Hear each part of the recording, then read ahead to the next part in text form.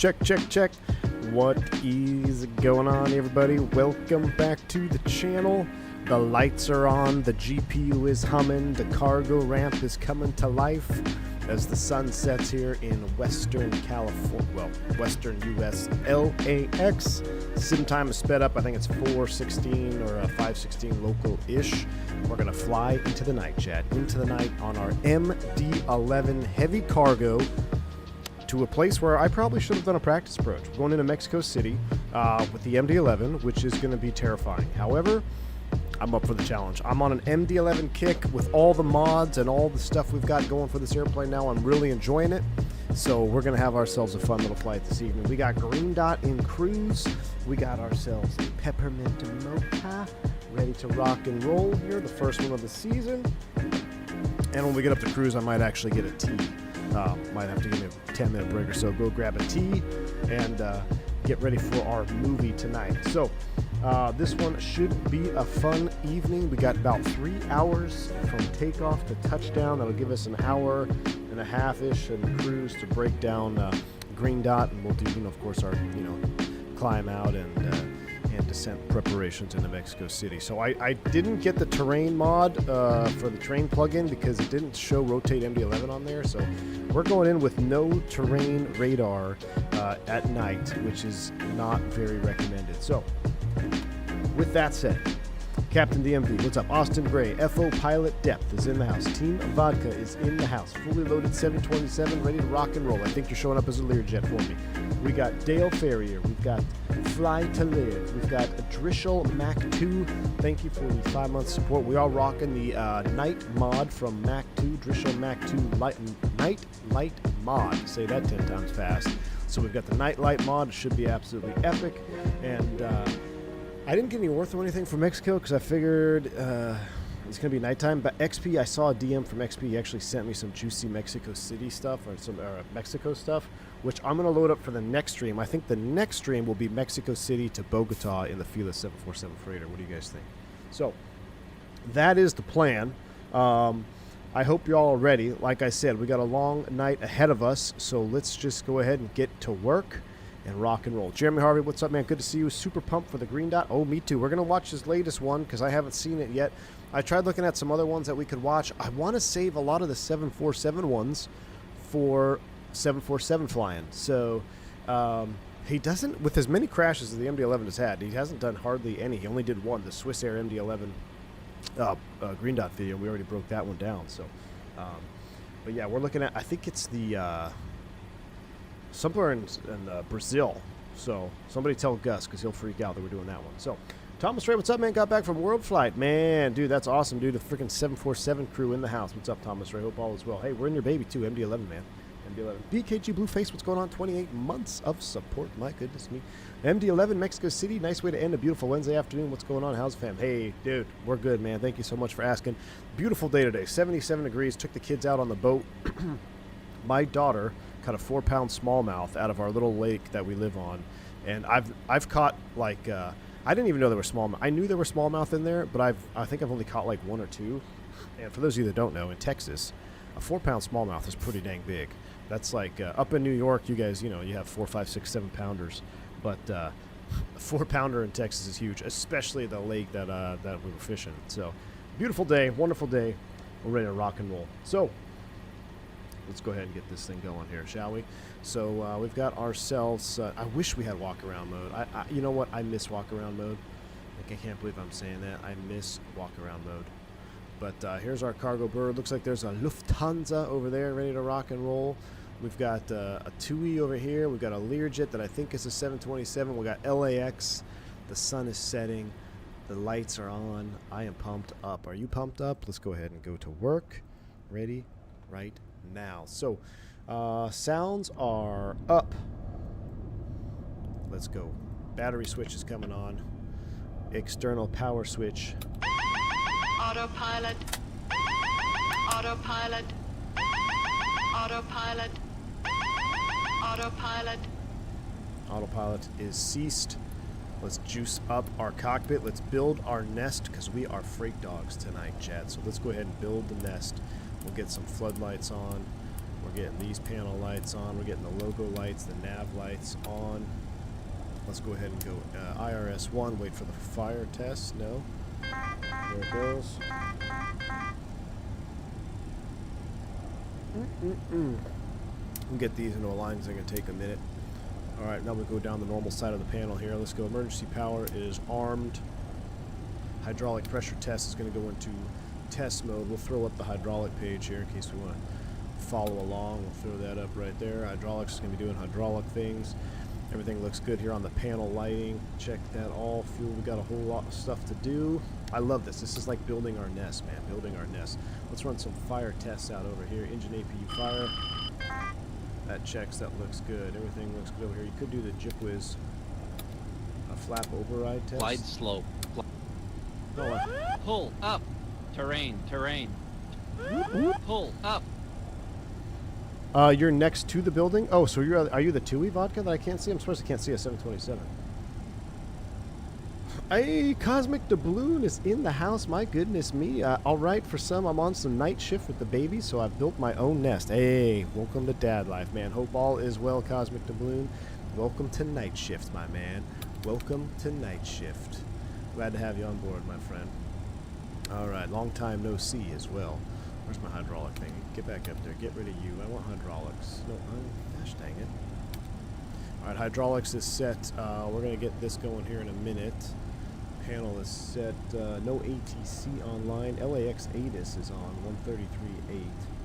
We also have a PDC. Let me see here while I'm looking at the squawk code. 6751.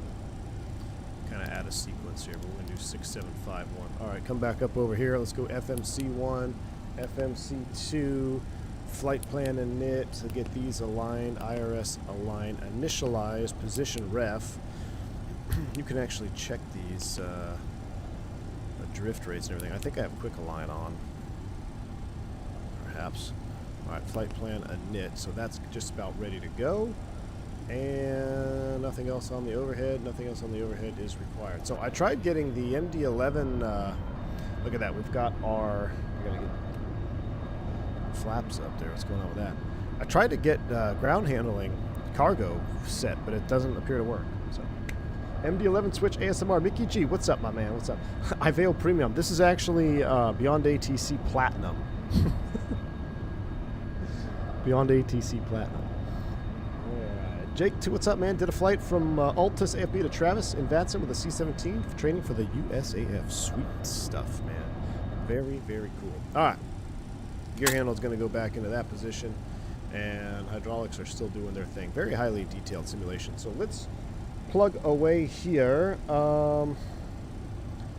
SoCal approach is online. Ontario approach. SoCal approach.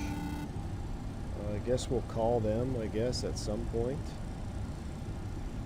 I feel like we're not supposed to talk to them. I don't see them on... are we supposed to talk to SoCal Approach? Camden Bot, thank you for the $5 super chat, man. Really appreciate that. He says, I have ADHD. Can I get my medical? I have 10-ish flight hours, but can't still until I get my first class. Do you have any advice? Don't give up, man. Don't give up. And maybe start looking at... some alternate medicines, perhaps. That's always a tough one. The FAA is very touchy when it comes to medications and stuff. So, unfortunately, I don't have any good advice for you, other than to don't give up and keep searching, man. There might be a solution for you yet. Thanks for the $5 super chat. All right, we gotta go LA to Mexico City. We're gonna plan to depart runway 24. Left, I believe. Let me pull up my actual flight plan here. Get that going. I have 427 tabs. Is it 24 left? No, it's 25 left, isn't it? This is cargo runway. We're going to be CWC. So Centurion Cargo, defunct in what, the teens? Call sign challenge. Very cool. We're going to go flight level 330. Alternate is Mike. Is our alternate. Mike Alpha Alpha. If you'd read your PDC, you would know who to talk to. It gives me that. After departure frequency. It gives me that. Yeah, I can read that far, AJ. But I'm as far as like talking on the ground. I don't know. It's fine by me. All right, that looks good. We're going to be cost indexed of 88. We're going to probably go a little bit faster. Actually, I'll tell you what. Let's go cost index 90 for now. Cost index 90. Flight plan, LAX, SID, departures. 25 left is out here where the cargo is. So we're going to plan 25 left on the Panda 2 departure procedure. And Panda 2, we'll insert that. And we can build this in plan mode actually. You can see that it's there on our ND. After Panda, it's Tecate Light, T-C-A-T-E. After Tecate, direct PPE, AJ's favorite VOR. After PPE, we're going to join some airways. So, airways, Upper Juliet 7. Upper Juliet 7. And we're taking that to Upper... Can I do Upper Tango 18, like the Airbus? So in the Airbus, you could do this and it would auto-populate. Yes. All right, so that's out, except it's the wrong transition. This has me go into Upper Juliet 7 to Tijuana, but I don't want to go to Tijuana. We actually have to clear that. It may not let us. So this is why you should do it systematically. HMO was the fix on the flight plan. No. Oh, chat. We done screwed up. Gosh dang it. We done screwed up, chat. Alright, PPE, Airways, Upper Juliet 7, MD-11 is mid, to HMO. It gave me the wrong changeover point. And then from there, Upper Tango 18. Upper Tango 18 to Nabas. After Nabas, Upper Tango 49er. Should be pretty... Well, the sun's going to be already set, but going down the... just the inland side of the Sea of Cortez there. Upper Tango 49, Diego. Insert.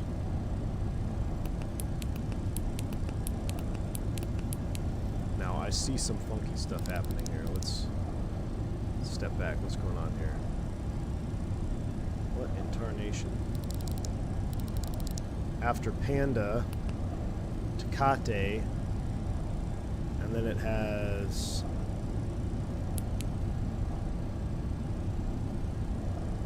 after Panda it should be PPE.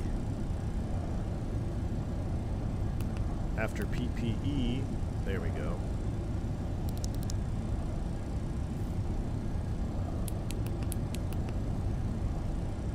What the heck is going on here, guys?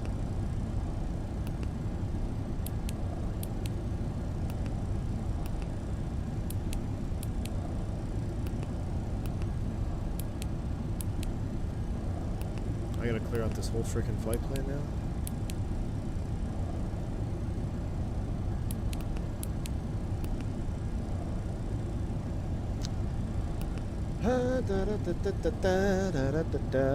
Thank you, Highball, for the 10 gifted subs, man. Welcome to the FMC simulator here, because the MD-11 is mid and can't delete proper fixes, so we gotta do it all over again. Gosh dang it. There's the ones I wanted to delete.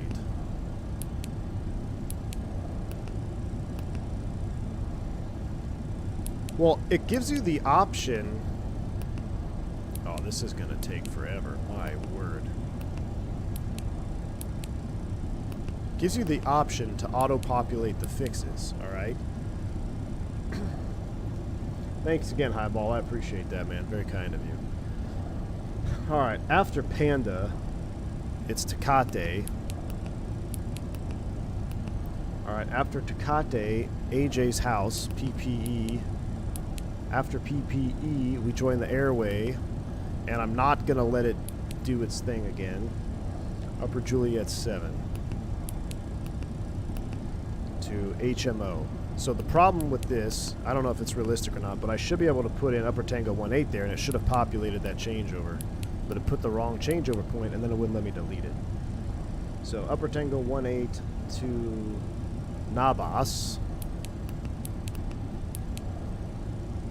Beautiful. Alright, hold on, I gotta answer this phone call, guys. Hold on, shoot.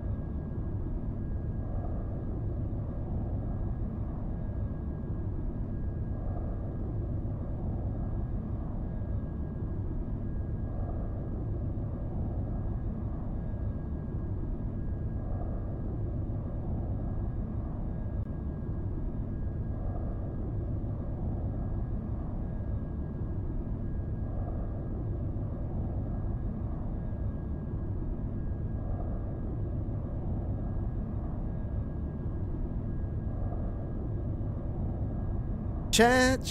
Sorry, guys. Very important phone call. All right, let's finish this up. My goodness. Let's see, where are we at? Upper Tango 1A to Nabas. Sorry about that. Upper Tango 1A to Nabas. Upper Tango 49er.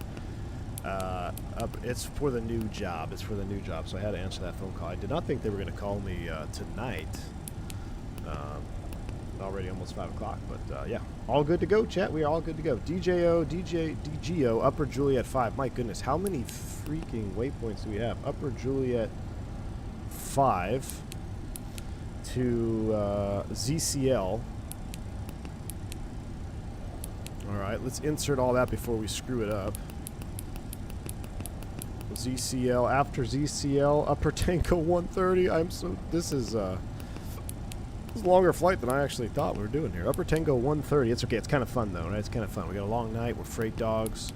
I might wind the time back just a hair, though. Upper Tango 130, dare in for the Dara 3 for 05 right. Okay, so now we got to pay attention here. So, Mexico City, star, 05 right. We want the ILS 05 right, X-ray, I believe, on the Dara 3. Alright, and we'll insert that, and then we can step through, and it should look like that with a arc. Now, we may end up having to change that because it looks a little bit suspect, but we've got 3 hours to figure that part out. So, excellent. All right, let me do this real quick. I want the night. We're doing a night flight, but we don't need to take off at pitch black. I wanted to have blue hour here with the lights on, and then we go into the nighttime. So we've just been sitting on the ramp for so long. There we go, just with the lights on. We got our peppermint mochas. Okay, the mood is set. ILS X-ray discontinued. All right, well, we'll figure that out in a minute. Thank you, though. Let me know in 2 hours. We'll fix it. Let's go back to map mode here. Let's go ahead and come back up here. Let's get the APU cooking first. So APU power, please start cooking outside. And then we're going to load up.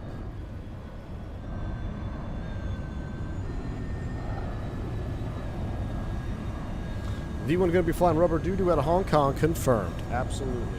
So today I thought there was a big class drop. So what happens is they let you know what slots are available for your class. And it's not today. It's actually tomorrow.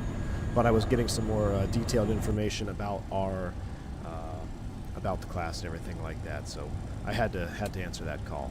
All right. That's been set. Flight plan is done. Let's go to the... Back to the init. Let's go to perf, and we're gonna go.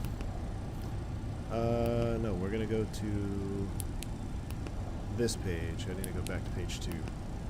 All right, weight init. So I've maxed this out here on cargo. We're gonna be pretty dang heavy.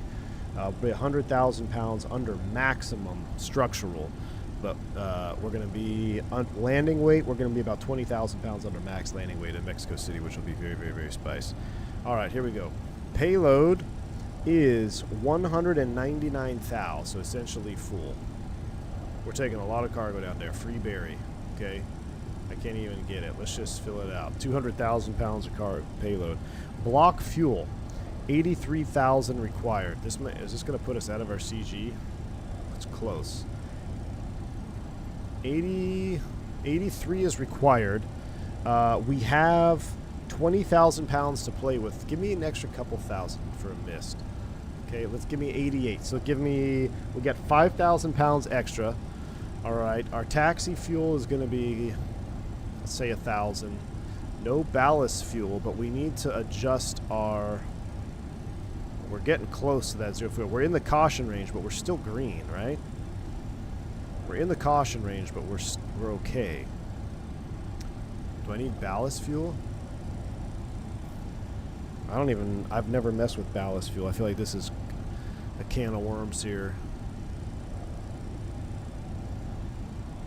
Tail tank? No, I don't want a tail tank. What about a center tank? Nope, that moves it the wrong way. What about an aux up tank? That moves it the wrong way too, so none.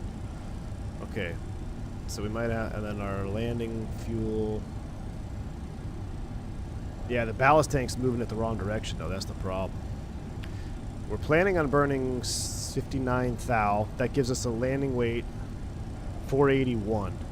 Let's knock this back just to get us in the... Get it, there we go. 196. Let's just get us out of the yellow, all right? 196. Kicked a little bit of cargo off. All right, so we are pretty heavy. We're going to apply load. You can see the airplane squatting down. Absolutely love that. Okay, good. So we are loaded up. Let's go ahead and get the APU air on, disconnect from external power. That is coming offline. We can get rid of the ground power. We can get rid of the stairs. We can close up our cargo doors.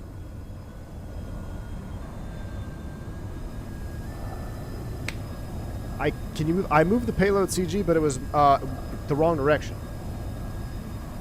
I need it to go down. Alright. Heading is, we're going to spin this around. Oh, and I've made a modification to this. It's almost like MD-11 cam, so you can kind of see the appropriate knobs, alright? It's about 250. Alright, so that is set. Next page. Alternate 6.1, that all looks good. Takeoff CG 29.1. Alright. Okay, here we go. Takeoff approach. We're going to be flap 22 and no flex. The slope and wind head component is 0. Outside air temp is 18C. That gives us some V speeds here of 141, 159, 168. VCL is 264. Chat, we need a high-speed climb out. 264. I guess technically we don't need a high-speed climb out, but that's our VCL. So we'll set 264 there. Let's go ahead and go FMS pink. Let's go nav armed and prof armed. All right. Climb via SID, Panda 2. So we need to look up the Panda 2 SID. Let's go ahead and get rid of this here. Let's put you back on the engine page. Let's come back here to charts, airports, ALAX.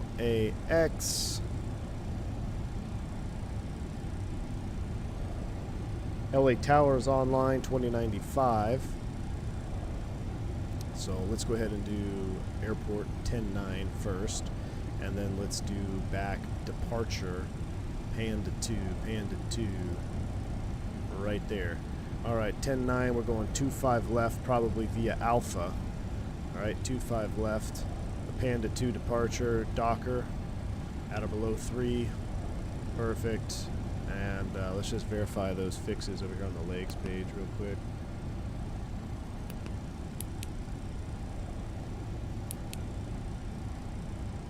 Let's see. Hipper, Adore, Shaft, PV. Hipper, Adore, Shaft, PV. Okay, I don't know why that's like so fuzzy when I zoom in on it. It's kind of sucky. Alright. You got climb via SID except maintain 5,000. I just got the same thing. So we will set 5,000 feet. 5,000 feet is set. Transponder's coming on up here, and we got to turn on our radios. Boom, that's coming up. We'll go TARA for VATSIM. And, okay, oh, excuse me, Platinum. Can I get a radio? I'm on the wrong frequency. We'll tune that. 2095 on Comp 1 is tuned. And I think we're just about ready to go, guys. I think we're about ready to go. Alright.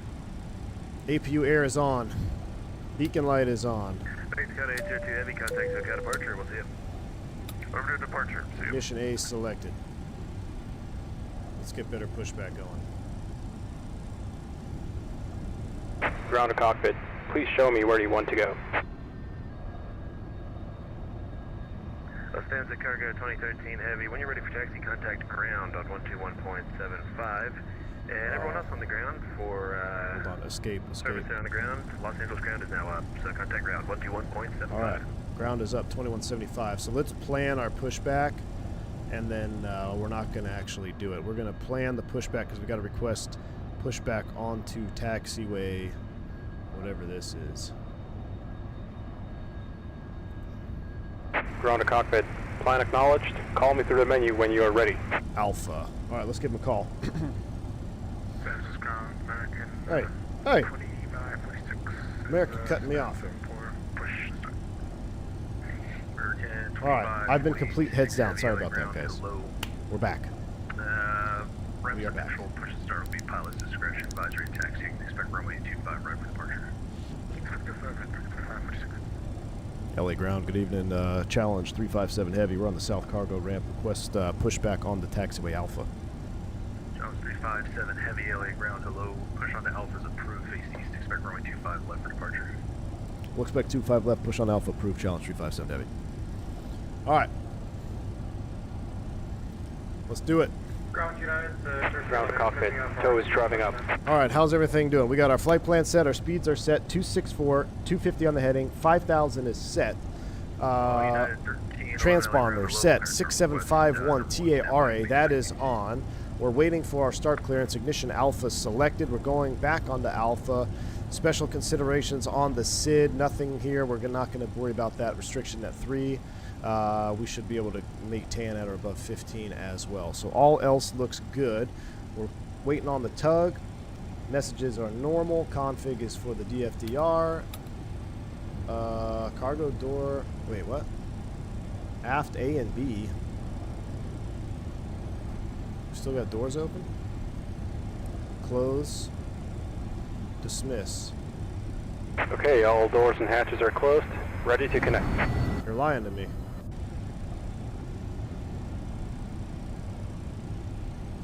There we go. All right, all doors and switches are closed. Now he's telling me the truth. All right. I did Bradley Pigeon. I did see a little bit of Aurora Borealis last night. Pretty crazy. How do you decide what flap setting to use? That's a good thing. I need to set 22. I don't know. I just watched a video they took off with flaps 22, so that's why we're going to use 22 today. I just watched that video and last night. I've been watching MD-11 videos, and they use flaps 22 for takeoff, so that's what we're going to do. That's how I decided. Generally speaking, now this is a very Setterdam. I can see chat. Sorry, man. I was real heads Tow down there for the connected and last bypass 20 been minutes. inserted. Release parking But brake. yeah, I can see chat. I'll be much more chattable now. The very basic Starting pushback. And you may start flap engine. idea is if you don't have to worry about obstacles in front of you, like we're taking off into the water, a higher flap setting. You got to be kidding me. You've got to be freaking kidding me.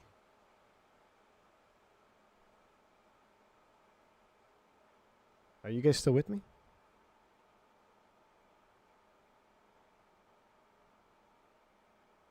You guys are still with me. The sim just shut down.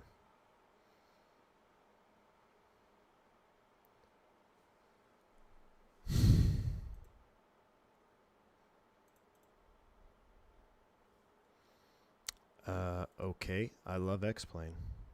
One more chance, X-Plane. We can boot up and we can just be in ready state. Gosh, I don't want to do that whole flight plan ago. I gotta boot up. Ah! Chat. That pisses me off. We were perfectly ready to go. All that setup. We've been here for an hour. That flight plan, though, is going to kill me. It's okay. It'll be faster. It's just... All right. Everybody close your eyes. One more chance. One more chance for X-Plane here. One more chance. I mean, I just drank a coffee. I can't go to bed now. I've got to do this flight. Crash again, trust you. If it crashes again, it's dead to me. I mean, it's LAX. You know what? It's got to be beyond ATC Platinum. I didn't install a weather add-on. No, I didn't. There is an update for X-Plane, but I haven't done it because it was running perfectly fine without it. So we'll see.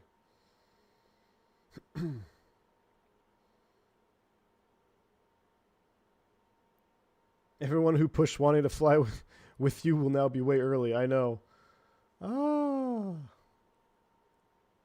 I know, there was a 10-minute phone call. That's true. Oh, my goodness.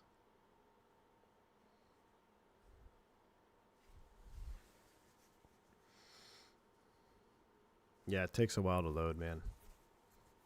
And I don't have... I have ortho in California there, but that's it. Everything else is a base sim.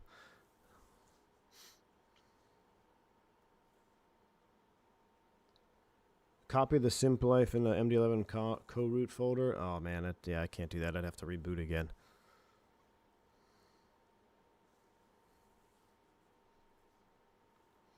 The reason the flight plan took a while is because I had to delete 42 fixes.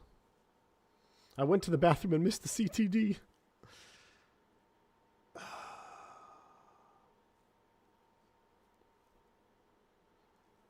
Look, we're MD-11 professionals. It'll be quick. It'll be quick. It'll be quick. It'll be quick. It'll be quicker than this loading here. What's going on with that?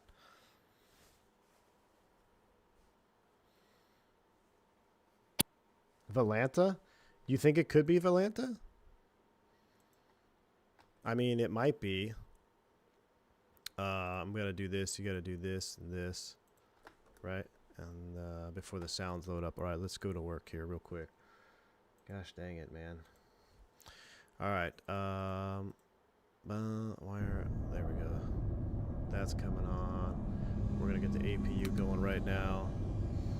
Just give me a second.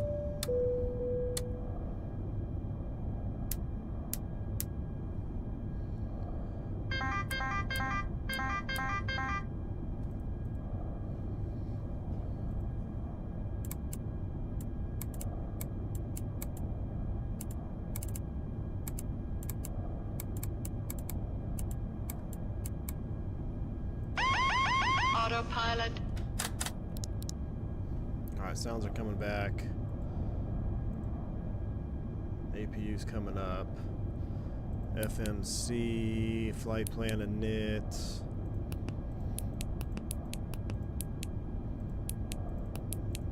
Golly, man. Mexico City, we're going 99. 99999, initialize. Could have had a V8. I know it, man.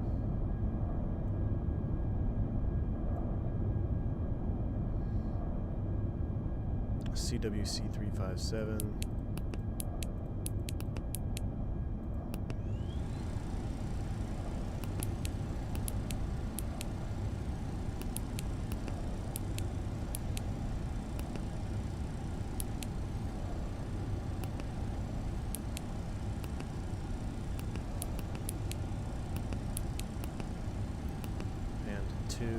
Insert. I tell you what. We would have to do the whole flight plan. Tecate, PPE.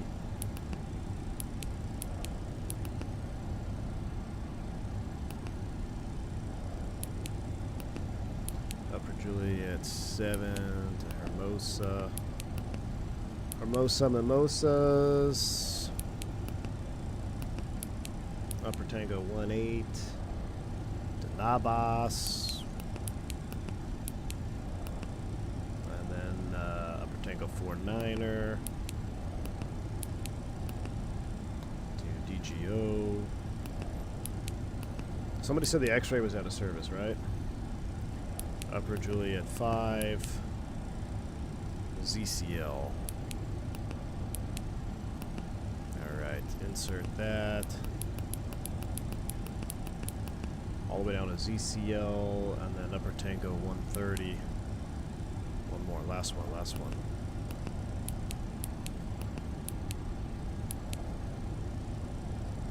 Upper Tango 130, Darren for the Dara 3.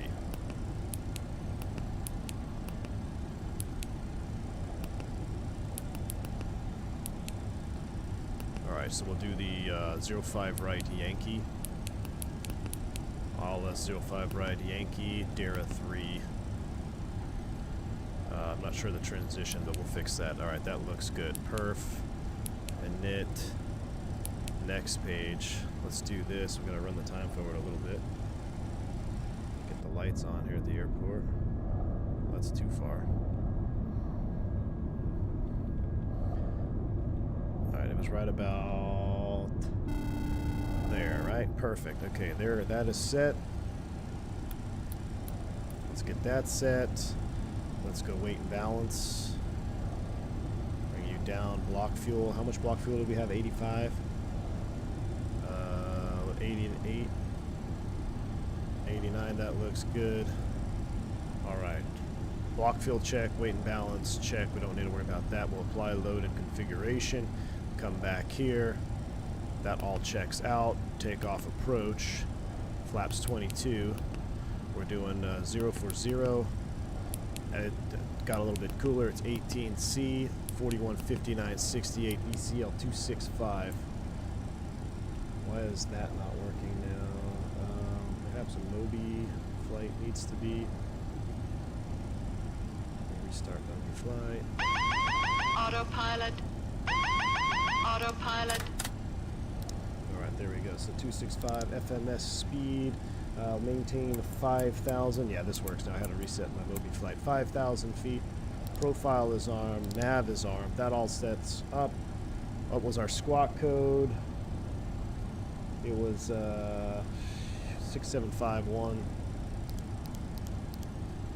6751, and ground 2175 is tuned up. And back on with the audio. Alright. Now we're all set. Heading 250. Let's give ground a call one more time here. And LA ground. The Centurion 357 Heavy. We're sorry about that. We crashed out, but we're ready to push again on the taxiway Alpha. Just looking for push clearance.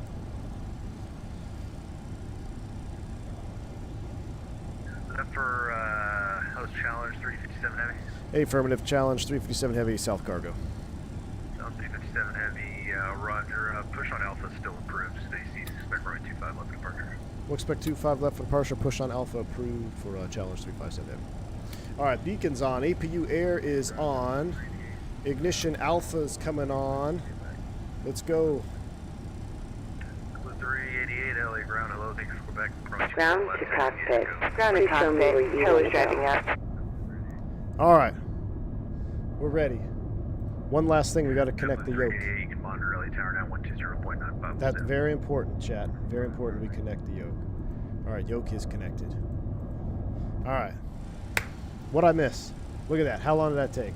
7 minutes? All right, we're good to go. I don't always CTD, but I like to do it with 300 people watching. Well, I am surprised that many people here for a X-Plane 12 stream. So thank you all for tuning in. Please do hit the like button for me. Hopefully we get this off the ground here. Slat disagree. That needs to come up. That needs to come up. And we also need to select 22 here in the dial of Flapperoni. And we're good. All right. Okay, all doors and hatches are closed. Ready to connect.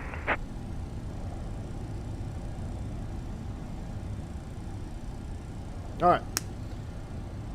United 1311. I missed the super chat. I'm sorry. Bravo all the way down to the end. What did I miss? I missed all kinds of things that have been heads down. Atta 5, Autistic 5. Thanks for the $5 super chat. I'm sorry for asking this, but YS11 flight when? Man, when I can figure out when we have enough time. YS11 soon. YS11 soon. Defog's coming on. FMC. Perf. Pull this out. There we go. What does stab need to be for takeoff? 5.8. And the altimeter is what? Tow connected and bypass pin inserted. Release parking brake. Brakes release, clear to push. Here we go. Starting pushback. And you Look at may that. start engines. Look at that. We're ready to go. Aux hide for pushback. Aux hide for pushback. Aux. What? I'm done. Why is it crashing on pushback in LAX? Is it a... It's gotta be... I'm done. This X-Plane is stupid, dude. Same exact thing. It's got to be better pushback. Why would it be Volanta? Volanta has nothing to do with it. It's got to be... I've used... You've got to be freaking kidding me, guys. Hold on.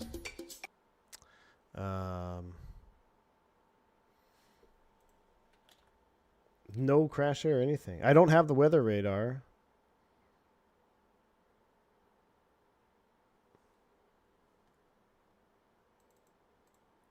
Let me see if I can pull something in Event Viewer here.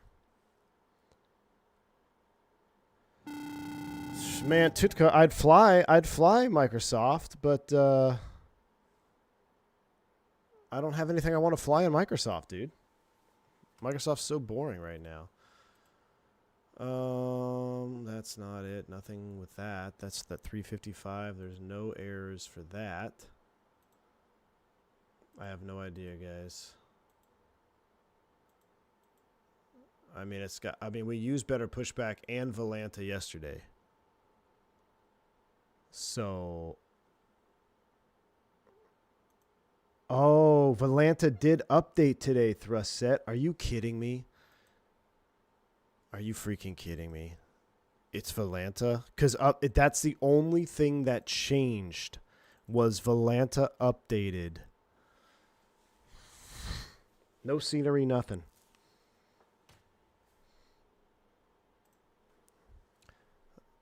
It's stupid Volanta.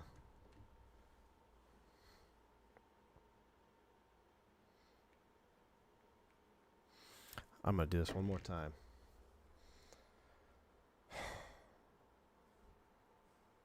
Volanta's dead to me. Yeah, Volanta's dead for sure. One last time.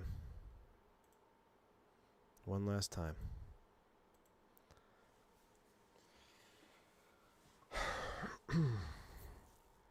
It's got to be Volanta because that's the only thing that has changed from yesterday to today. This could be a long freaking night.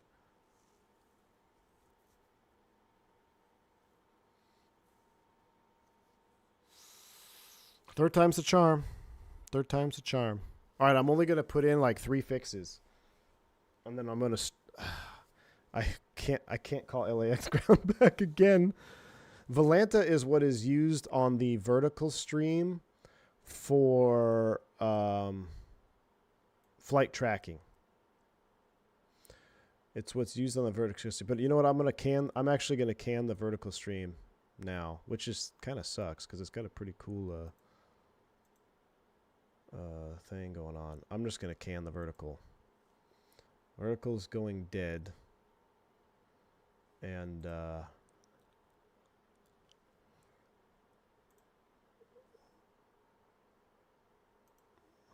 let me I'm loading it. I think that's it, guys. I really do. Sorry if you were on the vertical stream. It is dead.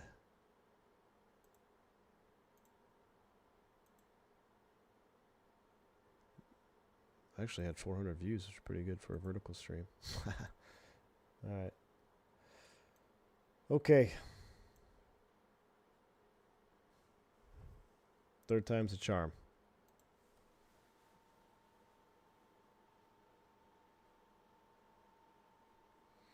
This is why I hate updating stuff. I didn't even want to update it. It just updated on its own.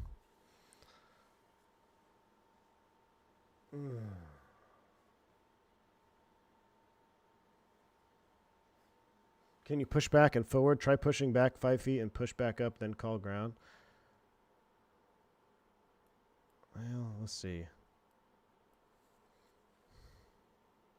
If it crashes this time, I'm Alt F4ing everything. I'll Alt F4 everything if it crashes. It has to be Volanta because that makes sense. It's only as soon as it moved. As soon as the aircraft moved twice. So I totally agree with Thrust Set. I think that's what did it. That's why you guys always make fun of me of being anti-update. I don't like auto-updating stuff because when everything's working, I don't want to change it. Now, I will choose to update when something is not working. Then let me choose, and then I will update it. Okay, so let's do this, and for crying out loud, last time. Boom, boom. We're not going to have sounds for a second. Let's go ahead and get the APU powered up right away. We'll do this, this, this. We're gonna go here, here, here. That's normal, that's disconnecting, that looks good. APU's booting. Let's immediately start programming. I know it's Volanta, so this is it. This time it will work. This time it will work, guys. Look, we're gonna have the Autopilot. we'll have the box done before everything boots up. All right.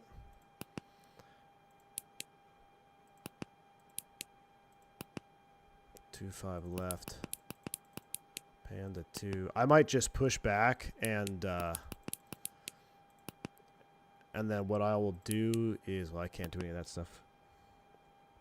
I'll connect after I've pushed back and started, and then I'll contact ground, ready for taxi. That's what I'm gonna do. It's got the PPE, and then we'll just go upper Juliet 7. Actually, we'll just leave it like that, all right? We'll leave it like that for now. All right, perf.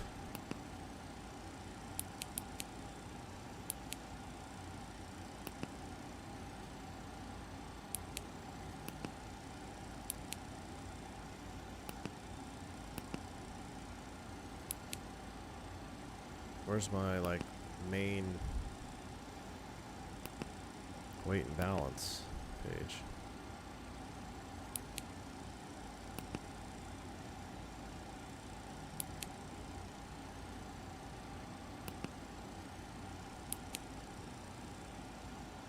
Am I going crazy here?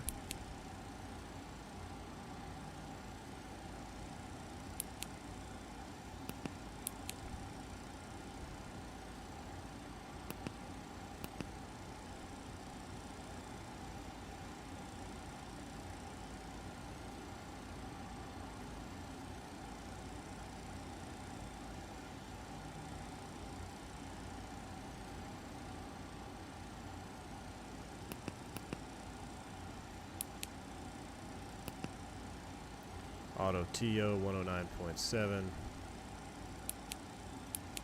Flaps 22. I'm getting good at working the box. Let me restart Moby flight.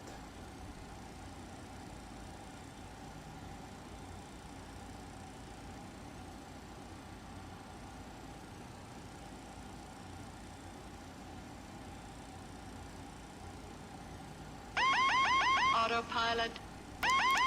Autopilot. VCL 265. Alright, 265's coming up. Let's go. APU. Air is coming on. Hydraulic pumps. Aux on. Defog is off. That's on. That's on. This is a battle of attrition. I can't believe there's still 300-something people here. Pat yourselves on the back with a hitting the like button. Alright. Everything looks good. APU air is on. Ignition A. Beacon is on. What are we missing? Transponder is, we gotta get that. Who knows what the transponder code was again?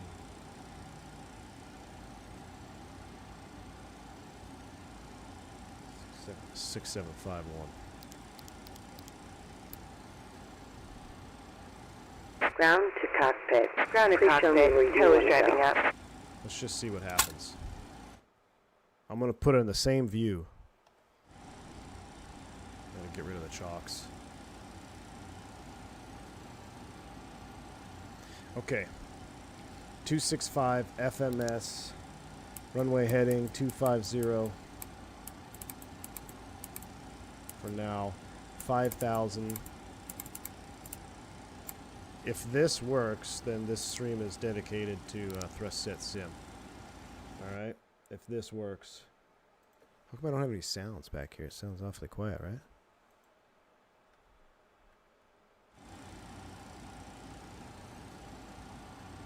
Did I do this? Gotta do that. Okay, all doors and hatches are closed. Ready to connect.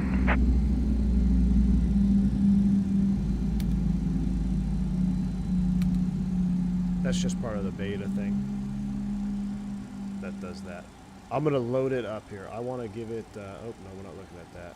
I'm gonna load up OBS and everything just like it was, and I want to see if this sucker crashes.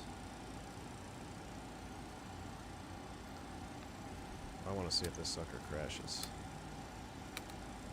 All right, I'm ready. We're all set up to go. 250 heading. Pitch is armed. 5,000 is armed. Everything else is armed. Flaps 22. Dialer flap is set. Overhead is set. Emergency power is on. Tow connected and bypass pin inserted. Release parking brake. Why is it on? It should just be armed. There we go. All right, here we go. Emergency power test failed. No time for that. Let's see. Starting pushback, and you may start engines. I'm ready to Alt F4 everything. Son of a gun, thrust set. Oh, nope, that's not it. That's it. It's not. It's. I thought it was Volanta. It's not. I'm done. We're not streaming tonight.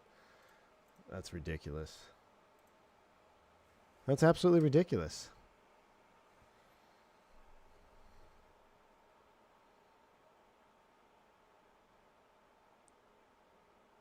How?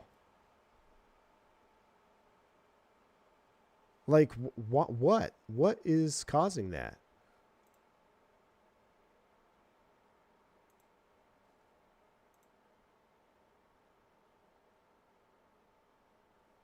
Volanta plugin? Don't tell me that.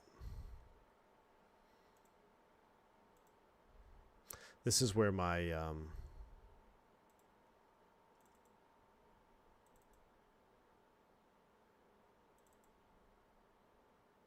Volanta plugin is still there. The Volanta plugin is still there. This is where my stubbornness pisses me off because I can't just quit. I can't just quit. I'm pissed. I'm so pissed. I'm not going to quit.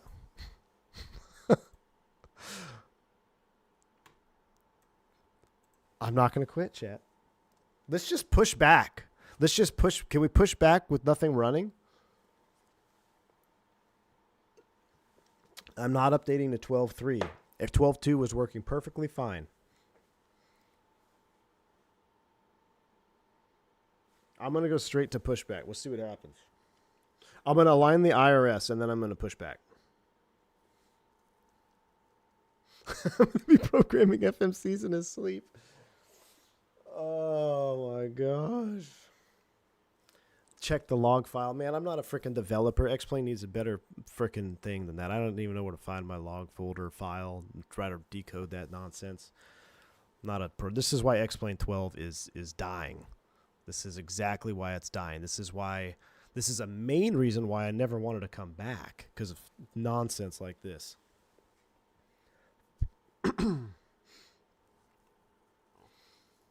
Yeah, I've removed the plugin. I didn't remove it on that last one. What's the definition of insanity? Gustavo, I would have loved to have that like an hour ago.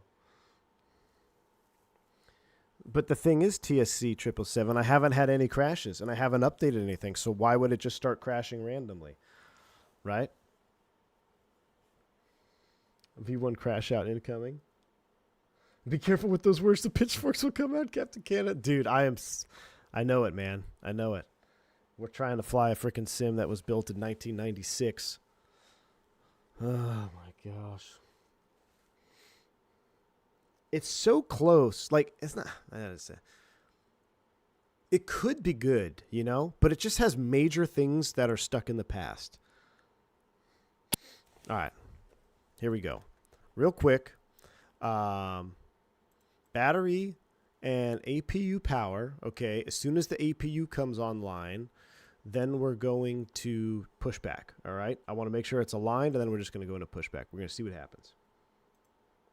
I keep trying to fall asleep, but the damn autopilot keeps waking me up. I hear you, man. I hear you.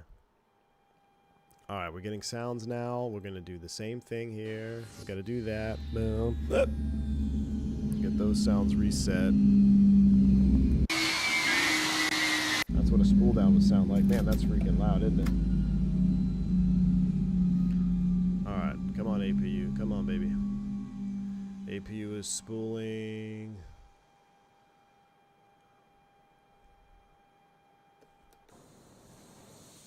It's going to be actual real-time sunset now. Maybe we just won't go all the way to Mexico City.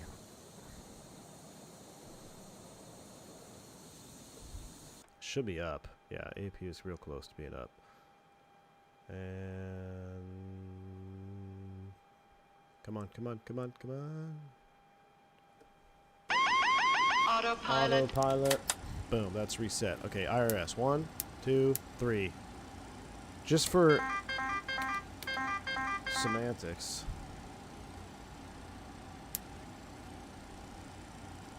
Let me let it align. Let me let it align and then we'll push back.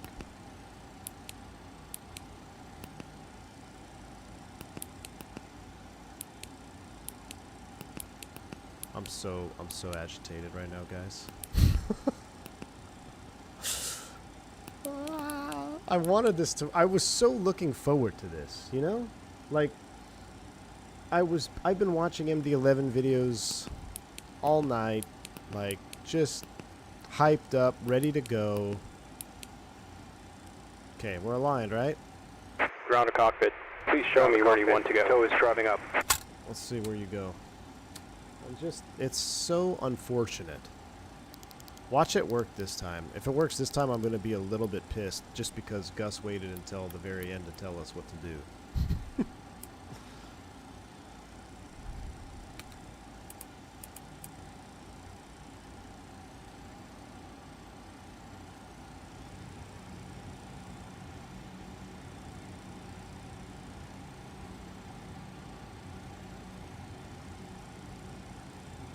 I might as well do what I can until, right? I might as well do what I can until he's ready to release the brake, just in case it doesn't crash.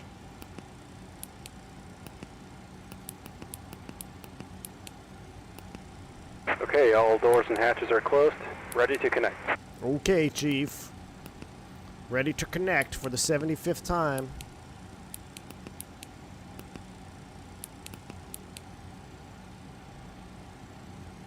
And just to be safe, let me reconnect Moby Flight. Just anytime I have a third, I want it the same. Autopilot. All right, because I don't want to have to do that and then. All right, 268 FMS speed, 5,000.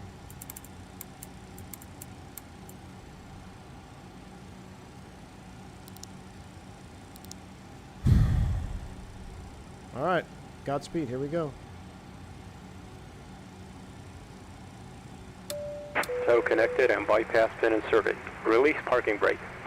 Just for... Alright.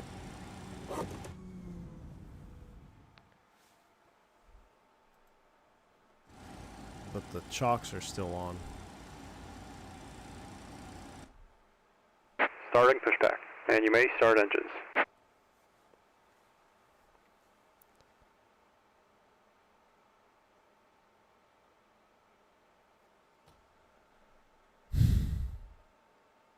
It's the freaking, it's the freaking thing. It was Volanta, guys. It was Volanta. Why don't I have sounds, though? There we go. It was Volanta. Can somebody check the Beyond ATC Platinum map and see if anybody's on Alpha? I'd hate to connect and then, No, this is why we don't update things, Ryan.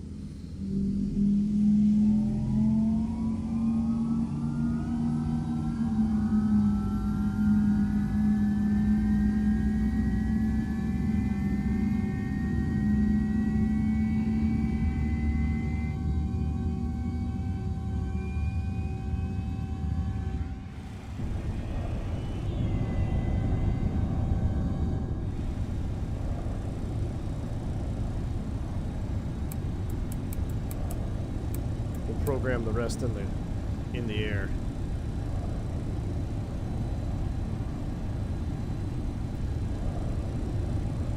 Let's get 2 running.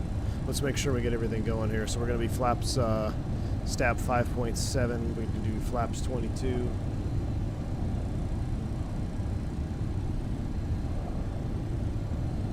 Flaps 22 is set.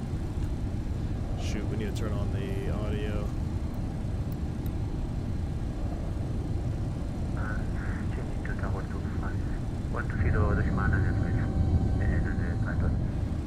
It was Volanta plugin.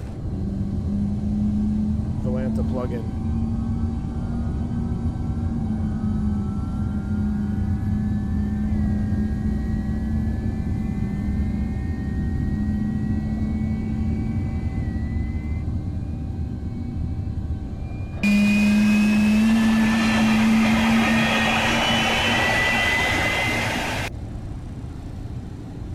One more to go. Number 2. She's motoring up. Alright, I need you guys to double check me here big time. We can't screw this up because we rushed this. We got plenty of fixes in our flight plan. I might add a few more here. Fuel's coming on.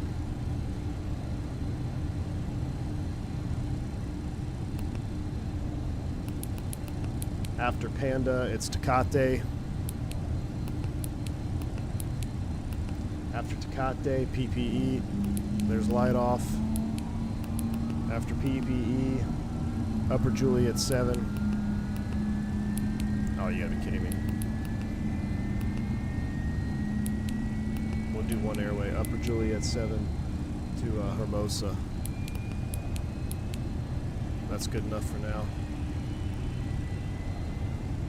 We got 3 good starts. We need trim 5.8. Ground American 3222 at gate 41, ready for push to start with Romeo.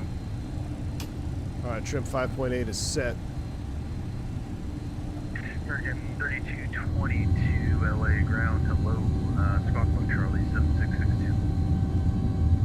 Over to Mo Charlie. We'll wait to drop flaps here in a second. Okay, config, miscellaneous, what is that, defog? Windshield Operation defog. complete. Set parking brake. Okay, brakes are set, clear disconnect. Disconnecting tow. Stand by.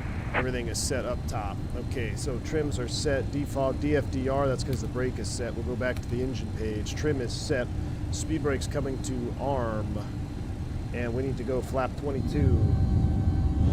American 3222. Flight controls. Squawk code 7662 there, and push and start at pilot's discretion, advisory taxi, expect runway 25 right for departure. I'm gonna darken it a little Pilot's bit. discretion and expect 25 right, American 3222. Okay. Alright. We're cooking with gas now, guys. We're cooking with gas. Ground United 556 heavy on kilo, ready for taxi. Make sure we do have 5,000. 5,000 is set. Alright, good. Kilo Echo LA altimeter 3006. Tow is disconnected and bypass pin has been removed. Hand signal on the right. I'll see you next time and have a safe flight. No, nothing to do with X-Plane or the MD-11. It was 100% Volanta. But I'm still going to blame X-Plane. Alright, hey. Deep breath, guys. We're going flying in an MD-11 tonight. We're going flying in an MD-11 tonight. There's our hand signal off the left, off the right. There it is. He's got the pin. We'll flash him a turn-off light. Alright, let's give him a call ready taxi. And let's call with the proper ATIS Romeo. What's the, actually, what is the altimeter setting? Number 140 Charlie Alpha LA ground, hello, runway 25 left, taxi via Alpha Foxtrot, LA altimeter 3002. Thank you. It's almost like he was listening.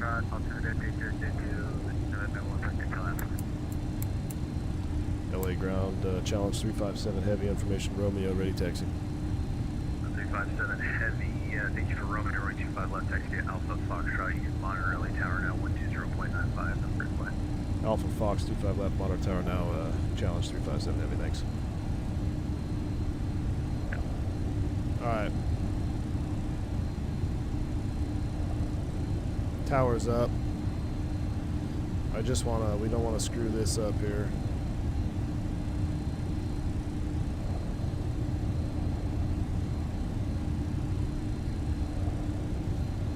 Panda 2 and Alpha Fox should be full length. It is. Alright, here we go. We're going flying today. Let's do it.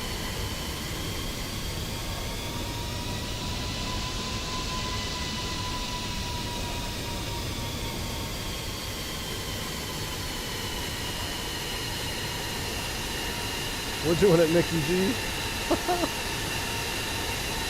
We're doing it, baby. Man, that's gonna be a long night. What is that? Petite? Petite cargo.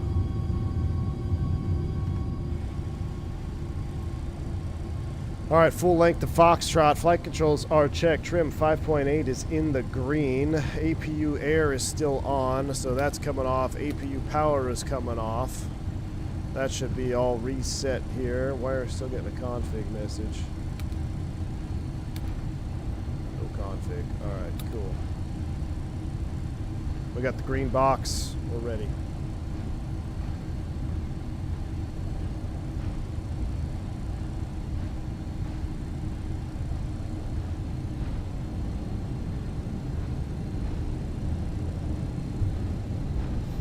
Well, nothing like building anticipation. Oh, config, auto brakes off. How do you know that? Auto brake TO. You must fly the MD-11 a lot. I knew I was missing something. That's what you want to see. Green box. Delta 318 Heavy, welcome to Los Angeles. Make left when able. Cross runway 24 left. Then contact ground 121.75. Yeah. I feel like it should be darker.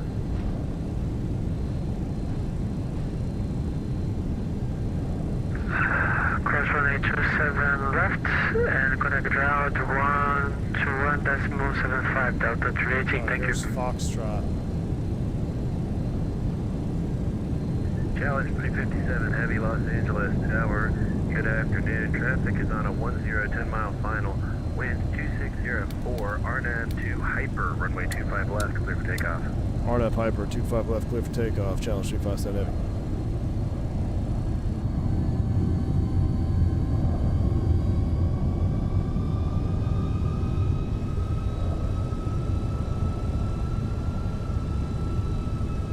Alright, I see Hyper in the box.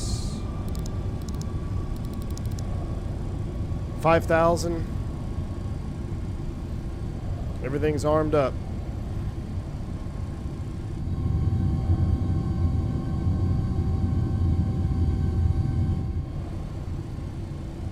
And Tower, just before we get rolling for Challenge 357 Heavy, what's our departure frequency? I think it's changed since we last looked.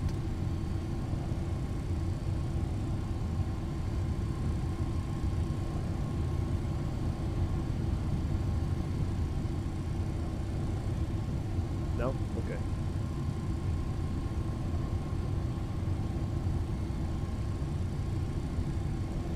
That's fine. We're cleared to go. Spool them up. We're going flying. Auto flight.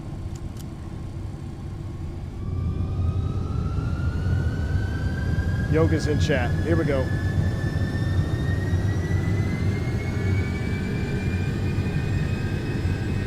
Golly.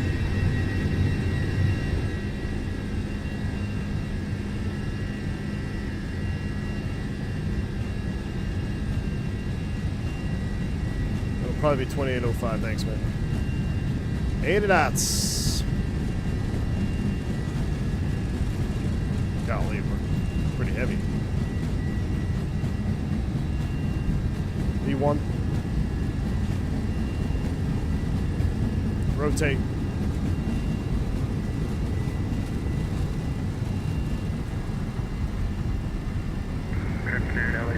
Positive rate. Gear up. Fly by.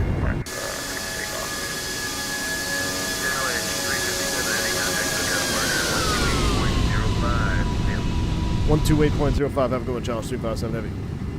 Hey, you too.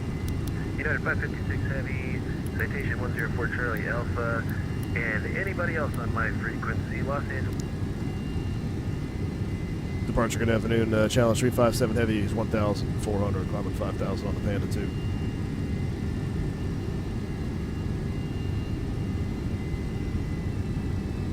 Challenge 357 SoCal departure, radar contact.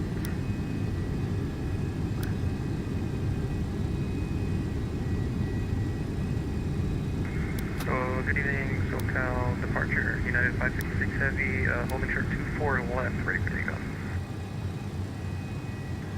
United 556 Heavy, RNAV Galley runway 24 left, clear for takeoff. RNAV Delray 24 left, clear for takeoff, United 556 Heavy. Challenge 367, climb and maintain 12,000. Climb and maintain 12,000, challenge 357 Heavy. American 9512, LA Center is offline, radar service. 12,000. Frequencies of both American 95 test, thank you. Bug 258, 268 here.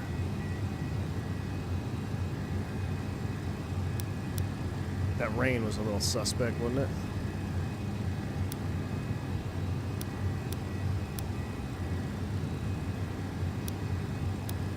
Actually, we can do, can we do 250? I think we can do 250.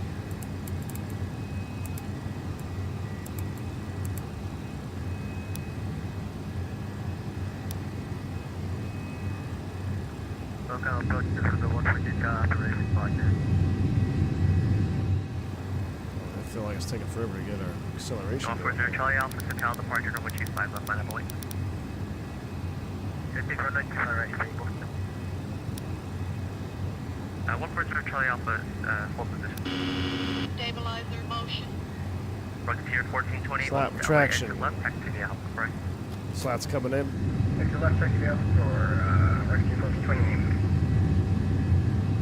SOP is to maintain at least VCL, which was, what was it? Was it 268? Bradley terminal, gate 150, push start, kilo. Oh, it's gone now. I don't remember. I think it was 268.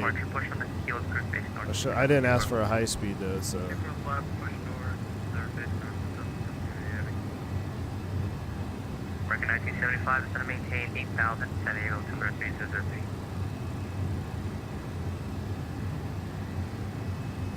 Reduce altitude to 8,000, American 1975. In American 1975, expect position for 27. Care for runway 27. Twist off, thanks for the $5 super chat, my man. Appreciate you. Perseverance pays off, I guess. Thank you, dude. And SoCal approach, American 3222, just busted on to Charlie at LAX, ready for taxi, runway 25 right. I feel like we're flying in the middle of American 3222, blue land here. hello, 125 right, taxi, yeah, Bravo. She doesn't like 250, that's for sure. I can tell right now. She doesn't like 250. Check off right, Total 15, 17, 22, 7, and sending VO Sierra. Delta 15, 17, SoCal approach, squawk 1750. So 1750, Delta 15. Yeah, we overshot that turn pretty good there. Yeah, 566 radar contact, say out. 2,200, United 556 Heavy. Yeah, 566 heavy, climb assist. Say again, United 556 Heavy. Climb assist. United 556 Heavy. There's 10,000 Climb feet. 357, LA Center's offline. Radar services terminated, frequency changes. Hope you become HDXC challenge 357 Heavy soon. 140 Charlie Alpha, Quadrant, Hyper, 125 left, curve to go. Altitude. Let's go ahead and keep it climbing. 330. There comes a turn at PV. 140 Charlie Alpha, Quadrant, Hyper, 125 The haze looks a little bit weird.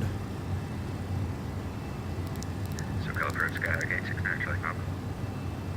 69 Charlie Papa, SoCal approach, stand by here, I'll give you your message. Take check. Next, no problem.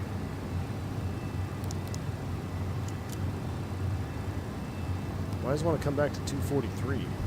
That's good there, front middle of this. about my care request taxi to follow.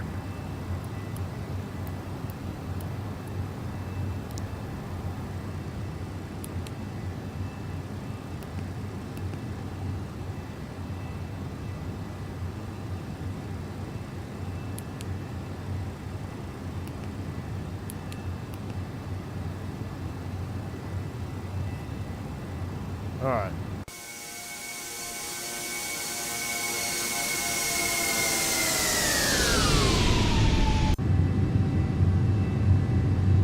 Well, that was quite the issue there. Okay, we're up and cooking now. Let's go ahead and kill these lights. We'll get this off, this off, this off. Logo's off.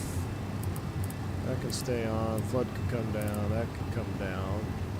Seatbelt sign is off. See how it's right at 242? That's too slow there, my friends. 280. Only 280.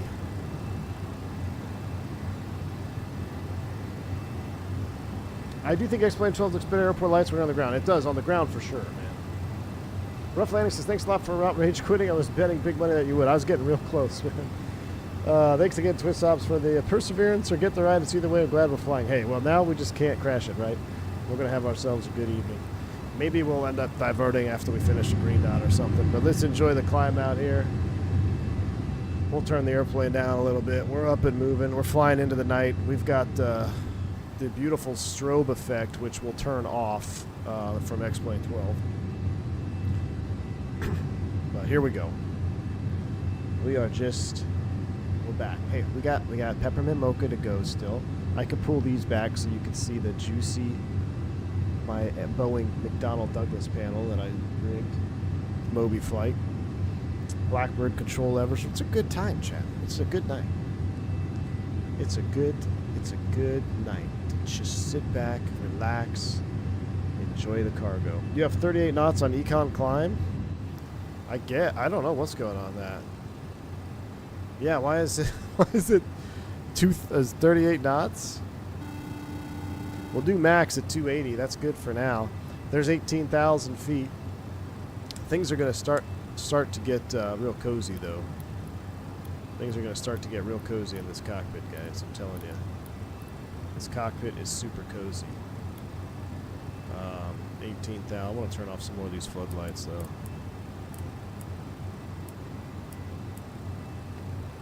Which one are you? Okay, you stay on bright. You stay there. You stay bright.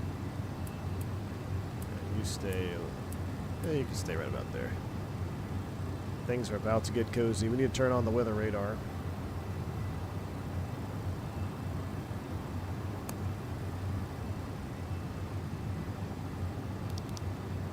Don't tell me there's some, like, mod I need for weather radar. 18,000 set standard.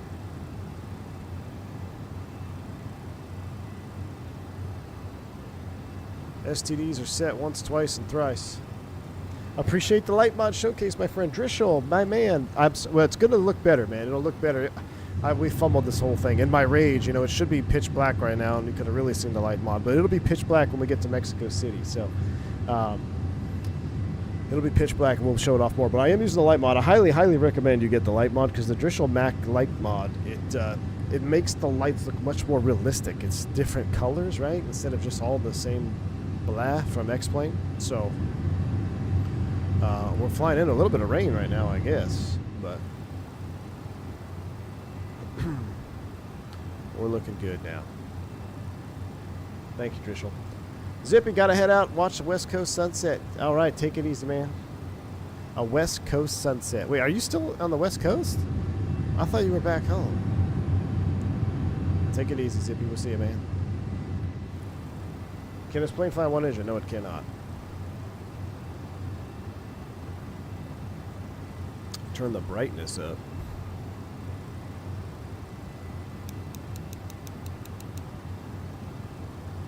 Alright, weather brightness is up. Was it my cost index that screwed us up?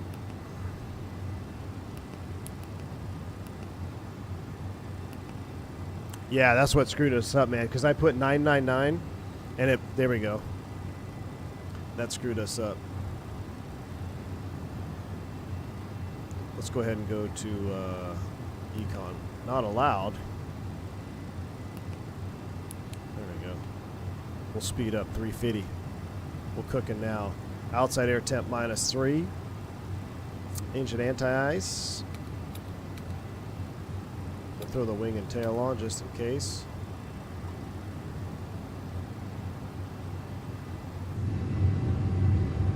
A mix of colors and brighter lights, says Drishel. Yes, brighter and the colors mix is perfect. It's actually really, really nice, man. When you see it at full pitch black, it's really, really nice. So I look forward to seeing that into Mexico City. I had no idea we were going to be flying into freaking no man's land up here with some clouds and turbulence. Just part of being a freight dog. Just part of being a freight dog. Oh, I'm not on 12.3, no weather radar. Oh, it's not on 12. It's really? Yeah, it hasn't been updated. I thought it used to work. I'm pretty sure it works, AJ, because I'm pretty sure I saw some weather radar returns on an earlier test sector. Captain, love your content. Oh, jeez. Turk, what's up, man? Also, Black Squares Timu says Wingnut. Yeah, well, Wingnut doesn't know what Timu is if it hit him in the face, so. Thanks for the 2 years of support, though. My goodness.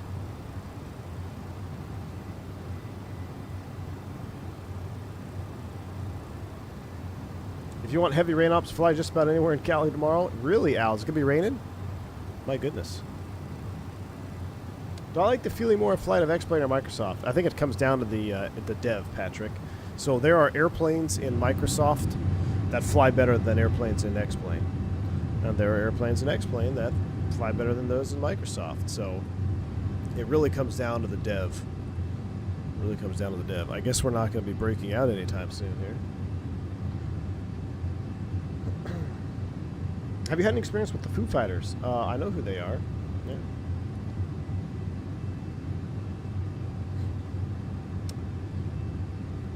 Oh, the legacy radar is meh. I didn't know I wasn't on 12.3. I've been running, because it asked me, it didn't even ask me to update until like 2 days ago.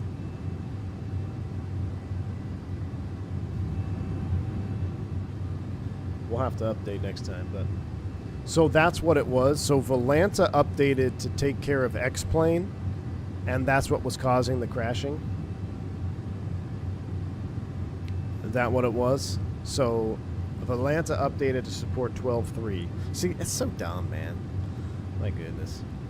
Al, what's up, dude? Just realized I've been here 4 years. Man, time does fly, doesn't it? Time flies when you're having fun, Al. Well, I wouldn't have had any crash issues, TSC, if Volanta didn't update. Nobody would know the difference. There would have been 0 crashes if Volanta didn't update. But it doesn't sound like 12.3 brings anything other than weather radar new to the system, right? So, I mean, we flew a sunset flight the other day and you guys were oohing and on at 12.2, so. Can't be that different. Are we ever going to top this? I'd have more fun on the lake. I hear you, Al. We were out there this afternoon.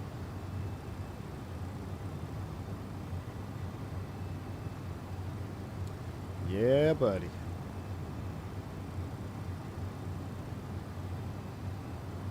So it's 5:46, and we were supposed to. When did we first crash?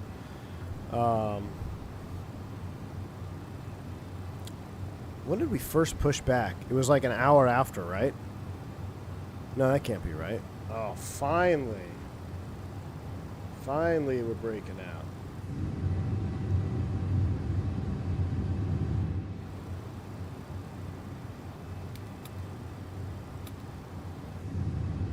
We crashed around 4:40, Andre says. So an hour delayed. Well, we could divert. Or we just suck it up and go all the way there. We'll see how long our green dot takes. Because, I mean, that's going to be fun. I want to sit back, watch a movie, watch a little green dot. After the green dot concludes, then we will we'll assess the situation. delay. Time funds when you're having flies. Dude, Turks, speak about flies, dude. It's so warm today in Texas. Well, you know, I think you're in Texas, aren't you? And apparently all the flies came out today at my house. They thought it was summertime again. I had the smoker going. So I didn't end up doing the tri-tip last night because I got back a little bit too late because I was prepping for this stream. So by the time I got to the house, I was like, I'm not going to start it. The wife's like, we don't need to start it. Maybe you can do it tomorrow. And looks like we're finally leveling off here. But yeah, man, as soon as I fire up that smoker, the flies, they just start coming out of the woodwork. So the green dot we're going to watch this evening, I have to pull it back up because I rage quit it. I had it up. It was the Brazil one.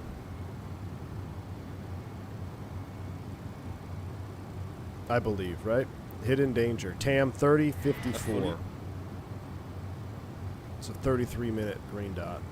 I feel like 33 is max flight level 37, optimum 33.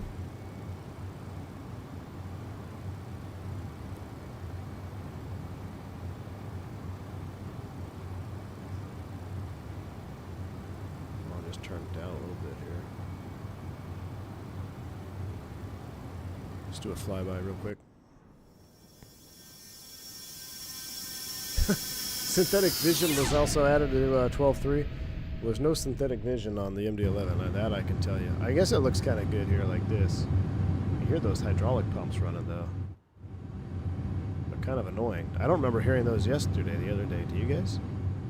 Do you guys remember hearing those pumps whining in the background like that?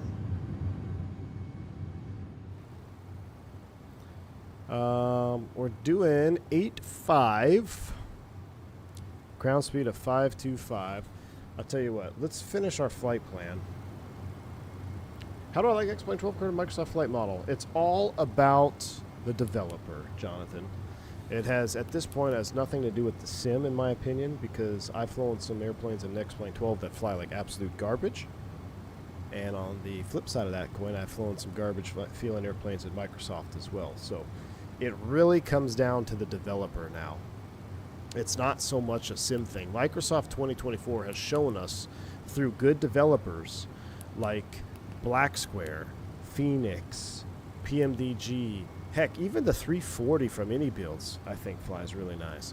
So we have these devs now that can make really nice hand-feeling airplanes in 2024, and it's no longer a sim battle. See, there's some weather return right there. All right, after Nabas, I have this route memorized. It's going to haunt me. That was funny. Whoever said that, that was pretty funny. D1's going to be programming MD-11 McDo in his sleep. All right, DGO. How many times did we program the box? 5 times? Crashed out 4 times. This is the 5th time. DGO. Upper Juliet 5. I can't believe it was Volanta. I saw that sucker update when I launched it, and I'm like, it should be fine. Should be fine. See, and I feel like that's the difference between, well, that's a difference between X-Plane and Microsoft 2024. So, like, if something isn't going to work in X-Plane 12, it just crashes your sim. In 2024, it doesn't seem to crash. It just doesn't work. So, like, something won't work. Like, Volanta just would stop working. In X-Plane 12, it just crashes. Blackbird Controls, my man, thank you for the 10 gifted memberships coming in with the 10 gifted. MD-11 levers win, Blackbird. So I'm rocking your 7.2 levers right now. So thank you for the 10 gifted memberships from Blackbird Controls. Shout out, man. Really appreciate you. Very, very kind. And I appreciate the support, man. I really do. But yeah, MD-11 levers win. Go direct after PPE, I might. Gus was saying something. Hold on. I was working at TAM in the time of accident. Hold on, Gus. Hold on. You're not going anywhere, are you? You're going to be here for Green Dot, Gus? So Gus is will be very insightful information for us here when we start the Green Dot. But thank you again, Blackbird Controls. All right, after ZCL, yeah, we're gonna do some. We're gonna cut the corner vodka. I just don't know if it's gonna make that much of a difference. Upper Tango 130. Man, this has been the longest flight plan I've ever programmed in my entire life, and it happened on a CTD 5 different times.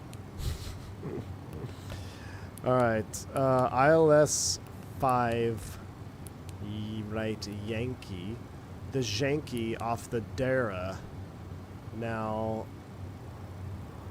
looking, let's go ahead and pull that chart out here real quick. Ooh, it's getting dark now. I'm getting scared. Mexico City. Winds are 040 at 4. That's at least nice. All right. Approach. Janky. 5 right. Maybe Uctine? Maybe it's the Uctine. Arrival. Dara 3. Is this the right one? To Uctine from Almis. Almis Uctine. Alright. Dara 3. Almis. Uctine. Almis Uctine. Beautiful. We'll get rid of that disco. We'll just go like that. Beautiful. We'll go to progress page. Distance to go 1,263 miles. Estimated time. Does that say estimated time to go 4 hours and 11 minutes? That can't be right.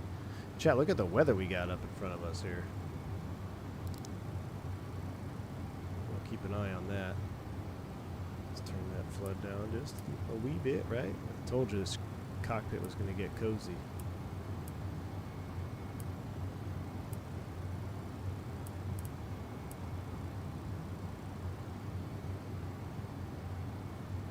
I am leaving. Need to dine. If we do tomorrow, I can spill the tea. Mexico City, Skibo, and the 742 freighter. Yeah, we might have to do the 742 freighter next. I've flown some planes in real life that fly like garbage. It's called 25-year-old 320 without engine strakes. Oh, wow. No strakes. That's a rare one. That's a rare one, Mr. Grinch. I don't think that's 4 hours. I think that's the time. That's time of arrival. So, yeah. It's 0131. So, it has us landing at 04. That's 2 hours and 50 minutes.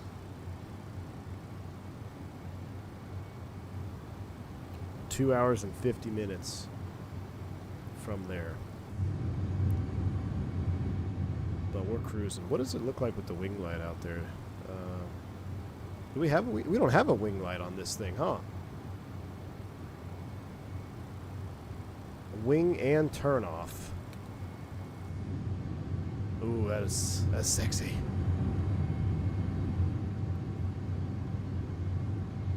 Two green dots. Mini long haul on a Wednesday. Nice, Andre. I know. I mean, it's a... Nabil says he's up for it. Long night of work ahead. Okay. I mean, we signed up for... I was totally prepared for it. It just because it took an hour. How come we have 6,000 in the tail tank? Is that the airplane moved that? Because we didn't move that, right? The airplane must have moved that for weight and balance. We didn't put 6,000 back there.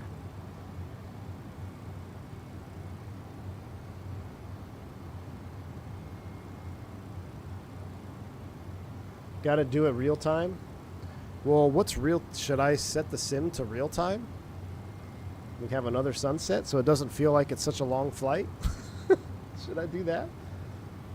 It uses the trim tank. Yeah, that's right. That's very cool, Prodigy. Yeah, I'm aware of that.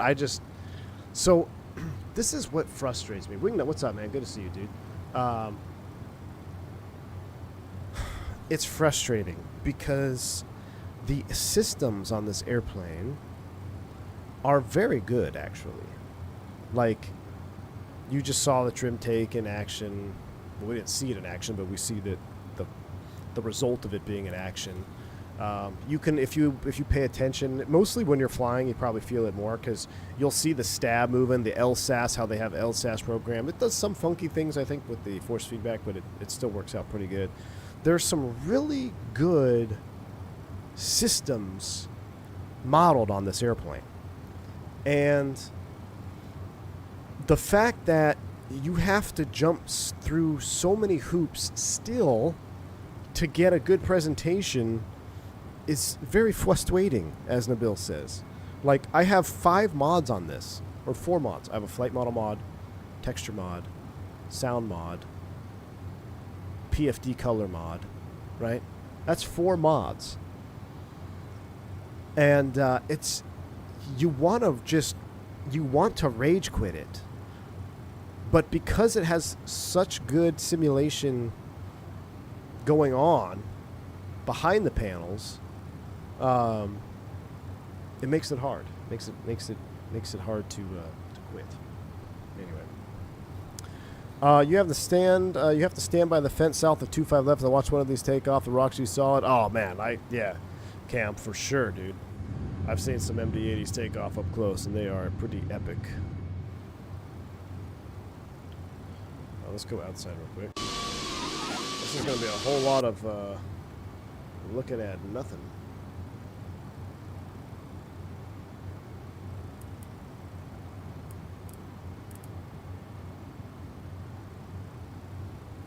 Phoenix Galley, thanks for the $1 super chat, man. Appreciate you. Very kind of you, sir.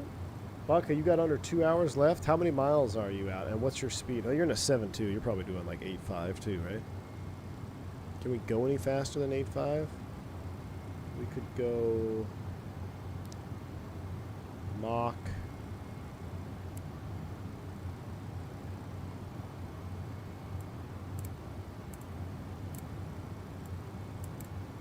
.865.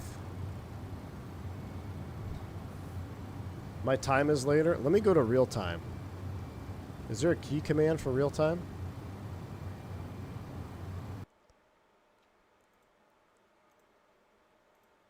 Oh, it's gonna be bright as day.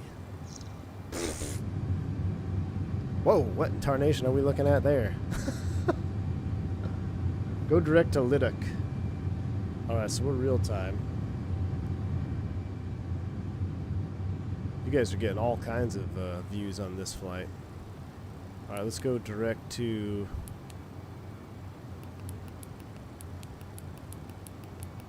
Where? Liddock?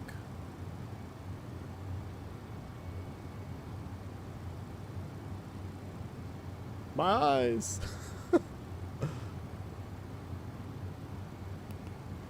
Direct to Liddock. Execute. Flyby.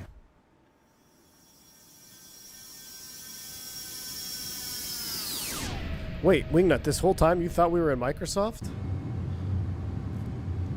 Wait, you guys thought we were in Microsoft this whole time?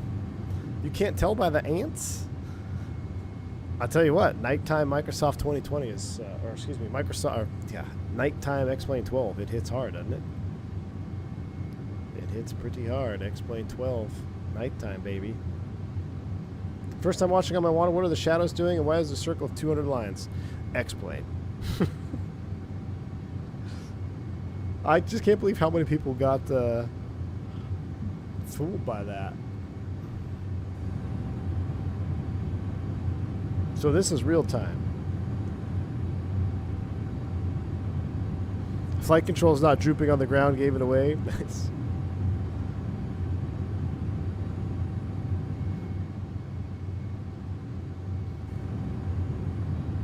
Do I have a pump on or something? I feel like I can hear hydraulics running in the back,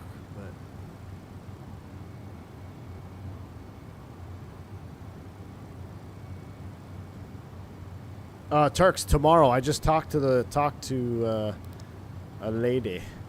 So we got some weather off our nose here. I talked to...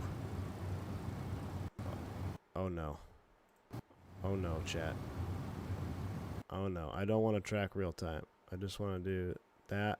Oh, done. Apply. Allow me to change it. That was, we had a 10-minute phone call early on there. All right, it's 001. Let's make it 0. Let's make it 1 hour. Or a little bit less bright. There we go. As we fly into the non-ortho side of things. And tomorrow, class drop tomorrow, dude. You can't see ants from YouTube view? Really? It's a deal breaker for me. I have been asking TFDI as well to not droop both elevators as soon as you shut down. Only inboards, but so far fallen on deaf ears. For who, Cam? So none of them have it modeled correctly, Cam? Is that what you're saying? None of them have it modeled? I do not remember listening to that hydraulic pump humming. Do you guys remember that? Rough landings, yeah, but not if you have real time on. I have real time. When you have real time tracking, it won't let you move it. You have to undo it. I don't know what type I'll be on tomorrow, but I will know the available types and bases for my class date, which is next week. It sounds like the aux pump is on. I don't think he made an update since, and it wouldn't have been since I flown it last.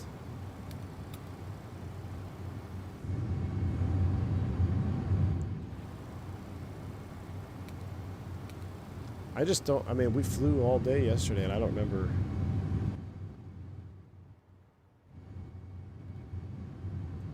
I don't remember it humming. I thought it was maybe my audio. Next week, nice. Gives me some extra time to finish cooking. Ooh, Nabil, that's right. You cooking, right? Are you still cooking? Yeah, man. Wednesday. Yeah, so we're going from ortho to default. So that's my last ortho tile there. And now we're going to default. That's, if you want to know what the difference between ortho and default is. There it be.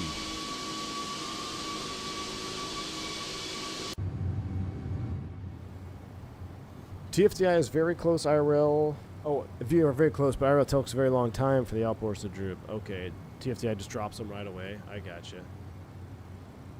No, aux pump is off. I don't know. We do have some weather in front of us. I was set on nighttime, so we got to get back to like. It was 004. So we'll make it right about there. It's close enough. Then it'll get dark.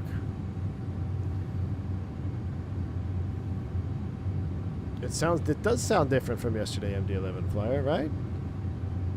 But audio settings are the same. I haven't changed any audio settings. The suspense is killing me. I'll tell you what, Mickey G. I'll let you know when everyone else knows. Yep, I haven't touched any audio settings. None at all. None at all.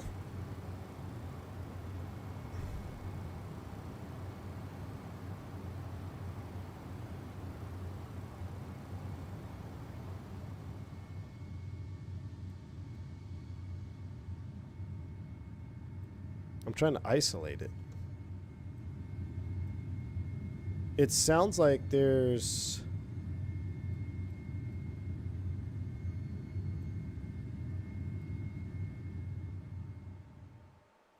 Ah, it's user interface volume.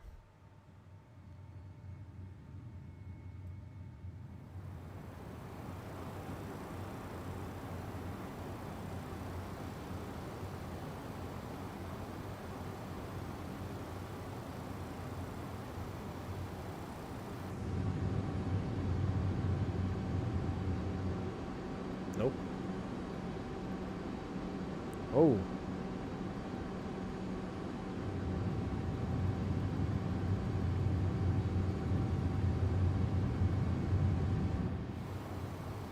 I saw a flash of light, though.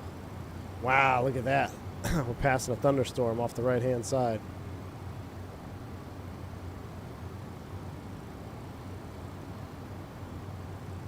Aliasing screwing up the horizon. That's just X-Plane being X-Plane, baby.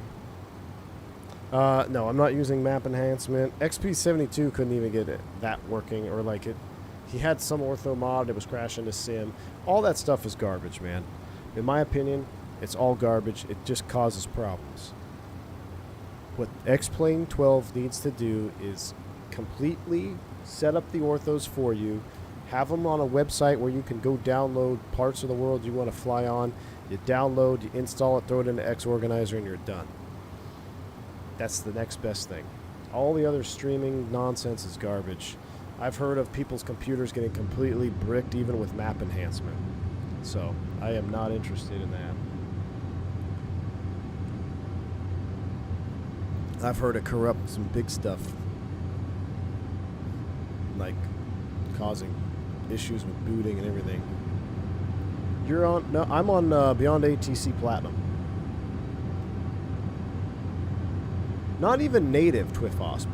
Not even native. All they need to do is put it in an organized spot. Now, I have a website where I go and I think it was at flyawaysimulation.com. It's almost like I have two audio packs running. Doesn't it sound like that? Like there's like the default audio is still running somehow. I think it's flyawaysim.com where they have a lot of the orthos you can download. It's basically recycled Forkboy, and like Drishel Max said, I mean it's the best, dude. The Forkboy orthos look amazing. Still, the ones that have been updated for 12. I feel like we're going to enter this cloud and have some issues. Maybe we shouldn't go into it at 8.6 Mach. I mean, that is a line right there. What the hell? Let's see what happens.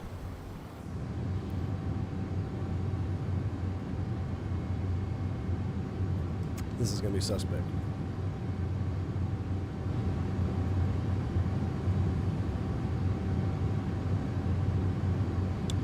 Overplayed by interior sounds, which I can't hear today. Yeah, that's what I'm thinking, Flyer.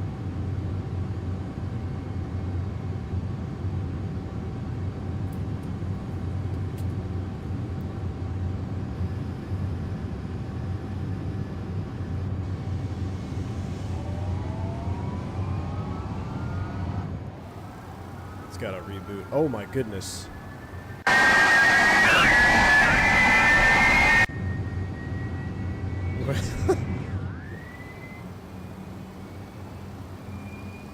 Oh my goodness. We actually might need to slow down a little bit.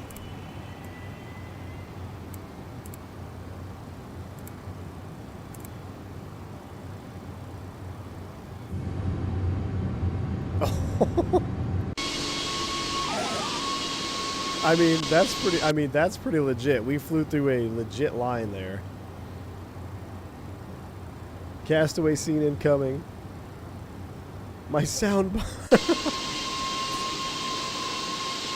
Sorry about your sound bar. Just turn the favor. I mean, that was pretty cool. I mean, it was saying there was weather, and there was 100% weather. And ice. That's only minus 13 out here. You're right. Technically, we're at cruise, though. Well, I don't know how it is on the MD-11. What's the SAT? Where's the SAT at? We got the TAT. Where's my SAT? Where's my SAT? Where's my SAT at? There's no SAT 10?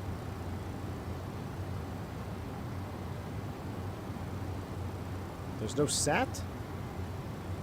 Next on pilot debrief. SAT is on the Prague page. How convenient. Minus 4. Yeah, it's minus 45. So we shouldn't need it at cruise thrust.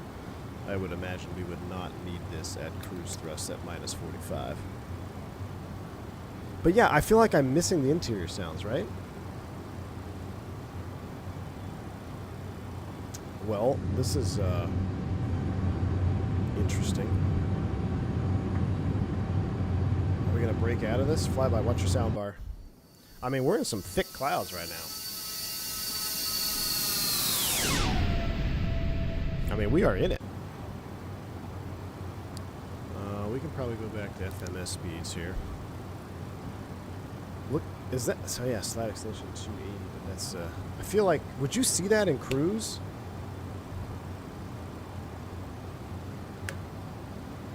AFS override 1 is off. AFS override. I'm not even sure what that is. AFS override? Airfoil system? Oh, this? I love how the spinners and windows are actually affecting clouds. I know, Nabil. Oh, look, we just broke out.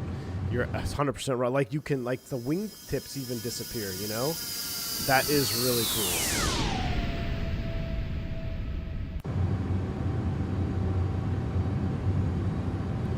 Alright. Is that ice? No, that's just ants.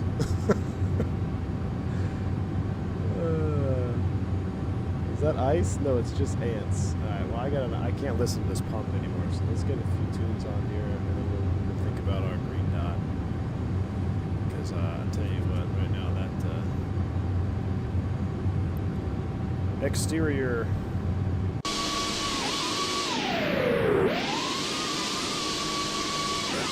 Let's go to ant mode, too, as we go through here. Alright.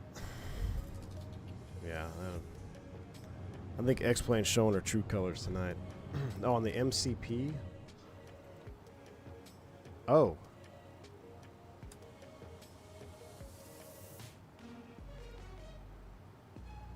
Well, that's good. We fixed that.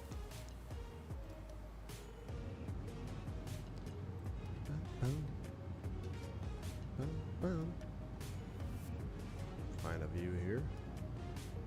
Maybe we should have taken the 742 freighter, you know?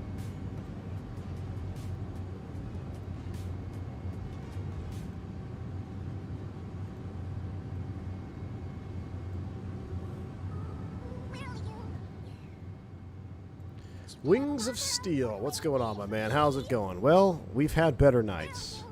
We had 4 CTDs. All kinds of weird things. Getting the plane off the ground in LAX, all because of Atlanta did an update that I didn't want it to do, against my will. But we're still airborne. We didn't give up. We're just an hour late now, and airplane sounds different than it did yesterday, which is weird because I didn't do anything to change that. So, you know, X-planes being X-plane.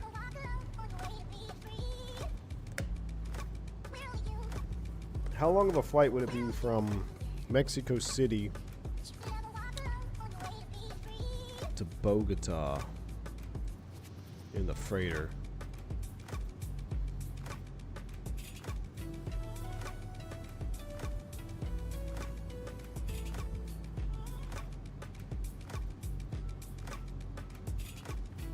Bogota, Mexico City is, 1,700 miles. How about a long haul? Maybe another long haul.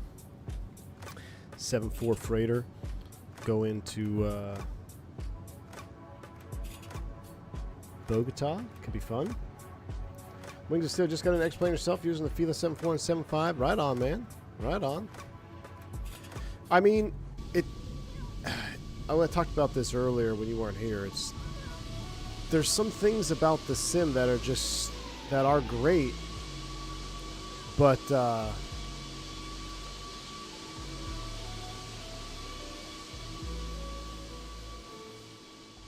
sometimes they just all stack up against you, you know? Sometimes it just feels like everything gets stacked up against you. But she's a beautiful bird. Cosmic's out of here. Take it easy, man. We gotta have a catch up for sure, dude. Thank you. Take it easy, bud. Yeah, you guys see the ants on there? What's going on with that, AJ? Where are we? Where are we gonna watch the green dot video, aviation, dude? I don't know where we're gonna watch it. Who, the cargo bin? We'll just sit in the cargo hold. Inflate that air mattress. It's gonna be a long night, Mickey G. I know. How'd those burgers turn out, by the way? Tasty?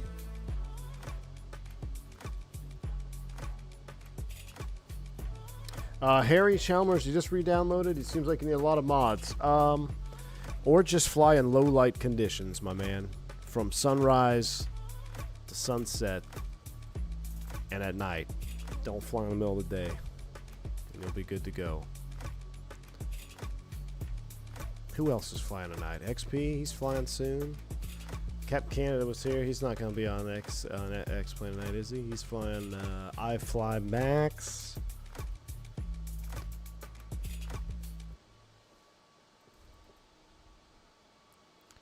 Let's see. Ooh, Miami to San Juan.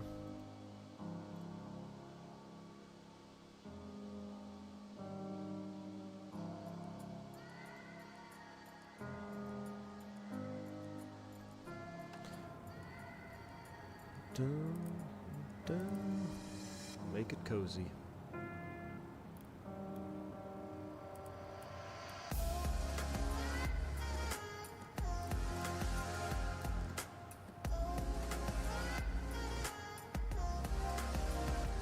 Alright, so with everything the way it is right now, time is 0108 in the sim. And it has us landing at 0323, so 2 hours and 12 minutes ish. I mean, we could make it. I think we're gonna power through, chat. I think what we're gonna do is, how much longer do I have for tea? When does Starbucks close, guys? Chat, when does Starbucks close? I need to get tea. Till 10 p.m.? No way. Can I make a quick Starbucks run to get tea, and then we'll start a green dot. It's a 33-minute green dot video, so it'll take some time. Mickey G, can you take over the jump seat for me? Take controls, and let me grab a tea, and we'll dial in for our green dot video. Get some pizzas with that? Ooh, that sounds good, Aviation dude. Get some for me. Pineapple and ham, please.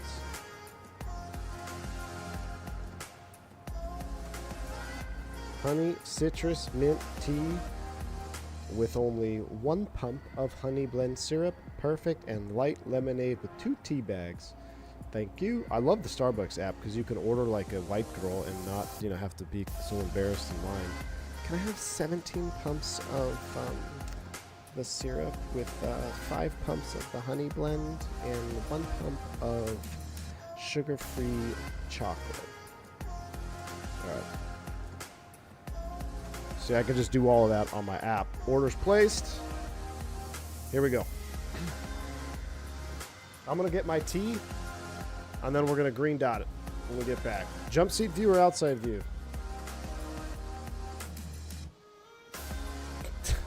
Bomb Tech, you wish you could give 17 pounds, my man. Be real with that. Alright. Let me, that's actually kind of a sick shot right there, right? I think it's coming around, guys. It's coming around. Alright, I will be right back. Do I not have like a be right back screen anywhere? Okay. Alright.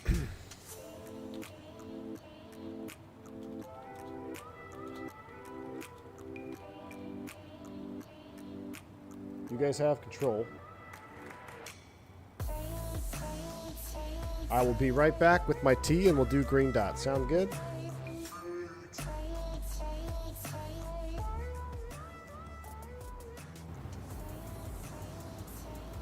Alright, I'll catch you guys in a bit. It'll be, you have control. Probably take me 4 minutes to get down there, 4 minutes to get back. So I will be back in about less than 10. See you on the flip side. AJ, thanks for the $5 super chat. You know damn well V1 has sat in some airport Starbucks. I'm into a group with that comment. Oh my gosh, if I had $1 for every time, AJ. That's why, I mean, it's ridiculous, my man. Alright, thanks for the $5 super chat. I'm going to take that and go get my tea because my tea was $4.88. So thank you, AJ, for sponsoring tonight's episode of Honey Citrus Mint Tea. I'll see y'all in a few minutes. Be right back.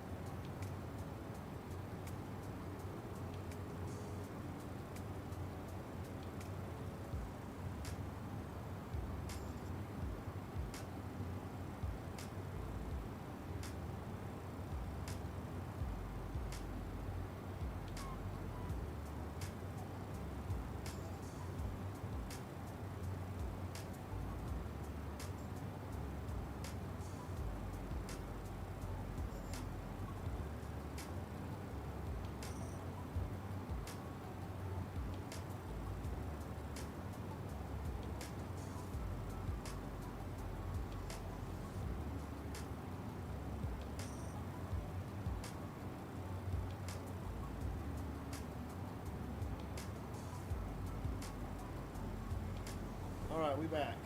Almost. Switching out the peppermint mocha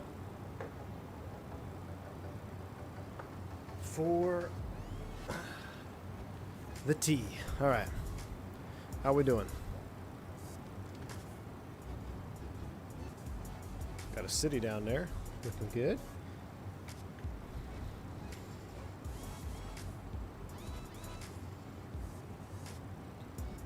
Alright, we'll pause some music.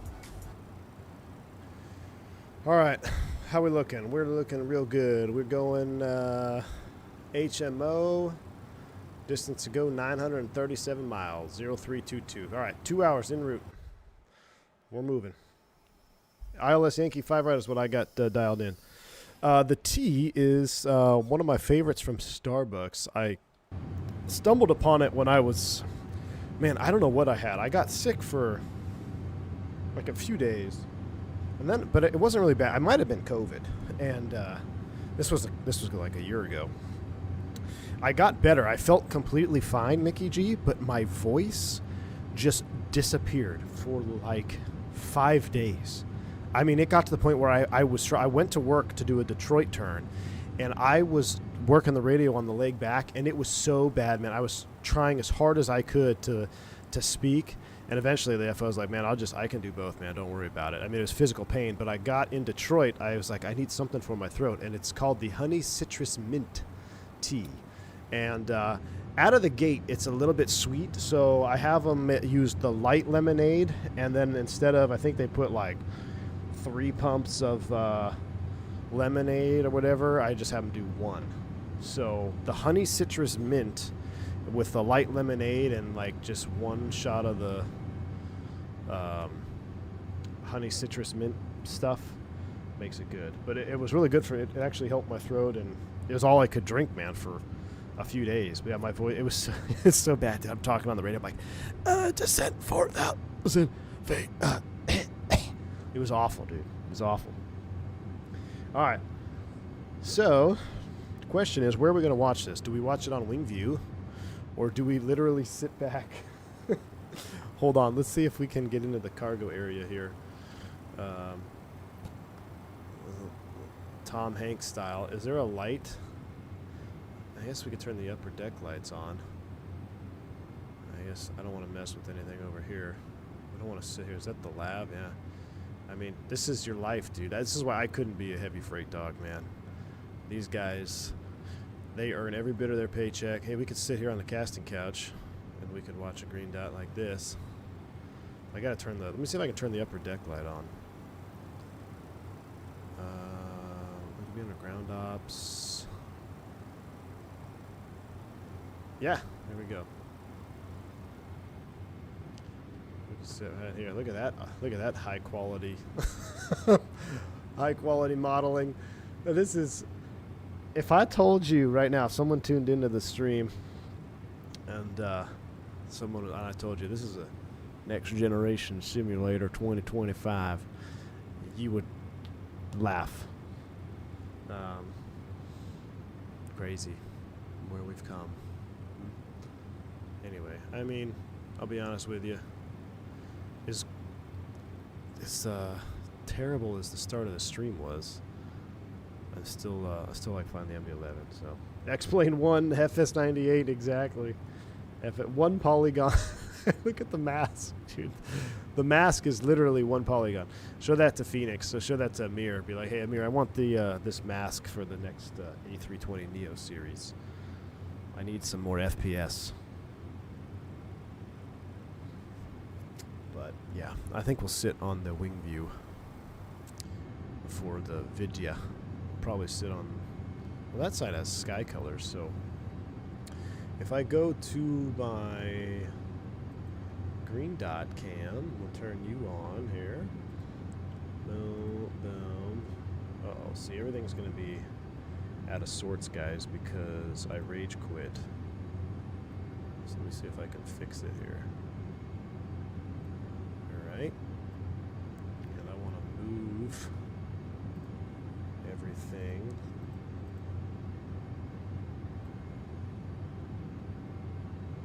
to this side. Okay. I think that'll do. That'll do, pig. Is that good for movies?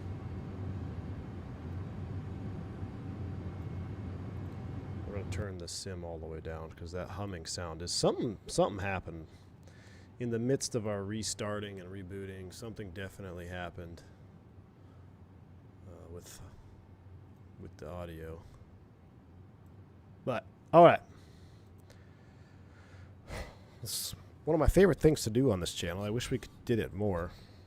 And now that we have, going through the Green Dot videos, I have seen there's quite a few 747 classic episodes that he did do. So now that we have a freighter from Felis on X-Plane 12, we might have to do another long haul. I mean, I'm going to do all the updating tonight. I'll get X-Plane 12.3, and I'll make sure it's all running. Then I'll get the Felis 7.4 running. Maybe we'll do another long haul. It depends how many likes we have. We're only at, after all this work, we had 400 plus people there for departure. We only hit 237 likes. That's super mid. So if you don't like long haul Green Dot, then we don't have to do them. But if you hit the like button, then maybe we'll do another one before the week's up. So, but break them out, AJ. Break out the notepads. What I was going to say, though, is I'm going to pin this right here. This is the video to the Green Dot if you want to watch it in full screen or watch it later on your own TV. Shout out to Green Dot Aviation for letting us do this.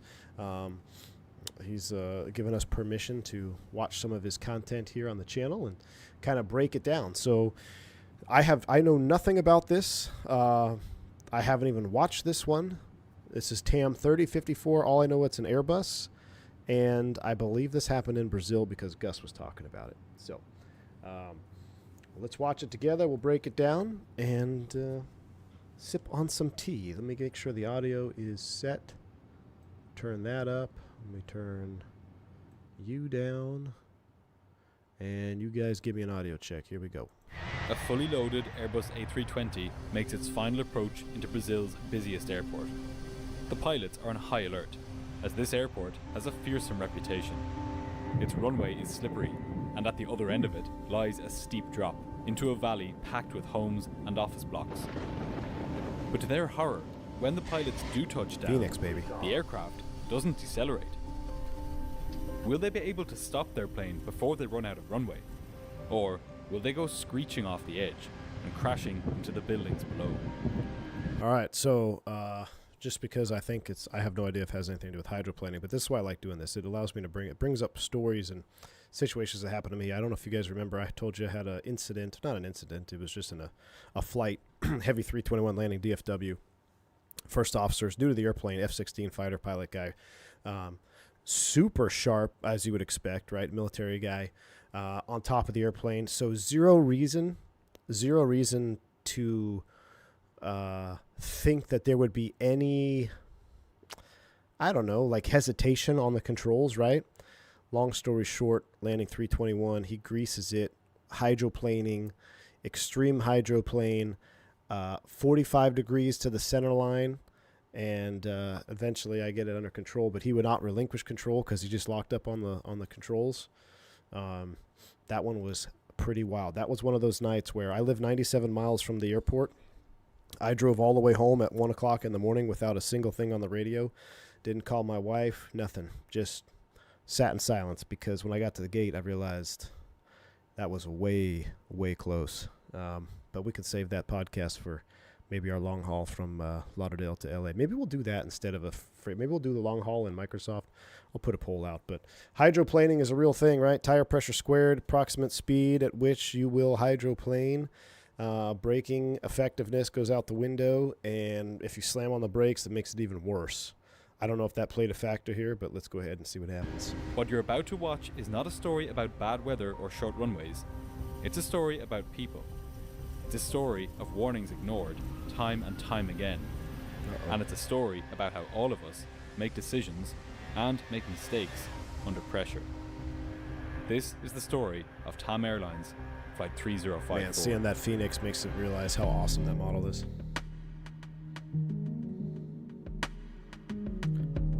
Ooh, new logo for Green Dot. All right. On July 17th, 2007, 181 passengers boarded an Airbus A320 operated. I'm sorry, but did you see that cabin after just looking at our one polygon oxygen mask?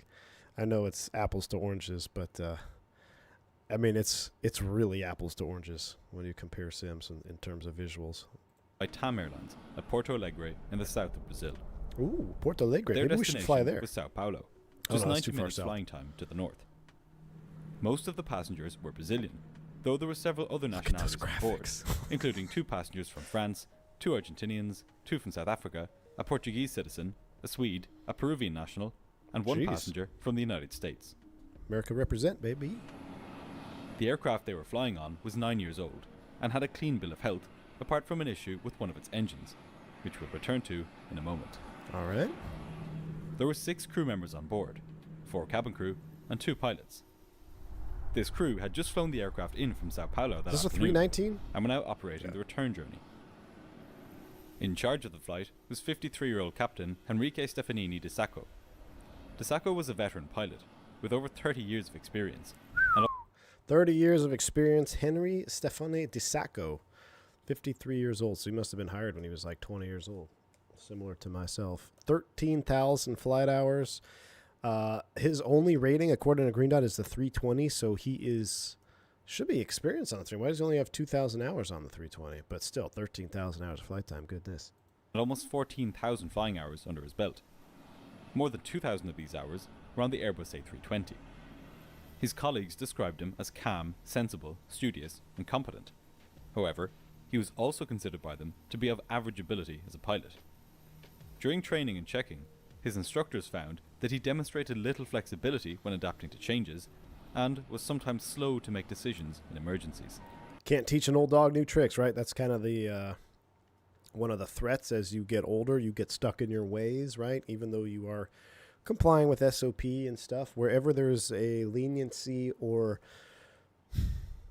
what is it, like a discretionary situation, captains will always have their preferences, right? And then they get stuck in those ways, and then, you know, SOPs change a little bit, and then they might be brushing up against the SOPs. And I'll give you an alert for real world pilots out there. Anytime you sit down in the cockpit and the guy in the left seat goes, I just fly the book, man. Just fly SOP.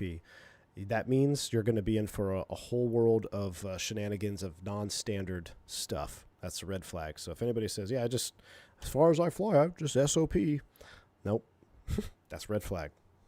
But that's kind of what he's hinting at here, right? You know, you've been on the airplane a long time. Kind of get stuck in your ways. He tried to make up for this by learning the procedures inside out and sticking to them rigidly. So maybe And on not for this night, particular the cat. shortfalls of this approach would become apparent. Sitting to his right was another captain, 54-year-old Kleber Aguilar Lima. Lima was even more experienced Captain on than captain. Sacco, with over 1,000 hours Why more is that? flying time. However, he had been a Ooh. Boeing man for most of his career, and he was new to the company and to the Airbus A320, with just over 200 hours on the Okay, aircraft. so 14,000 hours, highly experienced, but very junior on the A320, 237 hours. That's not even, that's what, couple months of flying probably on the 320 or 319? It might seem like having 2 captains at the helm would make this flight even safer than usual. But within the aviation world, this is an unusual practice. The risk here is that it can make what's called the command gradient almost horizontal. With neither pilot feeling like they are ultimately the authority on the flight, confusion can emerge as to who is actually leading the operation. Especially in emergency situations when a clear chain of command is vital, this confusion can be fatal. The reason for this unusual pairing was that TAM Airlines was growing rapidly. It was now Brazil's second biggest domestic airline, 76. having doubled in size in just the past 4 years. In its frantic hiring spree, it had taken on too many captains and too few first officers. We'll see the effects this would have on this night as the flight progresses. Captain on captain. At just after 5 o'clock in That the looks evening real. local time, boarding was finished and the doors were closed. The aircraft was packed. Not a single seat was free. Even the 2 observer seats in the cockpit behind the pilots Wow. were occupied by off-duty staff members.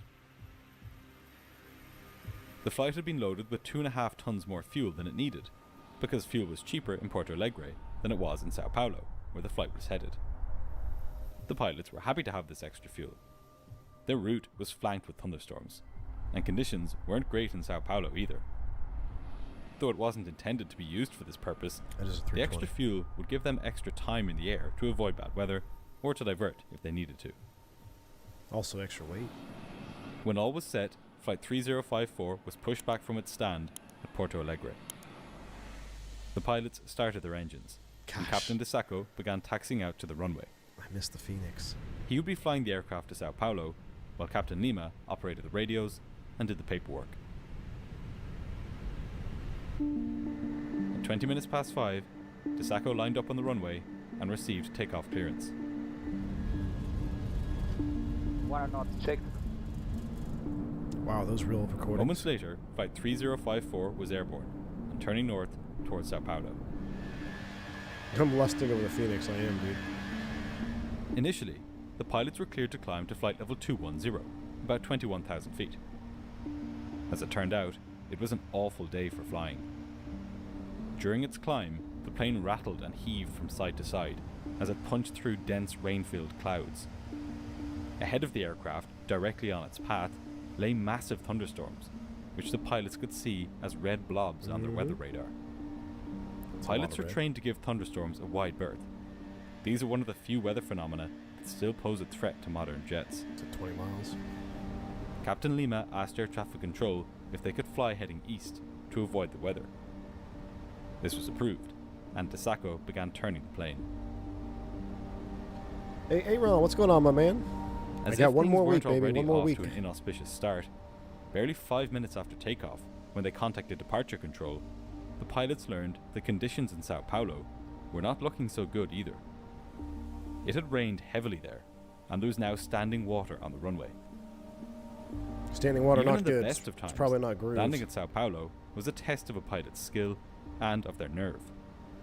The airport was notorious for its short runway, and its unfortunate location, right in the middle of the city. Have we flown in meant that here? there was I feel like we've flown in here, right? I feel like we've flown into this airport before. zero room for error. Pretty tight. What's Pilots the often runway likened length? landing there to landing on an aircraft carrier.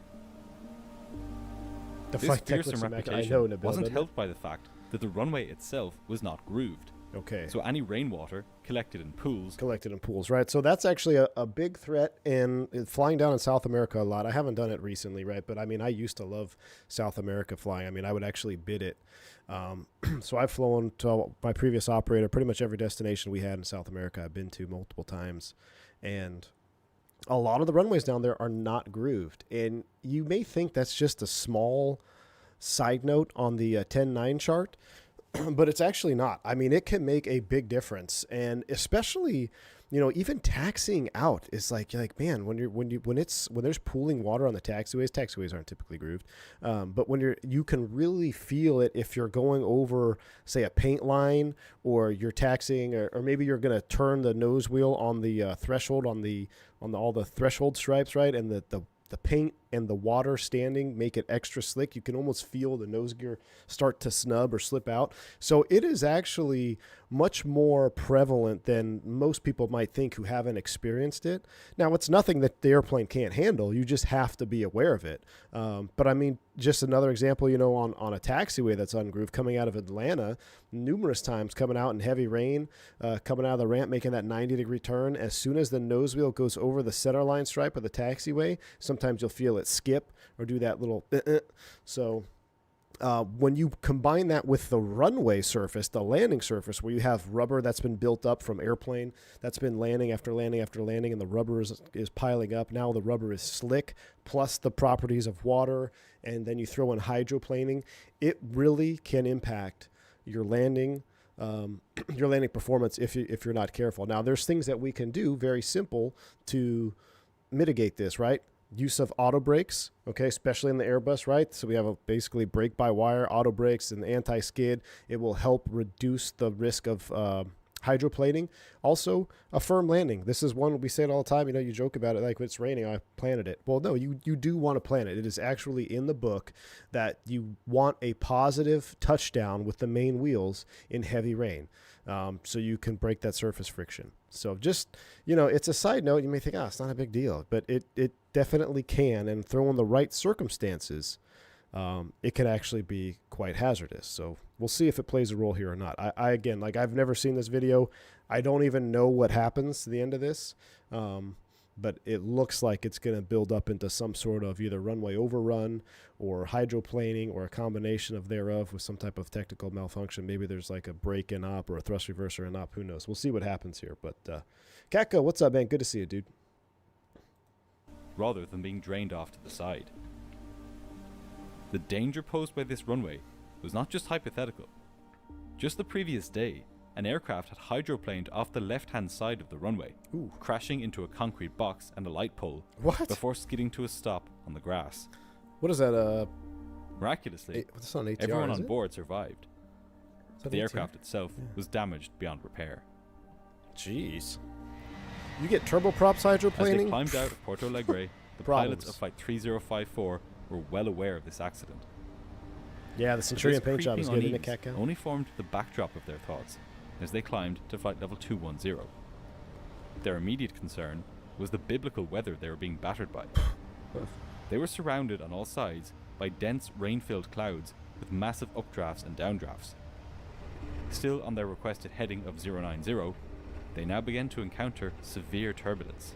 I don't care how experienced you are. That's just draining on your. It's mentally draining, and in some aspects physically draining. Getting beat up all the time in the cockpit there, but when you're surrounded by red and just everybody's in, there's no way out. It's a heightened threat level and it's a heightened stress level, and it is mentally draining. I don't care how much experience you have. I almost think the more experience you get, the worse it gets, because when you're young and naive, you're like, ooh, red, what would happen if I fly through that? Then you go fly cargo for a couple of years and you almost rip the wings off. And you're like, okay, yeah, I don't want to ever fly in one of those things again. So, yeah, it's mentally draining and highly stressful. And this is happening the entire flight, right? And then they got to go land in these conditions.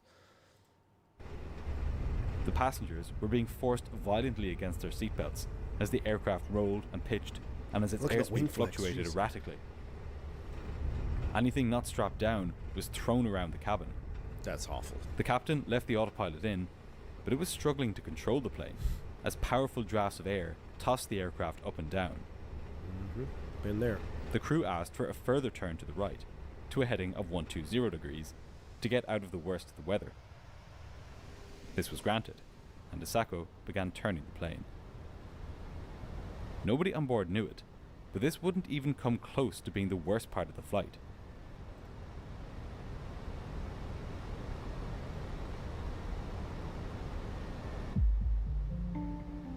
After a few minutes, the plane was cleared further up to its cruising altitude of flight level 340. Gradually, the aircraft climbed over the worst of the weather. Once it had, the pilots were able to get back on their original routing towards Sao Paulo. Quite how much literally fuel they rattled burned by up. turbulence the whole way up, the pilots finally reached their cruising altitude of flight level 340. Jeez. Here, the air was a bit smoother. Finally out of it, get to sit back, relax, and enjoy the flight. Kako, what's up, man? Made it to Myrtle Beach the other day. Palm Beach to LaGuardia, and ATC says, where would you like to divert? LaGuardia isn't taking anyone else. What a week to fly. You know what, Kako? I mean, mad respect to all the frontline pilots out there this last couple of weeks. Fortunately, the way I timed things up here, not intentionally, I haven't had to fly through any of it. So I got a little bit lucky in that case. But, man, stay safe out there. We'll stay safe out there for sure, man. It should be opening back up, right? So, but good to have you on board, man. Hope you have some time off, maybe. Maybe you got some time off now. The controller told them that the weather at Sao Paulo had improved, and that the airport had resumed normal operations. Now, the pilots could begin preparation for their arrival. One of the first things pilots check when they're preparing to land somewhere is whether they'll be able to stop on the runway. It might seem strange that this would even be a consideration mid-flight. Surely a flight would never be dispatched in the first place to an airport that couldn't take it. I laugh because it's SOP. You always got to run the landing data, right? So, for instance, coming into DFW in a 320 on a calm wind, dry runway, it's very tempting to just be like, okay, I don't need to run the landing data. But if you land and say a tire blows for no reason, no fault of your doing, right? No fault of your own, but a tire just happens to blow, and now there's an investigation opened up. Like, where's your landing data? Oh, I didn't run it. Now it's on you, right? So you always have to do it. So but we used to joke, myself in particular, I would always say that joke. I'm like, if the FO would like start to do the landing data coming in DFW. DFW has like, I think the third or fourth longest runway in the United States, in the continental 48, whatever. And we're coming in a 320. It's dry, calm wind. He's like, okay, so my landing data is we need 4,200 feet to stop. We've got 13,000 feet available. And I'm like, yeah, I was a little bit concerned that we might have been the first Airbus to land in DFW tonight, but I'm glad you ran that landing data. But it's a joke. It's all tongue in cheek, right? Because you always run the data. Now, of course, when you go to an airport where any of it may be potentially limiting, of course, you're double checking your landing data, and you're always running it in worst case scenario, right? So I always run, if there's a chance, if there's even a 1% chance there might be rain or moisture, I'll run wet landing data numbers just to see what's going on. I will always add a VAP speed or an additional few knots to VAP, so it increases. So my data is worst possible case scenario, and then I see how much leeway I have, and then I know if it's anything better than that, I got even more margin, right? So Bravo was shut the GA aircraft basically. Oh man, that's not good. 9 days off. Hey man, enjoy it. Light up the grill, and should be some beautiful weather next couple of days, right? At least. McOatmeal, I think it's one of the space shuttle facilities. I mean, they got like 20,000 plus, and then there's Groom Lake that's massive. But DFW is up there, man. I think it's, 13,000 feet? So it's definitely top 5. Much more to take into account than just the length of the runway when it comes to figuring out what's up, Steven? Stop on it. Pilots must also gather up-to-date weather information and factor in the condition of the runway, whether it's wet or dry or has ice or snow, whether there is a headwind or tailwind. Even the temperature and air pressure play a role in how much runway the plane will use when stopping. The crew must also take into account the aircraft's weight. Heavy aircraft take longer to stop, and so do aircraft with technical issues. As it happened, Flight 3054 didn't have much going for it when it came to stopping on runway 35 left in Sao Paulo. Of primary concern to the pilots on this evening was a defect with engine number 2, the plane's right-hand engine. Thrust reverser. For the previous few days, the aircraft had been operating with a notable but legally permissible issue, a deactivated thrust reverser on engine number 2. This component, which redirects engine exhaust forward to help slow the aircraft on landing, had been taken out of commission due to a minor hydraulic leak. With the necessary parts and time unavailable, mechanics had simply locked it in place with a pin, preventing it from deploying. Cool. All right, so yeah, he's got that pretty much all right. So thrust reverser lockout, it's actually more common than you may think. I mean, I probably saw a thrust reverser lockout, at least once every couple months. There'd be some type of hydraulic issue or leak or some other MEL requiring the reverser to be locked out. I remember when the Pratt & Whitneys first came online too, they had issues with that, so we were locking out thrust reversers pretty commonly when the Pratts first dropped, just for some other issue not related to the engines per se. But yeah, so people may think, oh, well, no thrust reverser, that's the one thing I have a problem stopping. In the U.S., I don't know how TAM does it or abroad it is done, but in the United States and for 121 carriers here, all landing data is ran with no thrust reverser credit. So it assumes that you're not going to use thrust reversers on landing every single time. That is the default setup. And the way our book was set up, we plug in all the data in the EFB, right? Just like Green Dot said, temperatures, wind, weights, runway condition assessment, right? So what number is it? 543210. 0 is nil. 5 is dry, I think. 4 is wet, or is it 6 dry? I don't know, whatever it is. But basically, the lower the number, the worse the braking is reported. You put all that in there, and then it'll ask you a thrust reverser credit no, and that's the standard default answer. And the reason for that being is because there could be some other... it was explained to me one time, and it was basically there could be another defect that comes up along the way where you won't be able to use your thrust reverser, so something may happen en route. So you have to be dispatched legally to be able to stop without thrust reverser anyway. So any thrust reverser is just bonus. Now, when you have one thrust reverser that's in op, depending on the airplane you're flying, there may be procedures to where you have to pull both levers to reverse, or you only can pull one lever to reverse. For us, we would always pull both levers into reverse regardless if there was just one thrust reverser and op. It's a pin. So basically, there's a sliding, this is the sliding cascade reverser, right? And they put a pin in the engine, and the Airbus, it's a big orange-red pin that sticks in there. And when you see that, you know it's locked out. It cannot slide. It physically is locked in place. So even though you select reverse, it's not going to reverse. And when it's not in use, the pin actually stays on the cowling. I think they just flip it over and they put it in a different hole or something like that. So it's still there, but it's not activated. So you can actually lock out a thrust reverser when you're offline too. You don't have to carry thrust reverser lockout pins. It's stowed on the nacelle, at least on our engines. We had them on the V2500s. But yeah, that's a little bit about thrust reverser credit. It doesn't make a big deal. Now here's a trick question for you. I'd be curious if anybody gets this. So on the Airbus, if I have auto brakes low selected and I have thrust reverser credit off, I'm going to get a landing distance, right? Let's say it's 6,000 feet for easy math.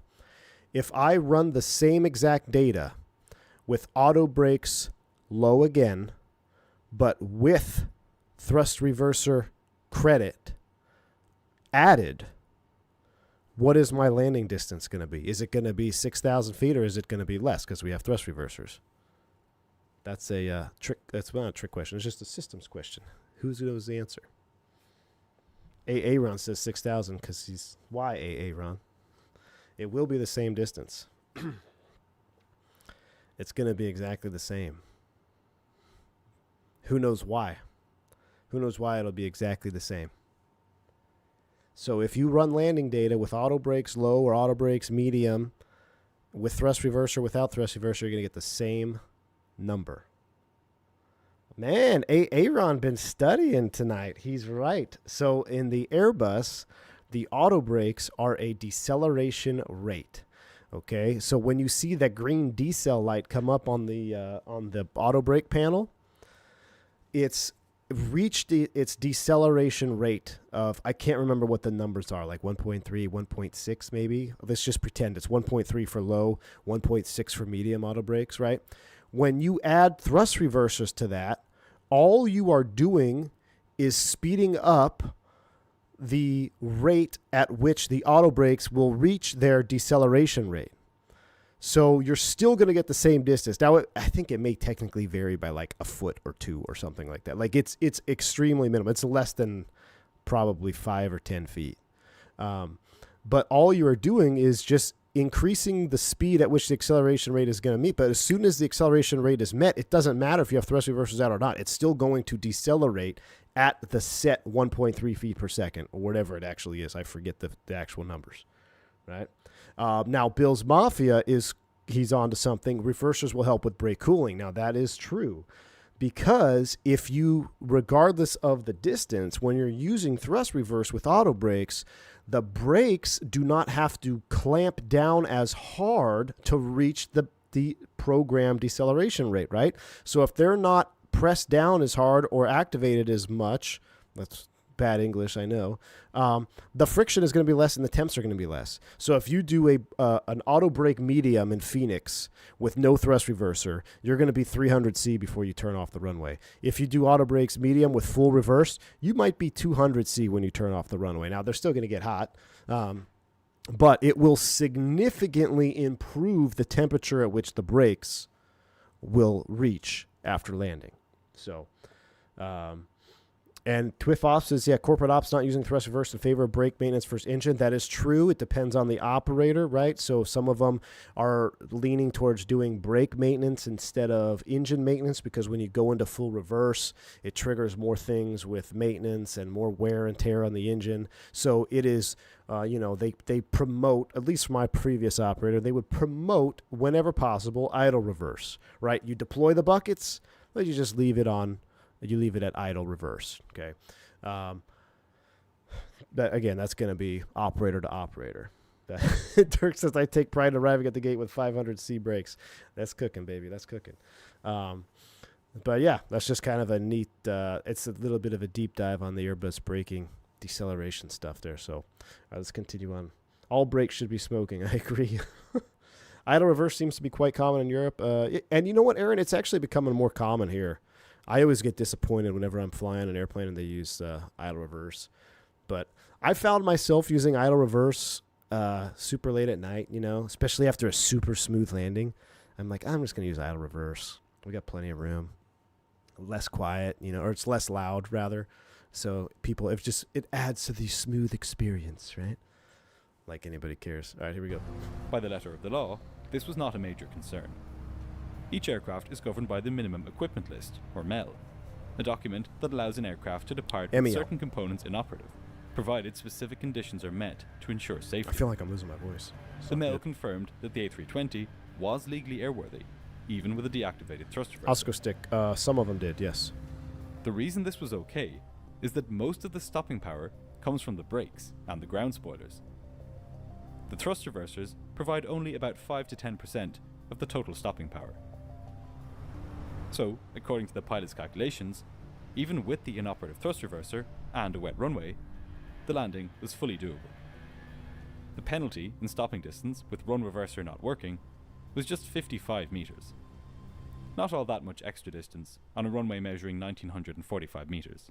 So they got plenty of landing distance, right? And it's all going to be pre-planned, right? They were dispatched to an airport. They should be able to land at that airport, right? So no surprise there. No surprise there. I do idle reverse just because full reverse scares the self-loading cargo. That is true. That is true. The crew was also navigating a less tangible but equally powerful issue: the immense corporate pressure from TAM to maintain the flight schedule. Delays and diversions from the commercially vital airport at Sao Paulo were costly and disruptive. Pilots had complained repeatedly about the dangers of the airport, and the airline's management was well aware of the risks of landing in wet conditions there. What is this, like landing in Key West? Were rare. The pressure to land was strong, and it was a subtle but real factor influencing every decision in the cockpit. The unwritten expectation from the airline was clear. Unless the weather made it absolutely impossible to get in, crews were to land at Sao Paulo. Gosh, this sim looks so beautiful, doesn't it, Nabil?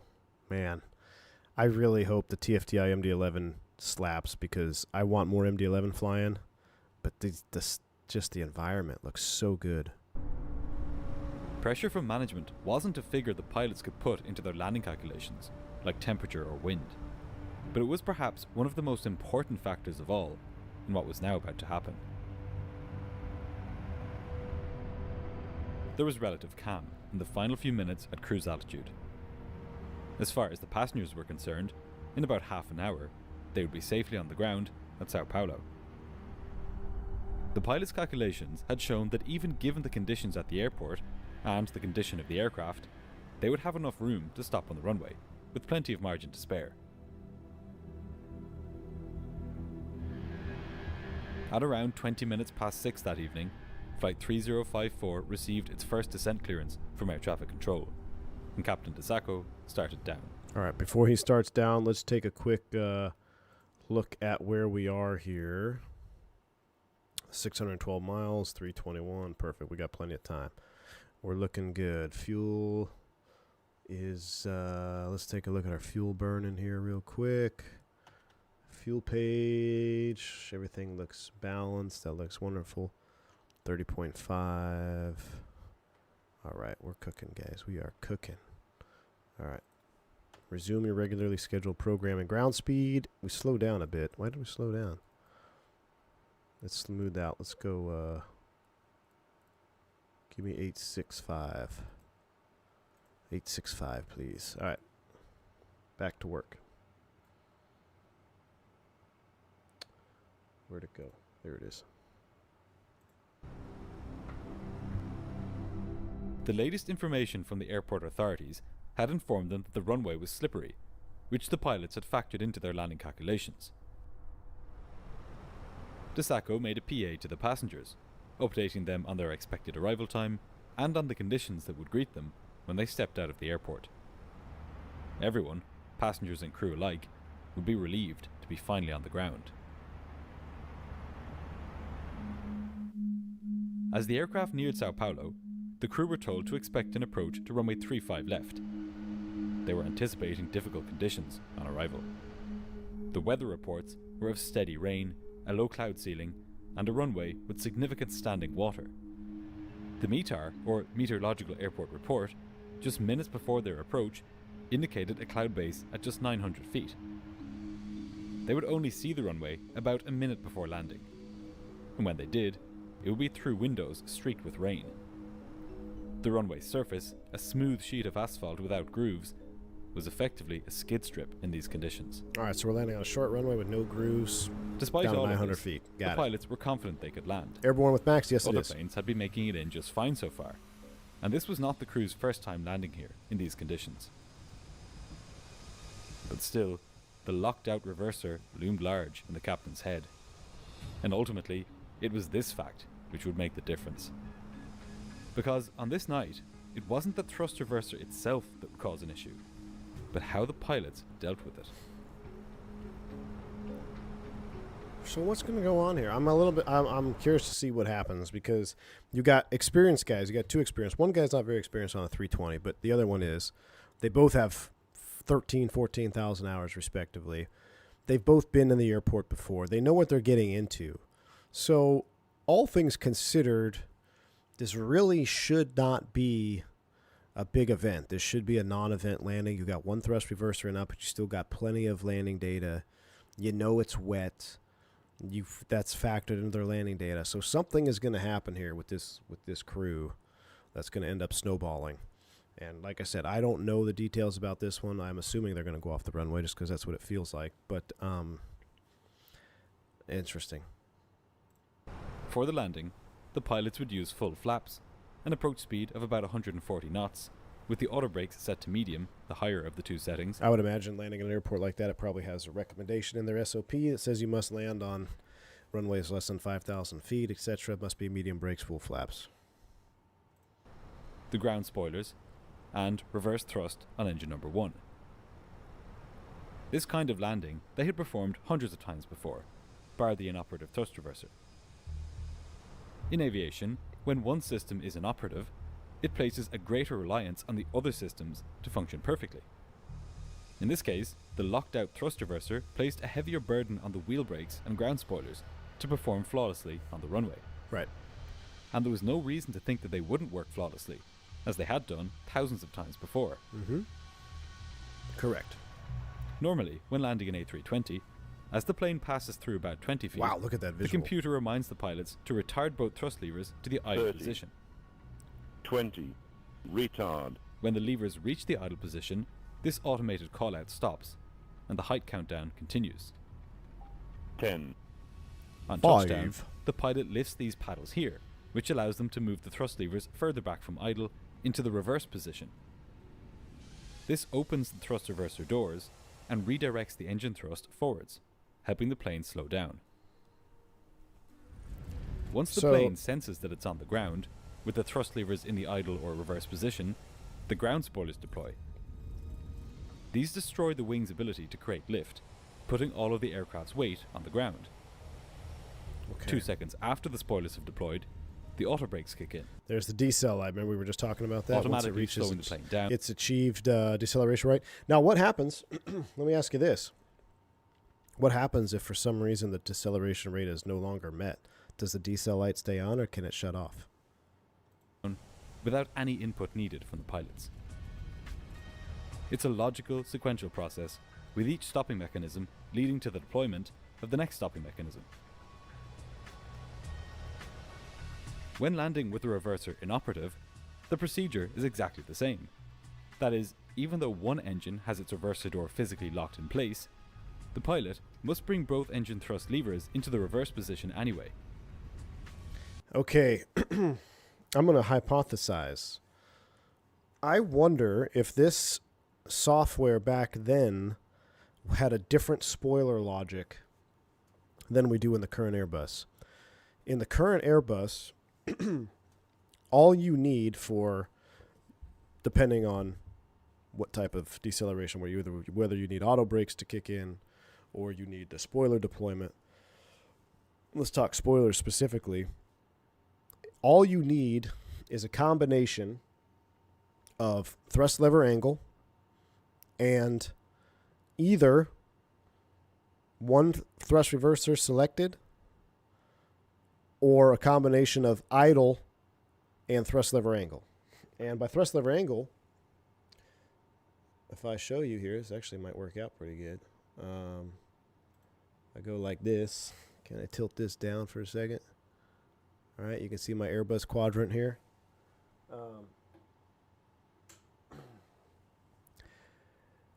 Thrust lever angle refers to the actual angle that the thrust levers are in the quadrant, right? So for the spoilers to deploy, all you need is power to be below a set threshold and weight on wheels, okay? And you'll actually, depending on if you have phase lift dumping or not, that's a whole different ball game, right? If you don't have that, let's say for some reason you left a thrust lever up, but then you brought one thrust reverser into reverse, it's going to trigger the deceleration. It's going to trigger the spoilers. So the basic rule of thumb, without being confusing, is as long as you select idle reverse at minimum, you're always going to get auto brakes and spoilers. Now, in the current day, I'm wondering if there was a different logic back then where it required both thrust reversers to be in reverse or not. I don't know. Let's find out. But in the current day, in the Airbus, the fail-safe method of getting deceleration, make sure you have one thrust lever in idle reverse, and it's going to activate spoilers, auto brakes. You're going to start slowing down. You should always have your throttle back anyway, right? So if you lose an engine, you don't just leave the dead engine up there in MCT or whatever, right? But that's why you verify, right, with throttle position. It comes to idle. And then when you land, always make it a habit. You always grab both of them, right? Now, if I grab both, if my number 2 thrust reverser is in op, I'll just bring number 1 into full reverse, and I'm going to have to be ready for that adverse yaw. But there's no need to bring number 2 into full reverse. But as long as it's an idle reverse, I know I got both thrust levers in idle reverse. All right? So that's what he's kind of talking about with the thrust lever angle up there as well. And then, as you know, there is an actual range of reverse. Idle reverse, and then full reverse, right? So idle reverse, people think it just deploys the cascade, and that's all it does. And that's not. It's actually a higher idle speed. So if you are in idle reverse and then you go to idle forward, the idle is going to go down. To ground idle is going to be less. So the cooldown time is actually based on ground idle, not idle reverse, even though the book says 70 knots must be at idle reverse. For cooldown, you must be out of reverse because the idle speed is actually less. So, all right, let's see what happens here. Put you back up to my MD-11 cam. I kind of like the MD-11 cam up there. All right, back to green dot. Let's go. The result is that one engine produces reverse thrust as normal, while the other continues producing idle thrust. This is exactly what the pilots had done earlier that day, when they landed at Porto Alegre. Doing it this way does have one problem though, and it was this problem which, through an unexpected chain of events, would lead to disaster on this evening. When you move a thrust lever into reverse thrust, the engine momentarily produces more thrust than it had been producing at idle. And because this happens before the reverser doors have opened, this thrust is shot out the back of the engine, as normal, which of course doesn't help with the stopping at all. In fact, this momentary increase in thrust is the reason that landing with one reverser inoperative adds 55 meters to the landing distance. Of course, if a pilot wanted to prevent this extra bump of thrust, they could simply just bring the engine with the working reverser into reverse thrust. This way, the other engine would stay at idle the whole time and wouldn't experience the temporary increase in thrust. And in fact, up until a few months previously, this had been the procedure prescribed by Airbus. So, why had Airbus changed the procedure if the older procedure actually led to a shorter stopping distance? Well, we're about to see why. Because either out of forgetfulness or in a deliberate attempt to stop the plane sooner, Captain DeSacco was about to use the old procedure to stop the plane. That is, he would bring the engines to idle before touchdown, and then, once on the ground, he would open up the reverser on engine number 1 and leave engine 2 at idle. By 10 minutes to 7 that evening, Flight 3054 was lined up with runway 35 Now, left. I'm very curious to see what happens here because I don't know why that would be a problem because you still have one in reverse. You're going to have adverse yaw for sure, but I don't know if there's some other logic down the line that we might be missing here. Let's see. I'm That's actually our very power. interested. The autopilot was in, and both pilots were closely watching their instruments to make sure that they were staying on the correct profile. As of yet, they were not able to see the runway. The cloud base was 900 feet above the ground, so they knew that they would not see the runway until just about 1 minute before landing. The cabin crew were looking forward to being back on solid Earth. This was their last flight of the day. Once they had parked Go up home safely late. at the gate, they would be able to go home. For the passengers, the moment of touchdown would be a relief after the harrowing beginning of the flight. The first officer lowered the landing gear, It's always armed go with home late. spoilers It's always so go that they home would late. They deploy screwed up. automatically on landing, and turned on the lights. Finally, the plane broke out of the clouds. Through rain-streaked windscreens, the approach lights of runway 35 left came into view. The approach was stabilized. Captain DeSacco was on speed, on profile, and perfectly lined with the ILS. The tower cleared the flight to land. Despite the calculations showing that the plane would stop with ample room to spare, the pilots were still anxious. The captain asked the first officer to check with air traffic control whether the runway was slippery. No floaties. The controller confirmed that it was.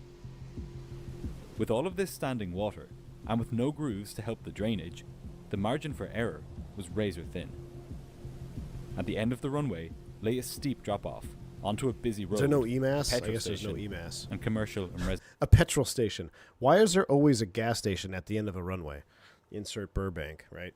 Now they got rid of that and they have an EMAS there. But I guess there's no EMAS on this runway, which is would arrest an aircraft that did an overrun. I'm shocked, especially at an airport that is notorious for overruns or issues. Why they wouldn't have an EMAS? Maybe they do now. residential buildings. Now visual with the runway, the captain disconnected the autopilot and flew the last segment of the approach manually. The aircraft flew over a busy avenue before crossing the runway threshold at the correct height of about 50 feet. 50. The wind was a perfect headwind, and it was light, ideal for landing. Despite the rain making it harder to see, this was still a normal and stable approach. But in the next few moments, all of this would fall apart rapidly. The plane's computer counted down the final 30, few feet, and when the 20, computer called out, retard, the captain made a crucial mistake. Rather than bringing both thrust levers back to idle and bringing just engine 1 into reverse, he only brought the thrust lever for engine 1 back Oh to my idle, gosh. leaving the engine 2 lever where it was. Okay, so we left an engine in the climb detent. That's a problem. That's going to be a problem. That's going to be a very challenging yaw problem on a wet runway. What this meant, This is why you always move both levers together. Always keep them, unless an engine is shut down, you should always keep them together, right? Man. was that the autothrust stayed connected, and its job was to keep the plane at its approach speed of about 140 knots. So, as Engine 1 spooled down, and as the captain raised the nose to slow the plane's descent for touchdown, Engine 2 spooled up, trying to keep the plane's speed. Okay, so you see what's going on here? So the reason that you get idle and retard, bring that power back, right? As you bring the power back, the FADEC is commanding only the allowable thrust where the thrust lever angle is. So if you're bringing the power back from climb, let's just say arbitrary, you have 80% thrust available. So the engines are maintaining up to 80% thrust to maintain your approach speed.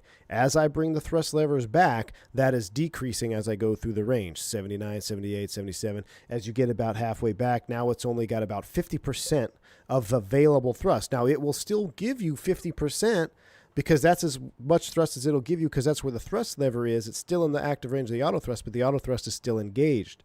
When does the auto thrust engage, chat? Right? Or better question, what is the active range of the auto thrust? Just above idle, right, to the flex MCT detent. So if you do not bring the thrust lever to idle, you will not disengage the auto thrust. So when it says retard, it's doing two things. It's telling you to bring the power back, so you're not going to have the engines roaring up there at maximum allowable thrust to keep your VAP speed all the way till touchdown.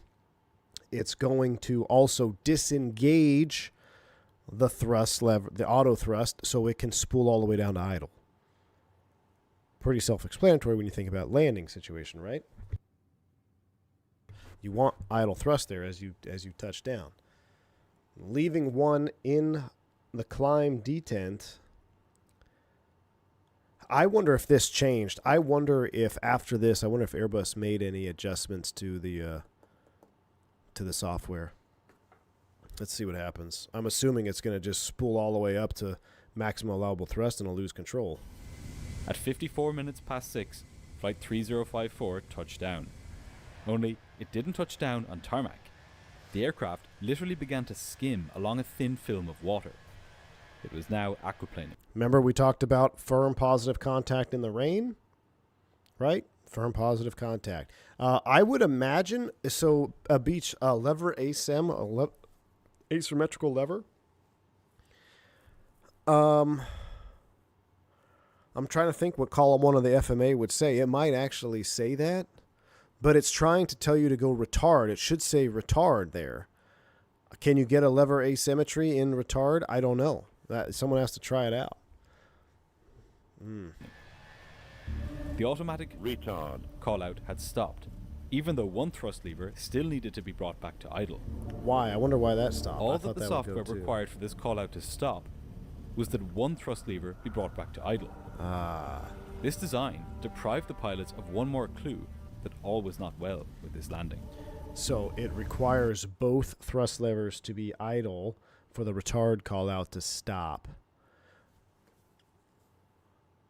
I'm trying to think what the benefit of that is. When would you have, like, if you're flying around manual thrust with one engine in op? Maybe? I don't know. You wouldn't have lever asymmetry on the ECAM, Jeremy. I don't think it'd be on the ECAM. It'd be on the FMA.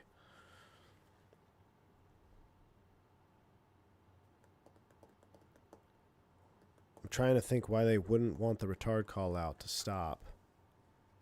The pilots sensed that the plane wasn't decelerating. But what they didn't know was that one engine was now spooling up to climb power, trying to keep the plane's speed. In the dark cockpit, the Airbus's black thrust levers were hard to see, and neither pilot noticed that one of them was still very much at a high power setting. The captain lowered the plane's nose wheel onto the runway, and once it made contact, he brought engine 1 into reverse thrust. Okay, now we got a big problem. This action disconnected the plane's autothrust system, which froze engine 2's thrust output at the level it had been. Okay, so I wonder, I'd be very curious to see what the FMA was reading. Because you live and die by your FMA, right? Now you have lever asymmetry in the FMA. You also have thrust lock in the FMA. When the auto thrust wants to do something, or you shut it off, or it shuts off, and you have a thrust lever in a position that's not idle or toga, you're in thrust lock, meaning you have to move the thrust lever to move the thrust, or else it's going to stay where you left it. So in this example, it's in climb thrust, the auto thrust is off. It's like, hey, you have it. Now in a normal, like in flight, the FMA would say thrust lock, and that you so that's a clue to you. Hey, I have to take command of the thrust levers. We're in thrust lock. I don't know if it would say that on the ground, though, because I don't know what his FMA... Did the FMA go to retard, like roll out, all that? I don't know. This is a very interesting scenario. I would be very curious to see the actual report if they had an FMA readout of this, because I don't know if any of this stuff would show up there, if it's inhibited during this form of flight. I'm not sure. But if you leave it if you leave one thrust lever in the auto thrust range, and number one comes back to out of the auto thrust range, auto thrust disconnects, you're in thrust lock. Okay, when else do you see this? Engine failure, right? So you do a simulated engine failure, right? You're flying, and then you bring engine one back, ding, idle, right? And now you put the other one into MCT, and if you bring it from climb to MCT, now you gave it back to the auto thrust. As long as you have it armed, right? You go back to the auto thrust. It's in thrust MCT. Now it's going to function normally here. But I would be, because I don't know. I would love to know what the FMA is doing in this condition. But this is going to be a big problem because he's not at idle here. This is climb thrust, and it's spooled all the way up, and you've got an engine in full reverse. So... when the auto thrust had disconnected, which, as it happened, was a pretty high amount of thrust. Now, just to add to this, for example, out of personal experience, remember I talked about my hydroplaning situation? So, long story short, we are in an Airbus A321, 45 degrees cockeyed on the center line. I am looking at edge lights, okay? I finally get the first officer to relinquish control, right? He kind of locked up. Brush his hands off the thrust levers, okay? And this is just to give you an idea of how viable differentiating reverse thrust is into correcting the aircraft. So in my particular case, I was cockeyed to the left of centerline, but we were tracking straight down the runway-ish, but we were left of centerline, right? Or the airplane was pointed left of centerline. So what I did is I brought the number one thrust reverser from full reverse thrust. I brought it up to idle, okay? And that, as I did that, I could almost feel the airplane righting itself. So it does make a difference. And eventually I brought that one up to idle reverse, and that helped gain control and get the nose straight down the runway again. So if just going from full reverse to idle reverse can give you some control like that, imagine what this guy's going to deal with here with one engine in full climb thrust and one in full reverse. This is going to be wild.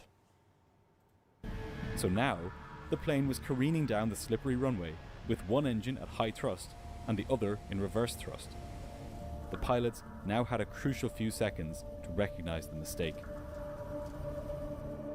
On landing, the job of the pilot monitoring, in this case acting First Officer Lima, is to first announce whether the spoilers have deployed, then whether the engines have gone into reverse, and then to announce whether the plane is actually decelerating. The call generally goes something like spoilers, reverse green, decel. But Lima was new to the Airbus, and he was still becoming familiar with the callouts and their logic. So, when he saw that the spoilers had not deployed, he didn't make the correct callout of no spoilers. Rather, he skipped over them, aiming to go back to them. Wait, what? And went to look at the engine instruments. Hold on, he did what? Decelerating. The call generally goes something like spoilers, reverse green, decel. But Lima was new to the Airbus, and he was still becoming familiar with the callouts and their logic. So, when he saw that the spoilers had not deployed, he didn't make the correct callout of no spoiler. Remember we talked about the requirement for the spoilers to deploy. We needed one engine at idle and the thrust lever angle of the other engine. I wonder if at this moment in time, if that thrust and climb there is above the thrust lever angle required, it must be. And I don't know if that's changed because why would you do that? But if that climb thrust position is above the required thrust lever angle, even though number 1 is back, you're not going to get spoilers. This is tough to watch. It's tough to watch. Why would you skip it? Well, in the heat of the moment, he didn't know, right? So like, you're new to the airplane, you've just gotten beat up, which is no excuse, but just getting into the mental side of it, virtual United pilot is like, in the heat of the moment, he's like, okay, well, I don't see spoilers, so what else am I supposed to read off, right? Do we have reverse? Do we have decel? Okay. In my particular hydroplaning case, I was like, the first thing, because same call out, right? I'm supposed to say spoilers, reverse green, decel. My call was spoilers, reverse green, D, and I'm looking at the PFD. I'm like, well, we didn't have auto brakes, but we still call decel when you see a deceleration trend in airspeed. So it's for us, it wasn't just the green light and the auto brake. We would say decel with manual brakes once you observe deceleration. It took me it felt like 10 seconds. It wasn't 10 seconds. It was probably like a second or two. But in the heat of the moment, I'm like, why are we not decelling? And I feel like time just slows down. I'm looking at the airspeed. We're heavy 321. We're doing 140 something knots, and there's zero deceleration. I'm like, and I double checked the spoilers. I saw a reverser, and I'm like, no decel, no decel. And then the light bulb went on, hydroplaning, right? And then on for the podcast story. So he, in the heat of the moment, right, sees no spoilers. Okay, let me double. What else can I do? We have auto brake spoilers. So I imagine that's kind of the thought process here. Spoilers. Rather, he skipped over them, aiming to go back to them, and went to look at the engine instruments. Mm-hmm. He called out that engine 1 was in reverse. One reverse. But he made no mention of the fact that engine 2 was not at idle, but at a significantly higher thrust setting than it should have been. Now, this is where it could get a little bit, where you have the debates between EPers and N1s, right? So that EPer being a climb thrust, if this was an N1 gauge here, would the N1 needle be higher? Would it look more different? I don't know. I'm just spitballing here. I'm just speculating. But you're not trained for that. You're not trained to look at, the EPer on the engine that's not in thrust reverser is at 1.18. I mean, it's in climb thrust. You're not trained to look at that. You're just looking, okay, I got one in reverse. Where's my auto brakes? Where's the spoilers, right? So that's a tough one. He then went back to the spoilers and found that they still hadn't deployed. He announced this to Captain DeSacco. Spoilers, nothing. The reason the spoilers hadn't deployed was that engine 2 had not been brought back to idle. Gosh, look at the graphics. That looks like a This real is cockpit. a protective feature of the plane's automation, which assumes that if an engine is set to the climb position, the plane must be either in the air or trying to get into the air. Accidents have happened in the past. Oh my gosh, I forgot all about that, right? So remember we talked about the thrust lever angle and you have to have one in idle, reverse run. If it's not in that thrust, if it's not below that angle that requires it to be for deployment, it's going to stow the spoilers because of what, chat?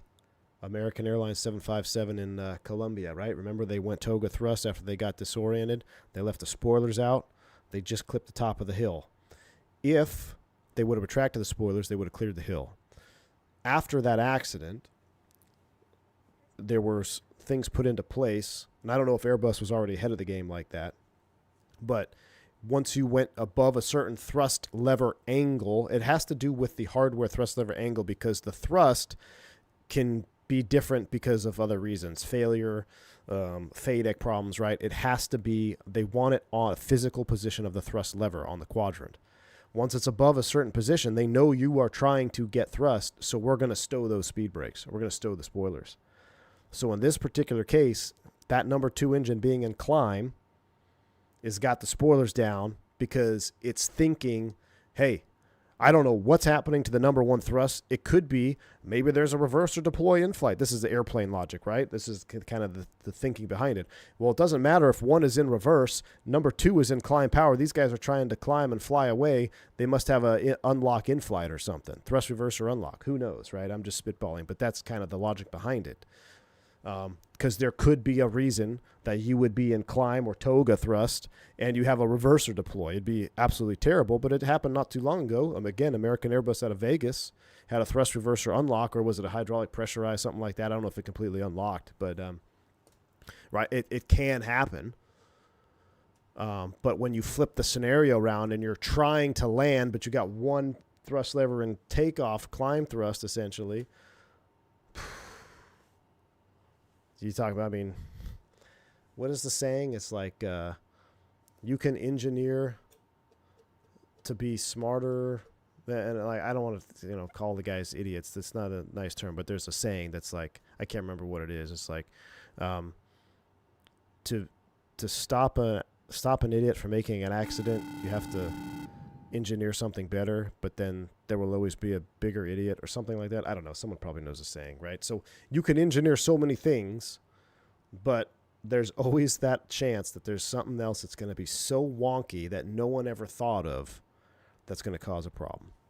Dom, my man, thank you for the $10 super chat. It says the importance of CRM. I may turn wrenches, but I'm also here to catch what pilots miss under a task load. And let's be honest, a Marine Corps pilots fly it like they stole it. Amen to that, Dom. Thank you for the $10 super chat, dude. Very, very kind of you. Appreciate that.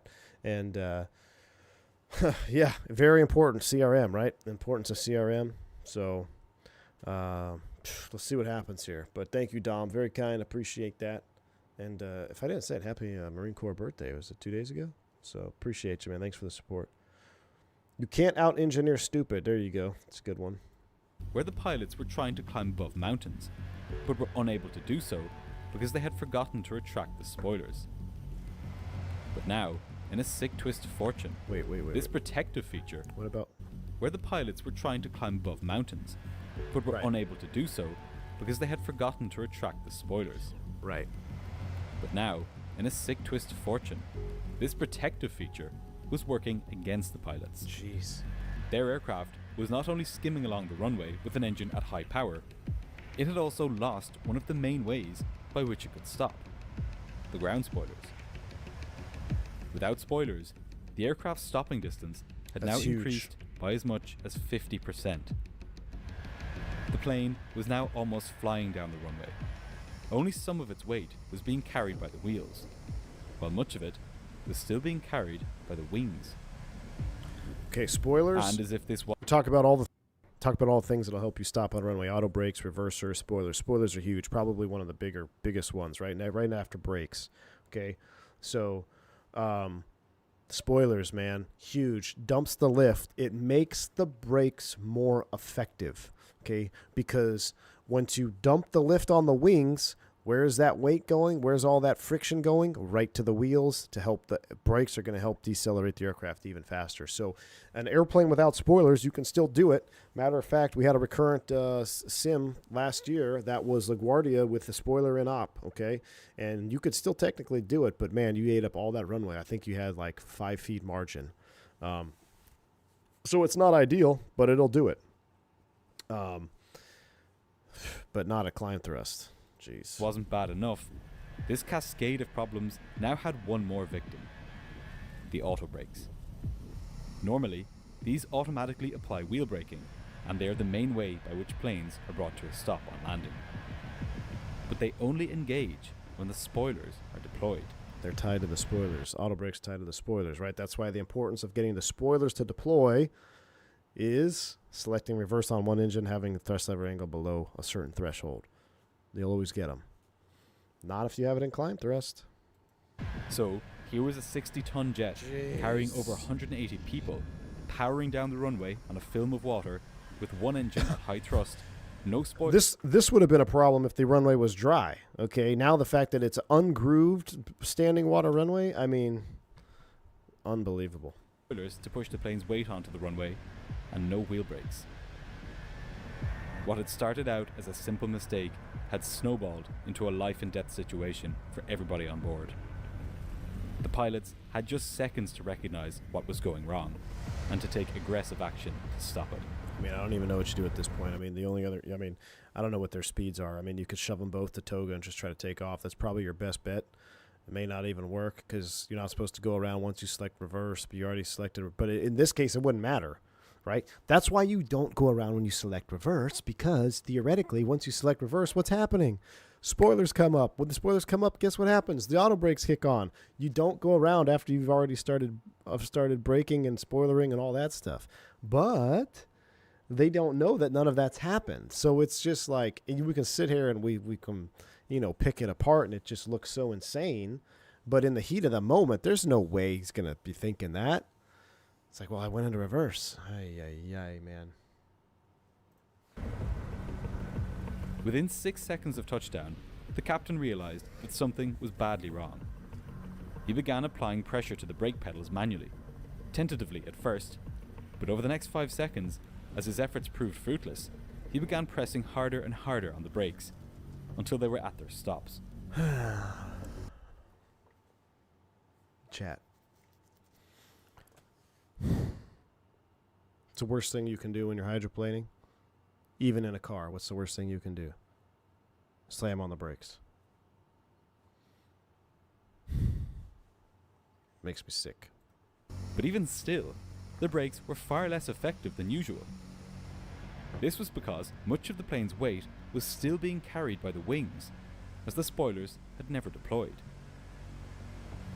But as severe as this situation was, the captain now had to devote precious attention to another problem. With the left-hand engine pushing air out the front and the right-hand engine blasting air out the back, the aircraft started to yaw to the left.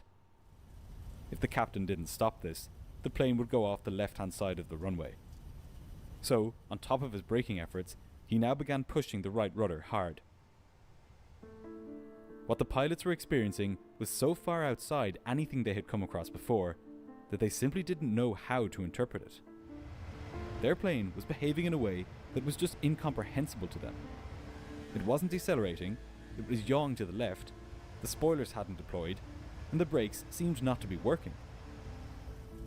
All of this could be solved if either pilot had checked what the engine instruments were showing them, or if they checked the position of the thrust levers. But in the heat of the moment, they didn't do this. They had now become passengers on a runaway jet. Never become a passenger on your own jet. On a dry, grooved runway, they might have had a chance to regain control with manual braking. But on this airport's slick, ungrooved asphalt, with the inertia of a heavy aircraft surging forward, that chance had vanished. The crew was now in a life and death struggle, and the odds were stacked against them. The runway's surface, slick with standing water, made their manual braking efforts almost useless. The aircraft's tires simply couldn't cut through the water to grip the asphalt. The thrust from the right-hand engine caused the aircraft to drift to the left. The captain fought to maintain control with the rudder and brakes, but the runaway A320 continued slewing towards the left edge of the runway. With all of these factors combined, the length of runway 35 left was hopelessly inadequate. The two pilots, with tens of thousands of hours of experience between them, were rendered completely powerless to stop their jet. All they could do was brake and swerve as their runaway plane raced closer and closer to the end of the runway. I mean, at some point you got to think about going around. I mean, if you're not slowing down, take it back airborne, right? But I mean, that's just they're just in a state of shock and confusion. I will tell you from being in a hydroplaning scenario where it's pretty scary. I mean, it's the tunnel vision is intense, and we can train for it. We can prepare for it. I can only imagine these guys are maybe the captain is just so focused on, we got to slow down. Why aren't we slowing down? Why aren't we slowing down? And then, the first officer might be focused on something else, like, why don't we have any spoilers? Why don't we have any spoilers? And you just run out of time, right? I'm assuming they're going to take it off the runway here into the gas station. But how do you miss the thrust lever? Fatigue. I mean, a lot of things. Flight sim guy, right? Fatigue has a big part of it, I would imagine, right? Remember we talked about how fatiguing this would have been from the get-go, just being beat up the entire flight, right? You take off, you're beat up, You're on your last leg. Now you're landing at night with the thrust reverser and up and all this stuff. And he's so focused on making sure he only brings one thrust lever to reverse, he forgets to bring the other one out of the climb detent. And there's just, you can't, I mean, you don't train for that because no pilot would ever do that intentionally. So it's not something you think of. And then it's just unfortunate that that it had to be this guy, and I'm assuming it didn't work out well for him here. We'll see what happens, but yeah, it's just the heat of the moment, man. He's so fixated on why aren't we stopping? What is the problem now? That you're not gonna look down at the thrust lever. I mean, when I was high, I didn't look down at the thrust levers. What I did is I grabbed them, right, and I could feel where they were, and I was like, number one thing is maintain directional control. It's my private pilot instructor ingrained this into me at the very beginning, and it's something I kept with me from racing cars, flying airplanes. Whenever you're in a situation where you're on the verge of out of control in a moving vehicle or airplane, you got to figure out how to maintain directional control. It's got to be the number one thing you're thinking about. Right, and that's what was going through my mind. I was like, all right, directional control. I got to get this yaw out of here, right? So I moved that thrust lever up. But I'm not looking at the speed per se anymore. I'm trying to get the nose straight. It's hard. It is a very, unless you've been in this scenario, it's very hard to describe how your focus just kind of it sucks in, right? I've had one emergency declared in the Airbus, and same thing. It's just like, yeah, I'm aware of it, right? I'm aware of tunnel vision, but it's a physiological thing where unless you train for it repetitively, I think that's why, the military, the fighter pilots and stuff, why they subject themselves to scenarios where they're going to be tunnel vision, right? And then you get into an actual dogfight with somebody. I can imagine they still probably have to fight that off. It's just a physiological thing, and the same thing's going on with this crew, right? They're so focused on why aren't we stopping, and the FO, I'm assuming, is like, why aren't we have spoilers? They're not thinking about something so abnormal that they would never do, because they would never land with it in climb thrust. So why would they think to look down there, right? V1 Racing Channel, yeah, I used to race Mustangs, man. I used to be on the drag racing team.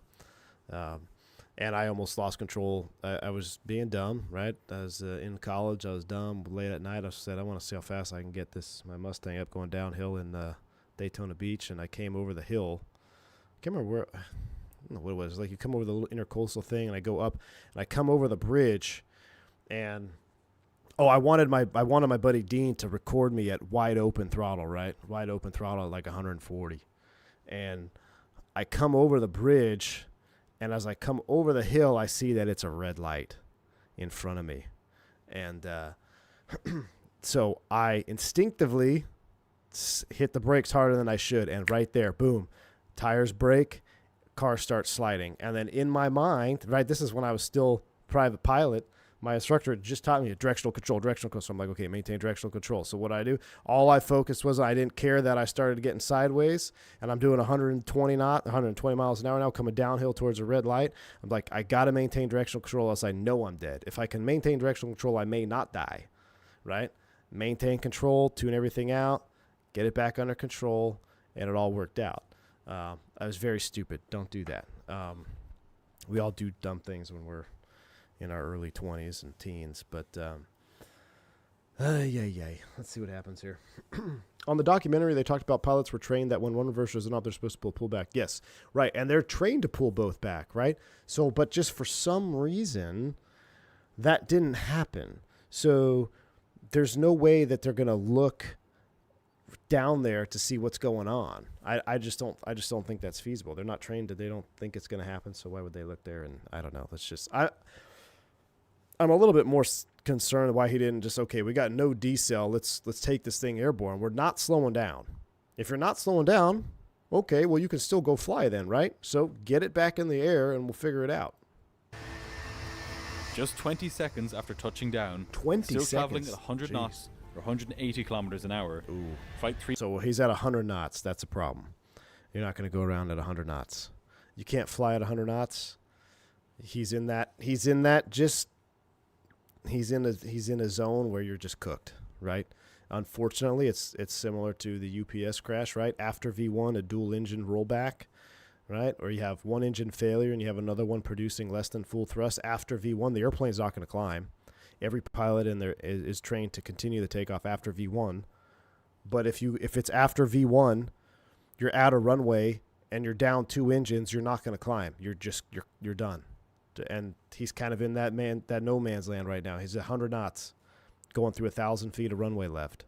You're not going to get airborne, and you're not going to stop. It's over. 3054 roared off the edge of the runway. The aircraft's wheels hit the grassy overrun, but this stood no chance of slowing the plane down. It then slid across the edge of the airport perimeter and shot above Washington Louise Avenue, a major Sao Paulo highway, before slamming down into a TAM cargo terminal and a fuel depot. The result was instant and catastrophic. The jet erupted into a massive fireball as thousands of litres of fuel ignited. The explosion tore through the cargo terminal, collapsing sections of the building and engulfing everything in flames. Inside the aircraft, there was little chance of survival. All 181 passengers and 6 crew members were killed. Golly. On the ground, 12 more people inside the terminal perished. The blaze raged for hours as overwhelmed emergency services battled the inferno, unable to save anyone, but struggling to prevent secondary explosions from the fuel tanks. When the flames finally subsided, the devastation was total. Ultimately, the death toll stood at 199, making this the worst air accident in Brazilian history. Wow.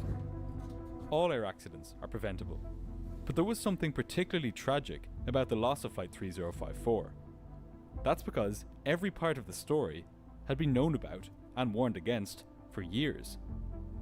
Pilots had been complaining about the short, ungrooved runway for a long time before the crash, but airport authorities had done little to fix the issue.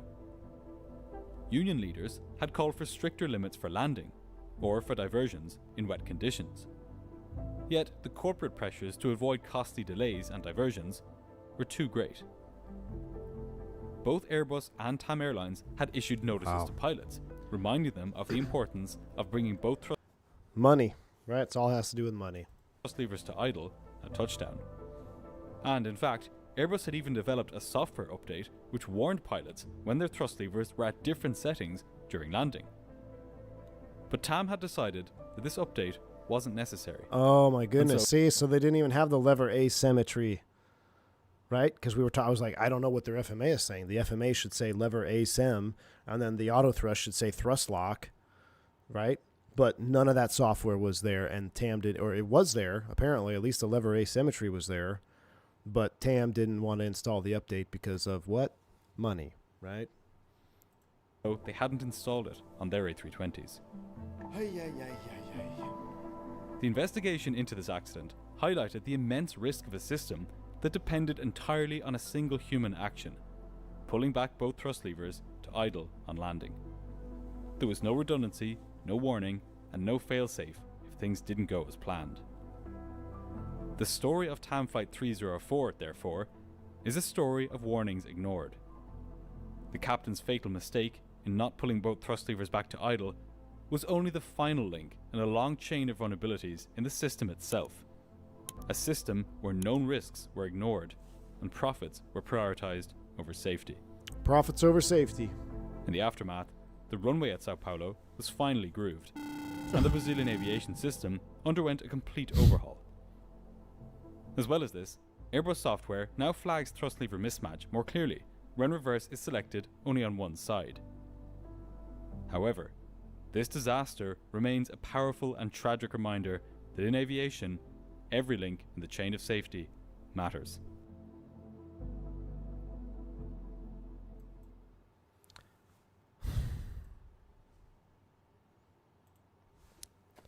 That's ridiculous. I mean, it's terrible. Thank you, AJ, for the $3 super chat. It says, who updates things even like BIOS? I know. Well, if my life depended on it, I'd probably update my BIOS. I tell you what. All right, we're cooking. We're actually getting pretty close here. I'm going to stand up, use the lav. Hey, we're only 180 miles out, chat. We are ready to go. Oh, my goodness. We got 30 minutes left. Time to prep for our descent here. Ooh, we got some night lighting going on out there. How can I wish I could turn the reflections down. The reflections are a bit much. A bit much, if you ask me. But I'm going to put the dome light on here. We're going to stand up. We'll stretch our legs. We'll use the lav as we get ready for our approach and descent here. We got to get spicy on that. But Turk says, I will never update BIOS again.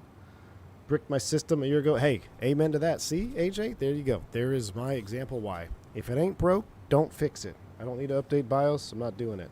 So I didn't even update my BIOS for Battlefield 6. I just used my wife's computer. Gabriel Rodriguez says, press was very, very confused when it happened. Initial info was a fire, a parked aircraft inside the airport, but anyone that knew the city could tell what actually happened. Wow, that's awful. I mean, they're trying to hide the truth. Andre says, this accident scared me as, excuse me, I got hiccups. Scared me as a kid in high school. First one I can remember other than American 587. Yeah, I mean, that's horrific. It's so easy to sit here and we discuss it, right, in a Monday morning quarterback it, but I mean it's 100% pilot error, but you can 100% it's just Swiss cheese. It lined up perfectly, right? if they would have done everything they did in Dallas Fort Worth, they would have been just fine on a dry runway. If it was wet, maybe they would have gone off the runway, but it has to be Sao Paulo, not grooved, wet, nighttime, end of a shift. They've been beat up the whole flight. And you just line up all those things, right?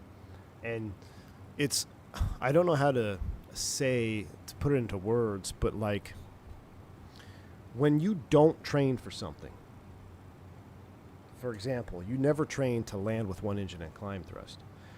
It can't be understated how difficult it will be to discover that problem in the heat of a moment.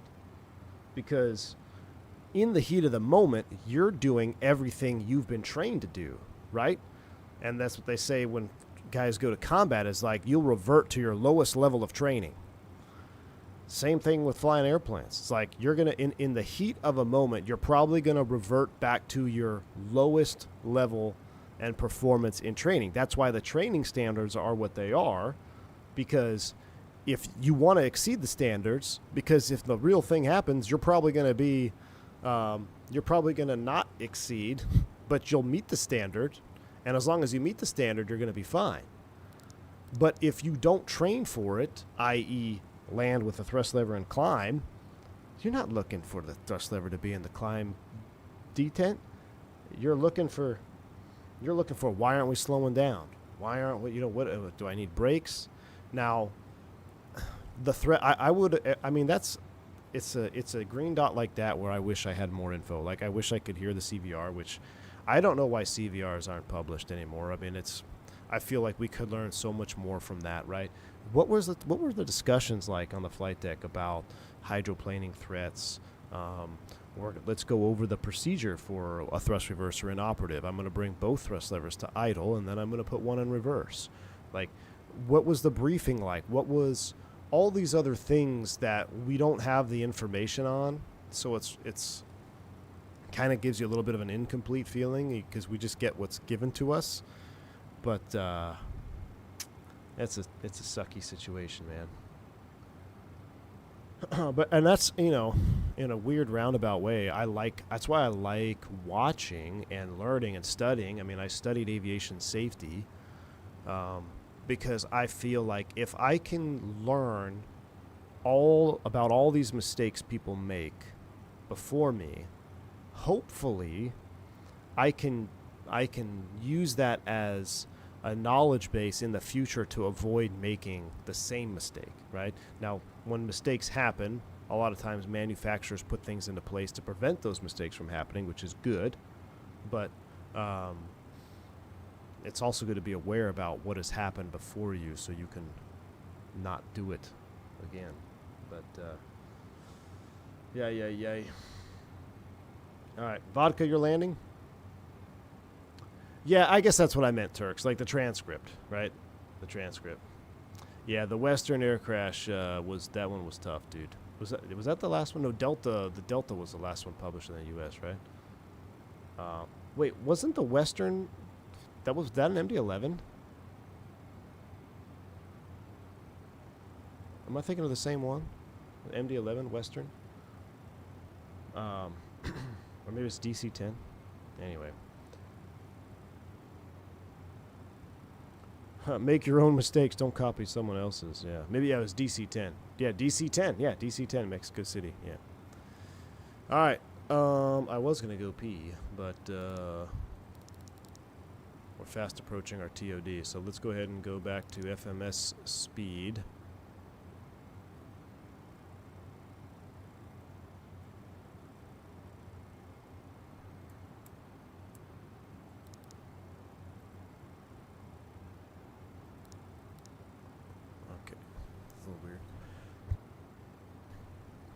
I'm going to set a lower altitude here. I'm going to set 240 and I'll be right back, and then we're going to descend.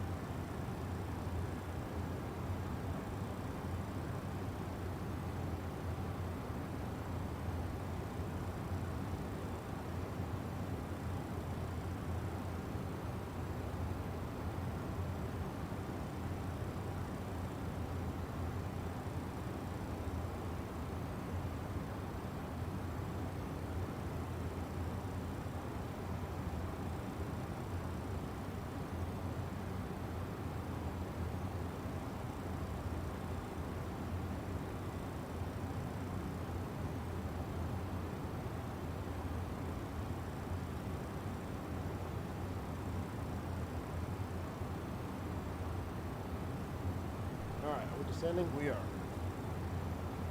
Time to go to work, chat.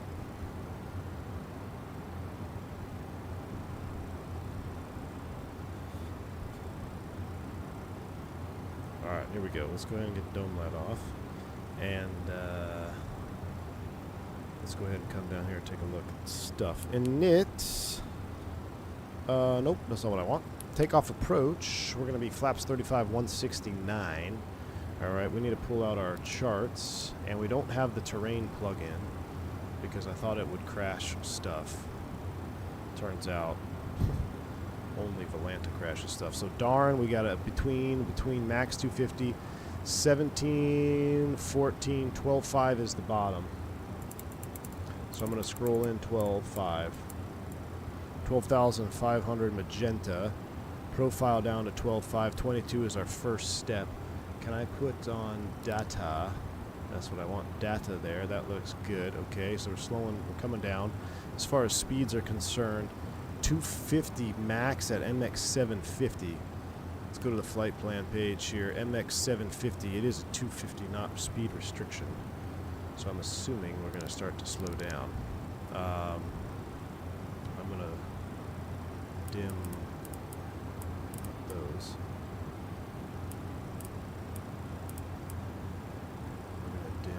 This light here.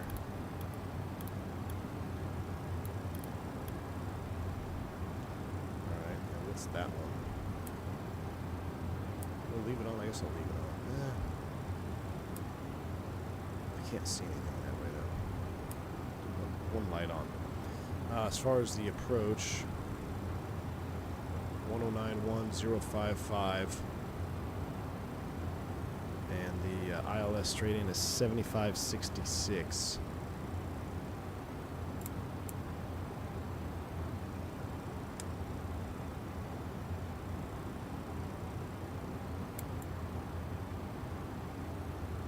Is there a light mod or something that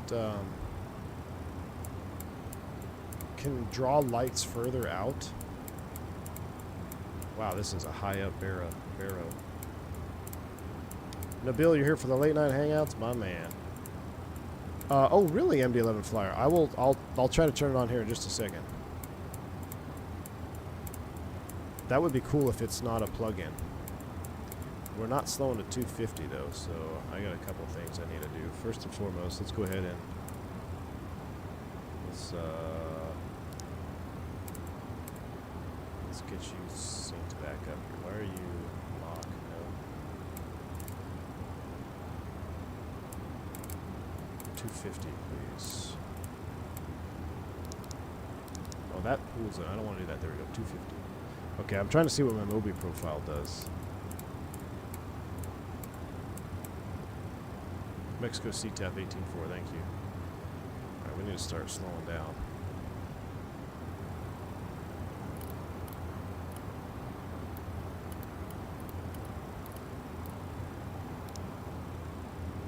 Alright, 18.4 set. Sounds are coming back up.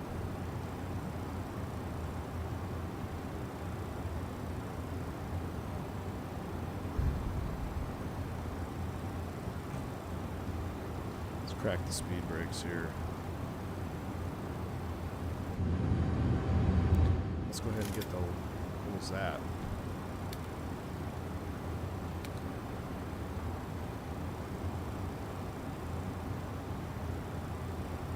Yeah, the reflections are kind of poopy. 75.66.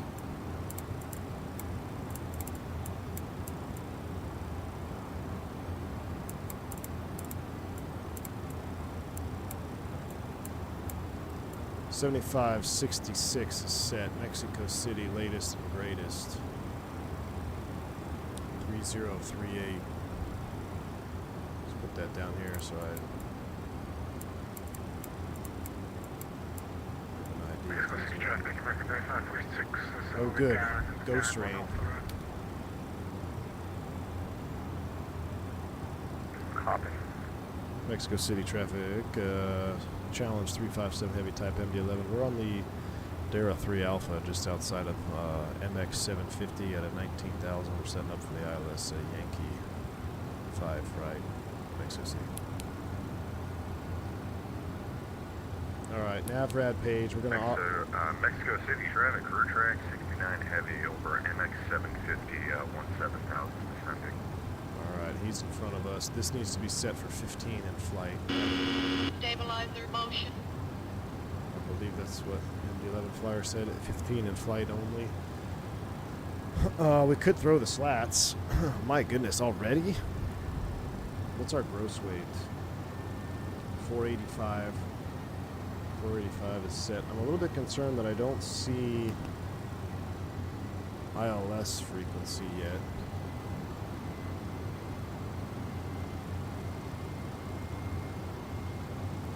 1091,055. We'll keep that in mind.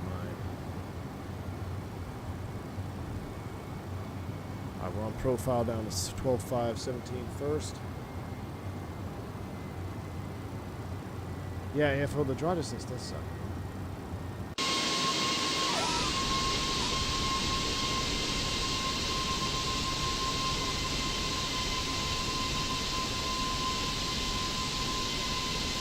Traffic, Mike 2546, 14 miles northwest of DMX, 50 on the downwind Alpha.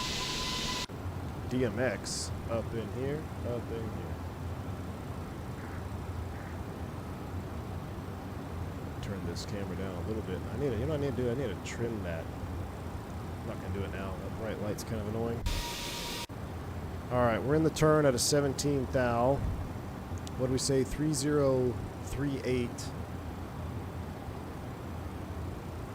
The click spots are a little funky too, you know? Like I can't... there it is. 3038.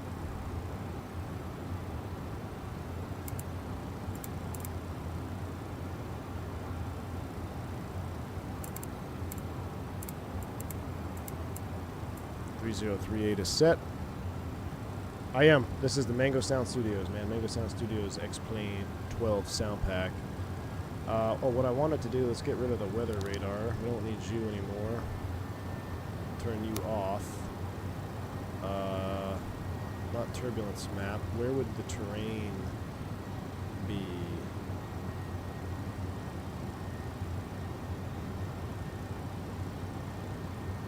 Where's the terrain? Push button.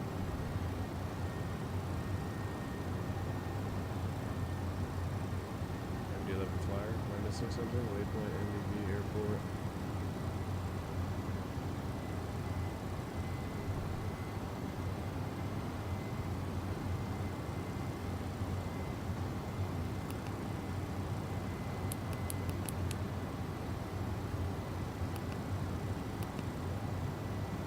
$169 BAP, my goodness.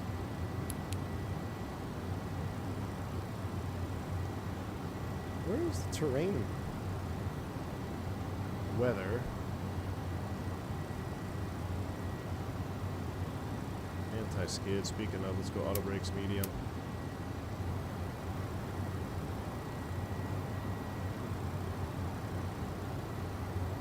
Oh, there's a push button on the overhead. Terrain override, I want that. We're currently over a gross weight. What's the max? I thought max was,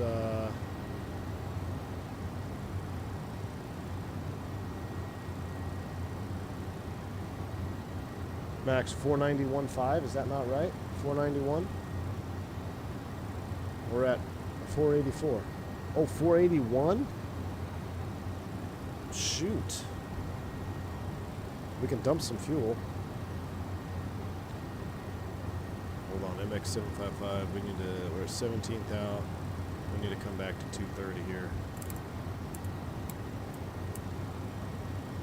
Let's get the slats out. Should we dump some fuel over Mexico City? I know how to do it. It's a knit. And we need to dump to 480... 481.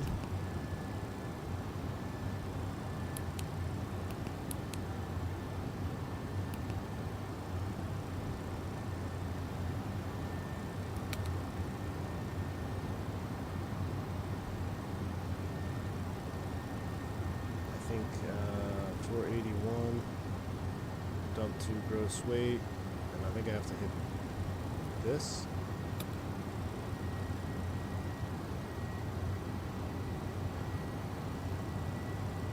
Fuel dump on.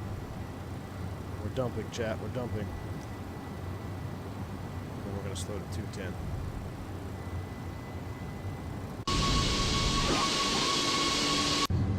Sorry, Mexico. Dumping a little bit of fuel here. Flaps 15 can come out, actually.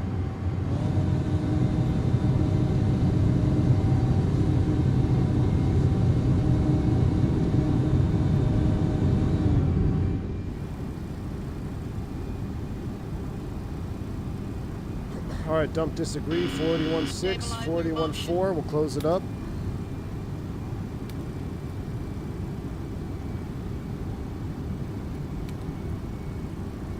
Do it twice, okay. There we go, valves closed. Down to 41.3.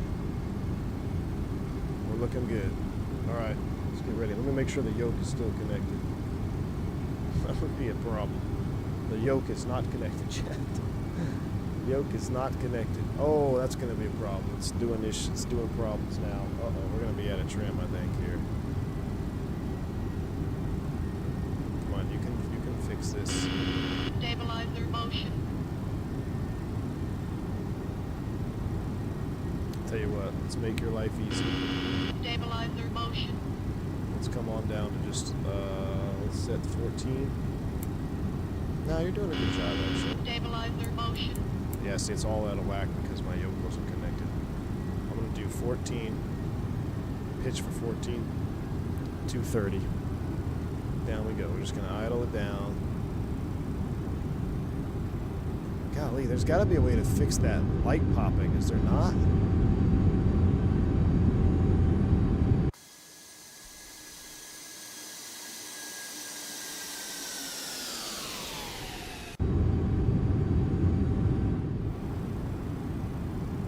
Looks like the yoke has got it back under control. Altitude. Alright, getting ready to level at 14,000. Let's make sure she levels here. Altitude.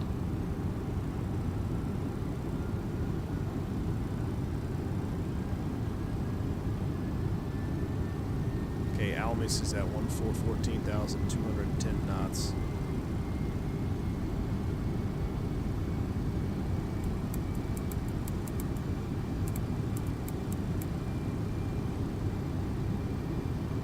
Selected. That's flaps 28 speed.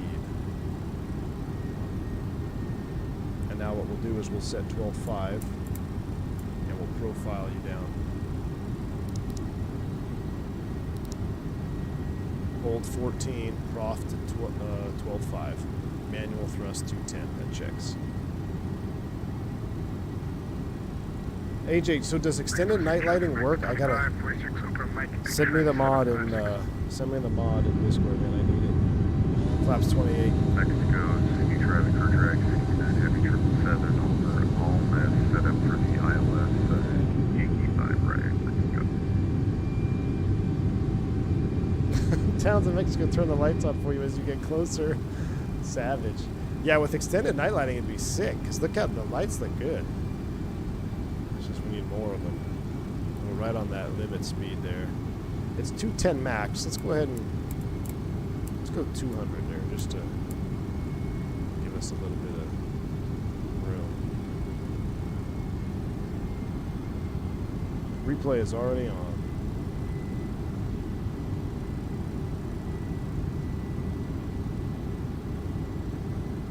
Don't slow too much if you want them right behind you. Oh shoot, alright, I'm doing 200 now. Now slow to 190.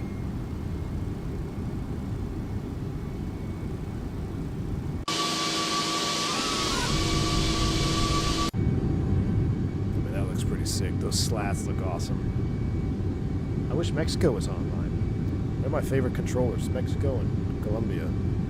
Favorite controllers on Beyond ATC Platinum. I gotta be careful because there is a Beyond ATC Premium. Someone will buy Beyond ATC Premium and be like, what the hell? Or is it Iveo Platinum or is it the Beyond ATC Platinum?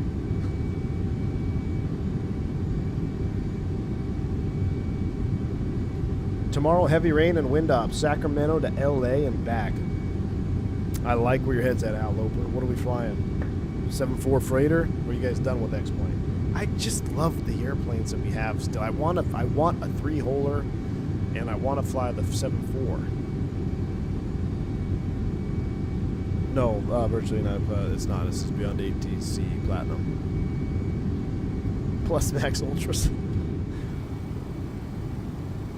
Okay, Altimus inbound. Actually, since that guy behind us is slow, we're just kind of screwing him. Let's go direct, uh-oh. Where are we at? We're going to Uctine. Let's go direct to MX960. We'll cut the corner. Help him out here. MX962. 10,000 feet.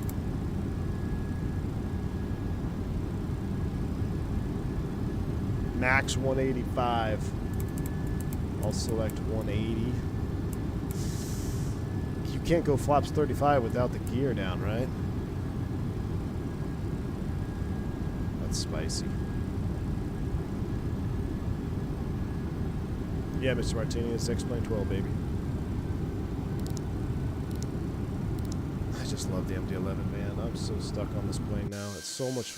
Like, I'm in a constant state of nervousness for when I disconnect the autopilot because I don't want to lose control.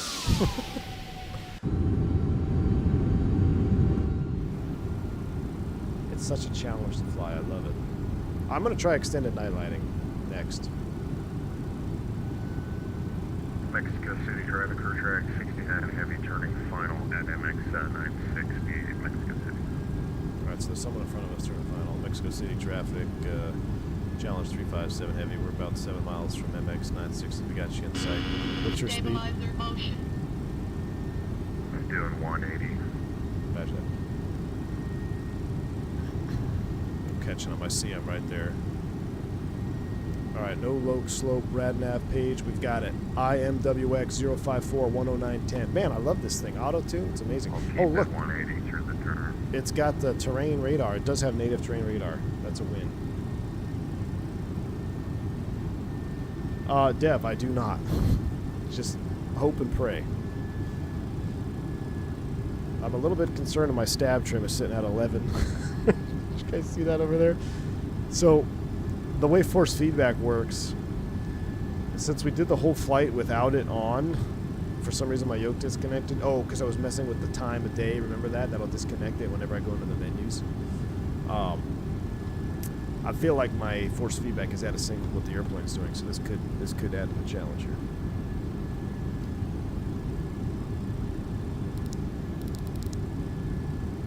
Alright, we're coming down to 10. MX 962 coming inbound is 8,900 feet, but 960 is a mandatory 10,000. But we can go ahead and scroll in 9, right? Yeah, prof to 9. He maintained 180 in the turn, and 8,900 feet is what we got here. 8,900 feet is prof armed. Manual thrust 185. Mexico City traffic challenge 357 heavy. We're over MX 962. Turning base to final 05 right. 2,500. Glide slopes alive.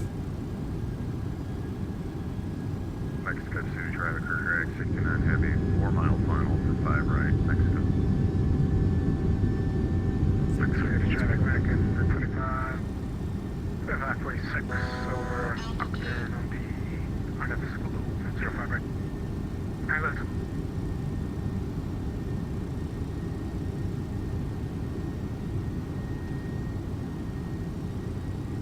Alright, in the turn here, 900 is still 8,900 feet, so we got time here. We're looking good. Oh, now this is the... Look at that. The Drishel Nightlight mod. That is real life, dude. I love that. Looking amazing. I got 05 right in sight. Localizer's alive. Loc is armed. Mexico City traffic crew track 69 heavy, 777 short final, runway 5 right, Mexico. Stabilizer motion. This is where it might get spicy. We're ready to take over here.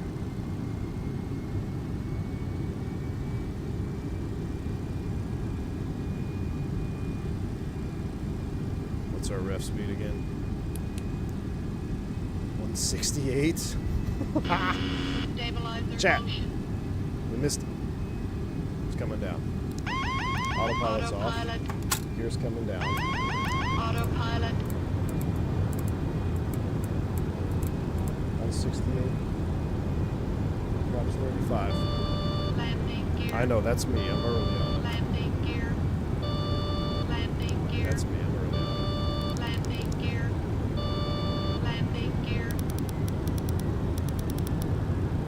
it. Yeah, see, oh, my trim is way off, guys. I can't get the freaking nose down. Stabilizer motion. Oh my goodness, I can't get the nose down. That's what happens when you have niche hardware. I think we're going to catch it, though. Oh my goodness. We might have to go flaps 50. We are not set up here for this. This is Godspeed. Mexico City traffic, challenge 357 on the 3 mile final, 05 right. I think we're going to be okay. We don't need flaps 50. I think we're catching it. 1,000. 1,000 feet not stable. We're cargo. We'll be stable at 500. Here comes the slope. Go around altitude. Sync rate. 12,000. Sync rate check. Sync rate. Sync rate Sync check. rate. Sync rate check. There we go. We're on slope now. We got it. We got it. We got it. 500. That's not an MD-11 problem. That was 100% a hardware issue on my end. 400. We're under control now. We got her. We got her in the slot. A little bit slow, correct? Approaching minimum. 300. I feel like I'm constantly Mexico City teetering on traffic crew track control. 69 heavy, I'm clear, Minimum. runway 05 right, taxi FBO. Good, because I was going to land 200. anyway. 100. Sync rate. Sync rate. 50, Sync rate. 40, Sync rate. 30, 20, 10. I didn't on the speed brakes. Oh, we floated it. Manual spoilers. I didn't on the spoilers. We were not legal on that one, chat, I don't think.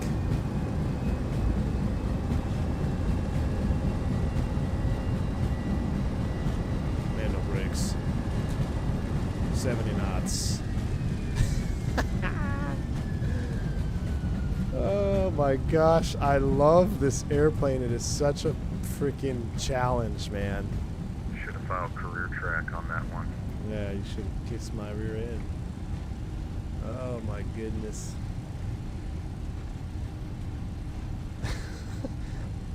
Trailing link inspection. Oh my word. Another leg. Return leg. Can I exit here?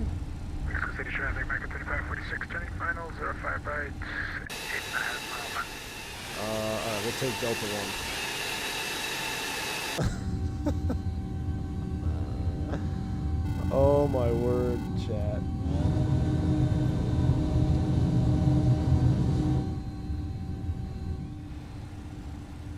Oh my word.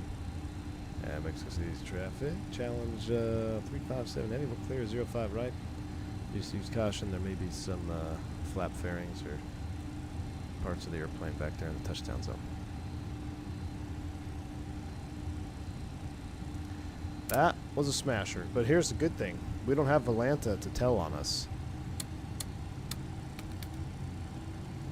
Now, what's also annoying is, I guess we didn't have our strobes on. I would love to be able to turn the light up in the sim for landing, but you can't do that in X-Plane. AJ, quick, get rid of that couch back there. Thanks for $3 super chat, man. By the touchdown zone, sure, you were past. Yeah, we were past the touchdown zone. I know. We cooked it. We burned that one in, guys. We burned that one in. And see, an unstable approach is the #1 recipe to set you up for an unstable landing. We were unstable. And what had happened was... what had happened was my niche hardware was not in sync with the stab. So when I connected the yoke... Remember I said I had a problem with my stab trim at like 11 plus units? My yoke was full in. I couldn't lower the nose.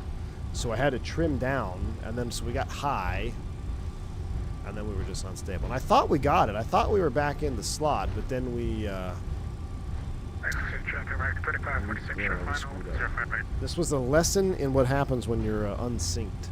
100%. We're going to go down here across the runway and go to the gate.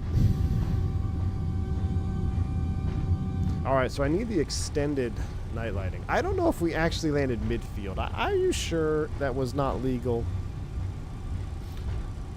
I mean, I don't know. We had plenty of runway. Asymmetric yoke warning. Twist off's exactly what we need, dude. Look at this guy about to smash it. Hey, don't forget to flare. What happened to the lights? The lights just turned on at the airport. Did somebody just launch an Illumi shell? Ooh.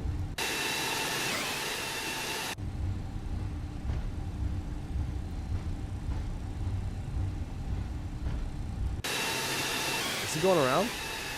No, he's not.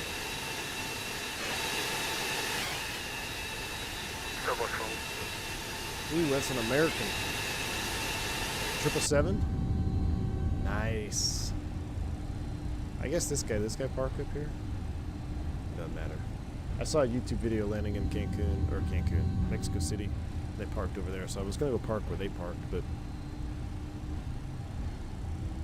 we should tell Amir to change the side stick fault to niche hardware issue. Indeed. You know what I'm craving now, guys? I'm craving a blue hour departure out of Mexico City. Can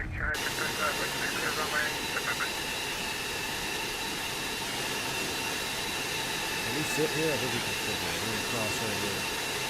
Go to the cargo ramp. I am craving a blue hour departure out of Mexico City in an MD-11.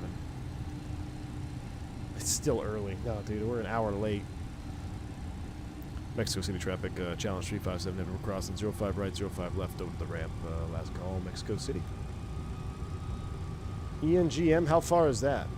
That sounds far. Is that Europe land? How far is that? What's ENGM?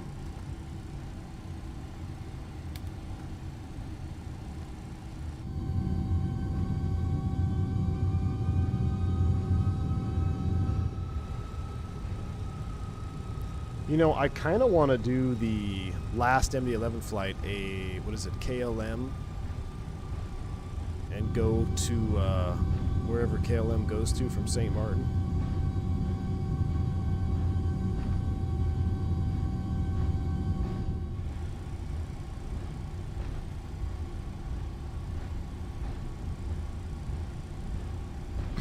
MD-11 flyer, thanks for your help, man. Appreciate you. I'm addicted to this plane, man. I don't know what it is. I honestly just think it's the challenge. There is a unique challenge to flying this airplane. Not even correctly, just in a stable, safe manner. I feel like you really got to be on it. And I love it. That's what I'm addicted to right now. Mexico traffic or Mexico A30, starting your takeoff from Mexico for the right. Oh, have a good flight. That's a dude going around Mexico. That's cool, man. I miss Beyond ATC Platinum. I think I just taxied over some taxi lights, but it's all right. We're gonna park here. Oh, look, we're gonna park next to the Mexicana 7.5. You know, this is actually where I saw it in the video. Spot 41, I believe, is where they parked.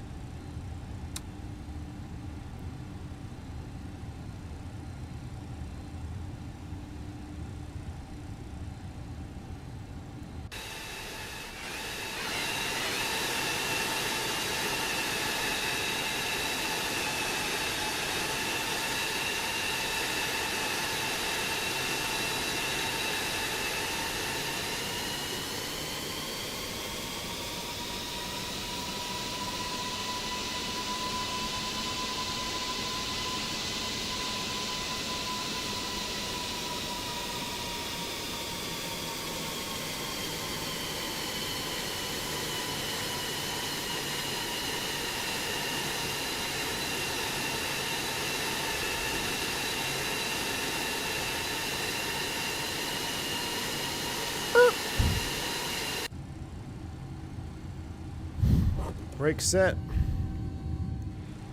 Shut her down. But we're not going to. I'm going to go in the replay. We're going to get out of here.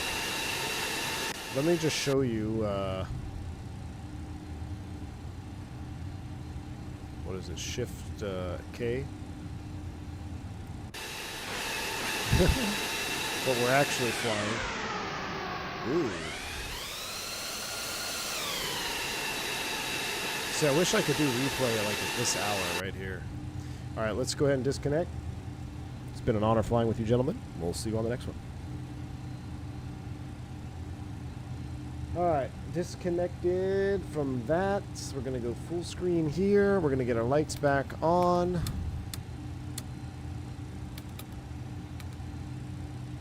And replay.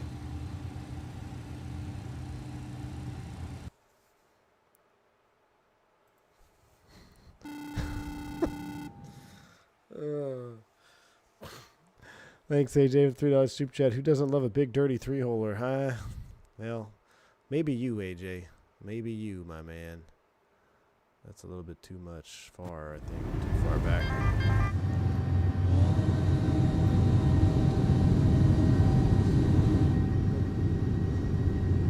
Thank you, AJ. I appreciate you. You and Bomb Tech can enjoy the dirty three-holer. Sandman, thanks. Good check. That was you parked over there? Nice. Tutco, I proofread. I do a lot of proofreading when I see AJ's name. That is faux show. Landing gear. Landing gear. We got one gear. Alright, I was told not to fast forward the MD-11, so we're not going to fast forward it. We're just going to let it play out.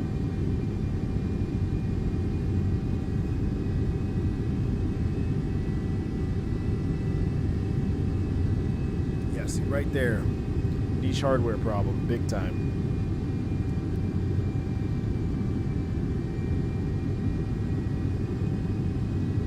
How to get the black square bearing intakes? What do you mean? Click on it, click on the intake, get the engine plugs. Is that what you're talking about?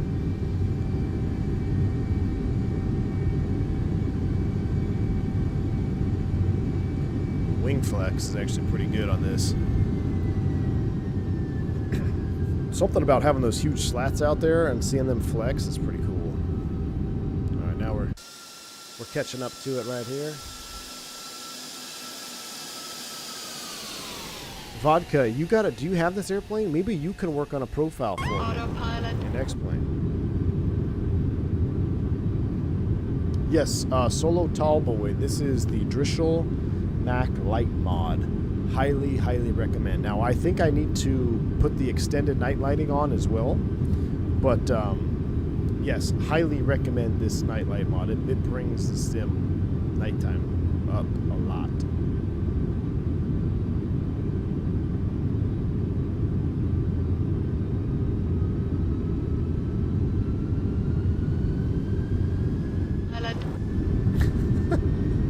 We're getting slow, chat.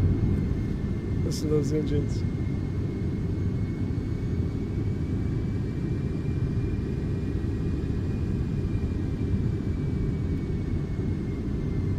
Yeah, that could work, Vodka. I'll have to try it. Send me your Zebo.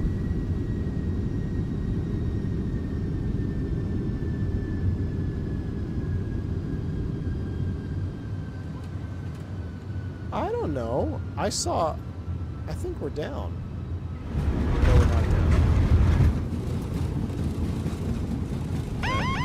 Autopilot. Yeah, I think we missed that touchdown zone.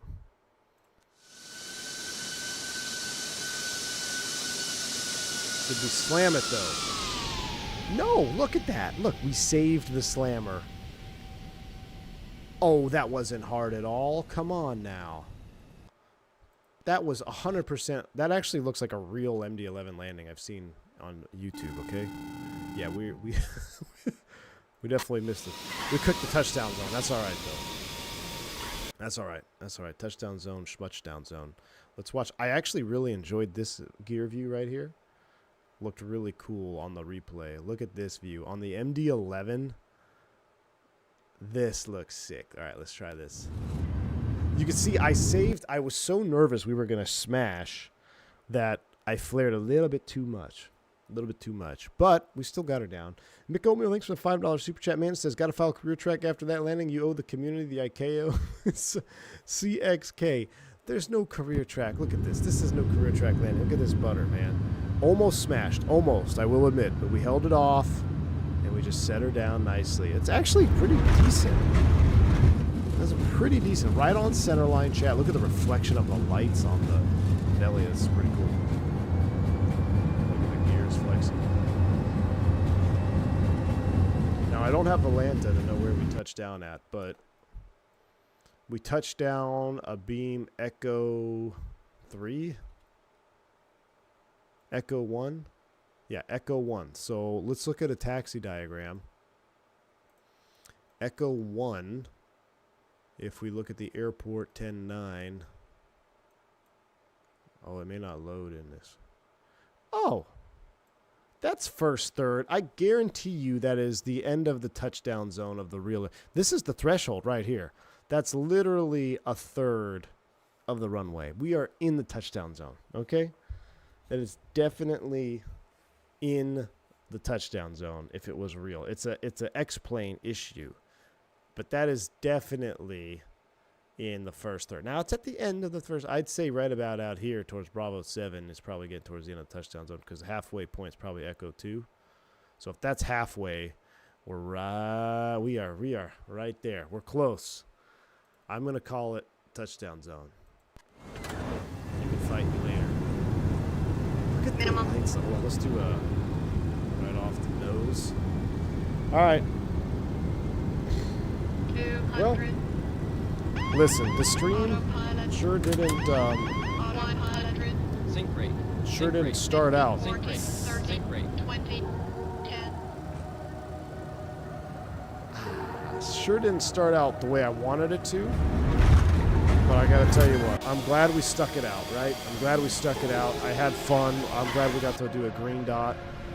That's always, I feel like that's always a good thing to do. It's educational, and it's also, you know, keeps your mind in the game. You can think about, helps jog the memory, think about things.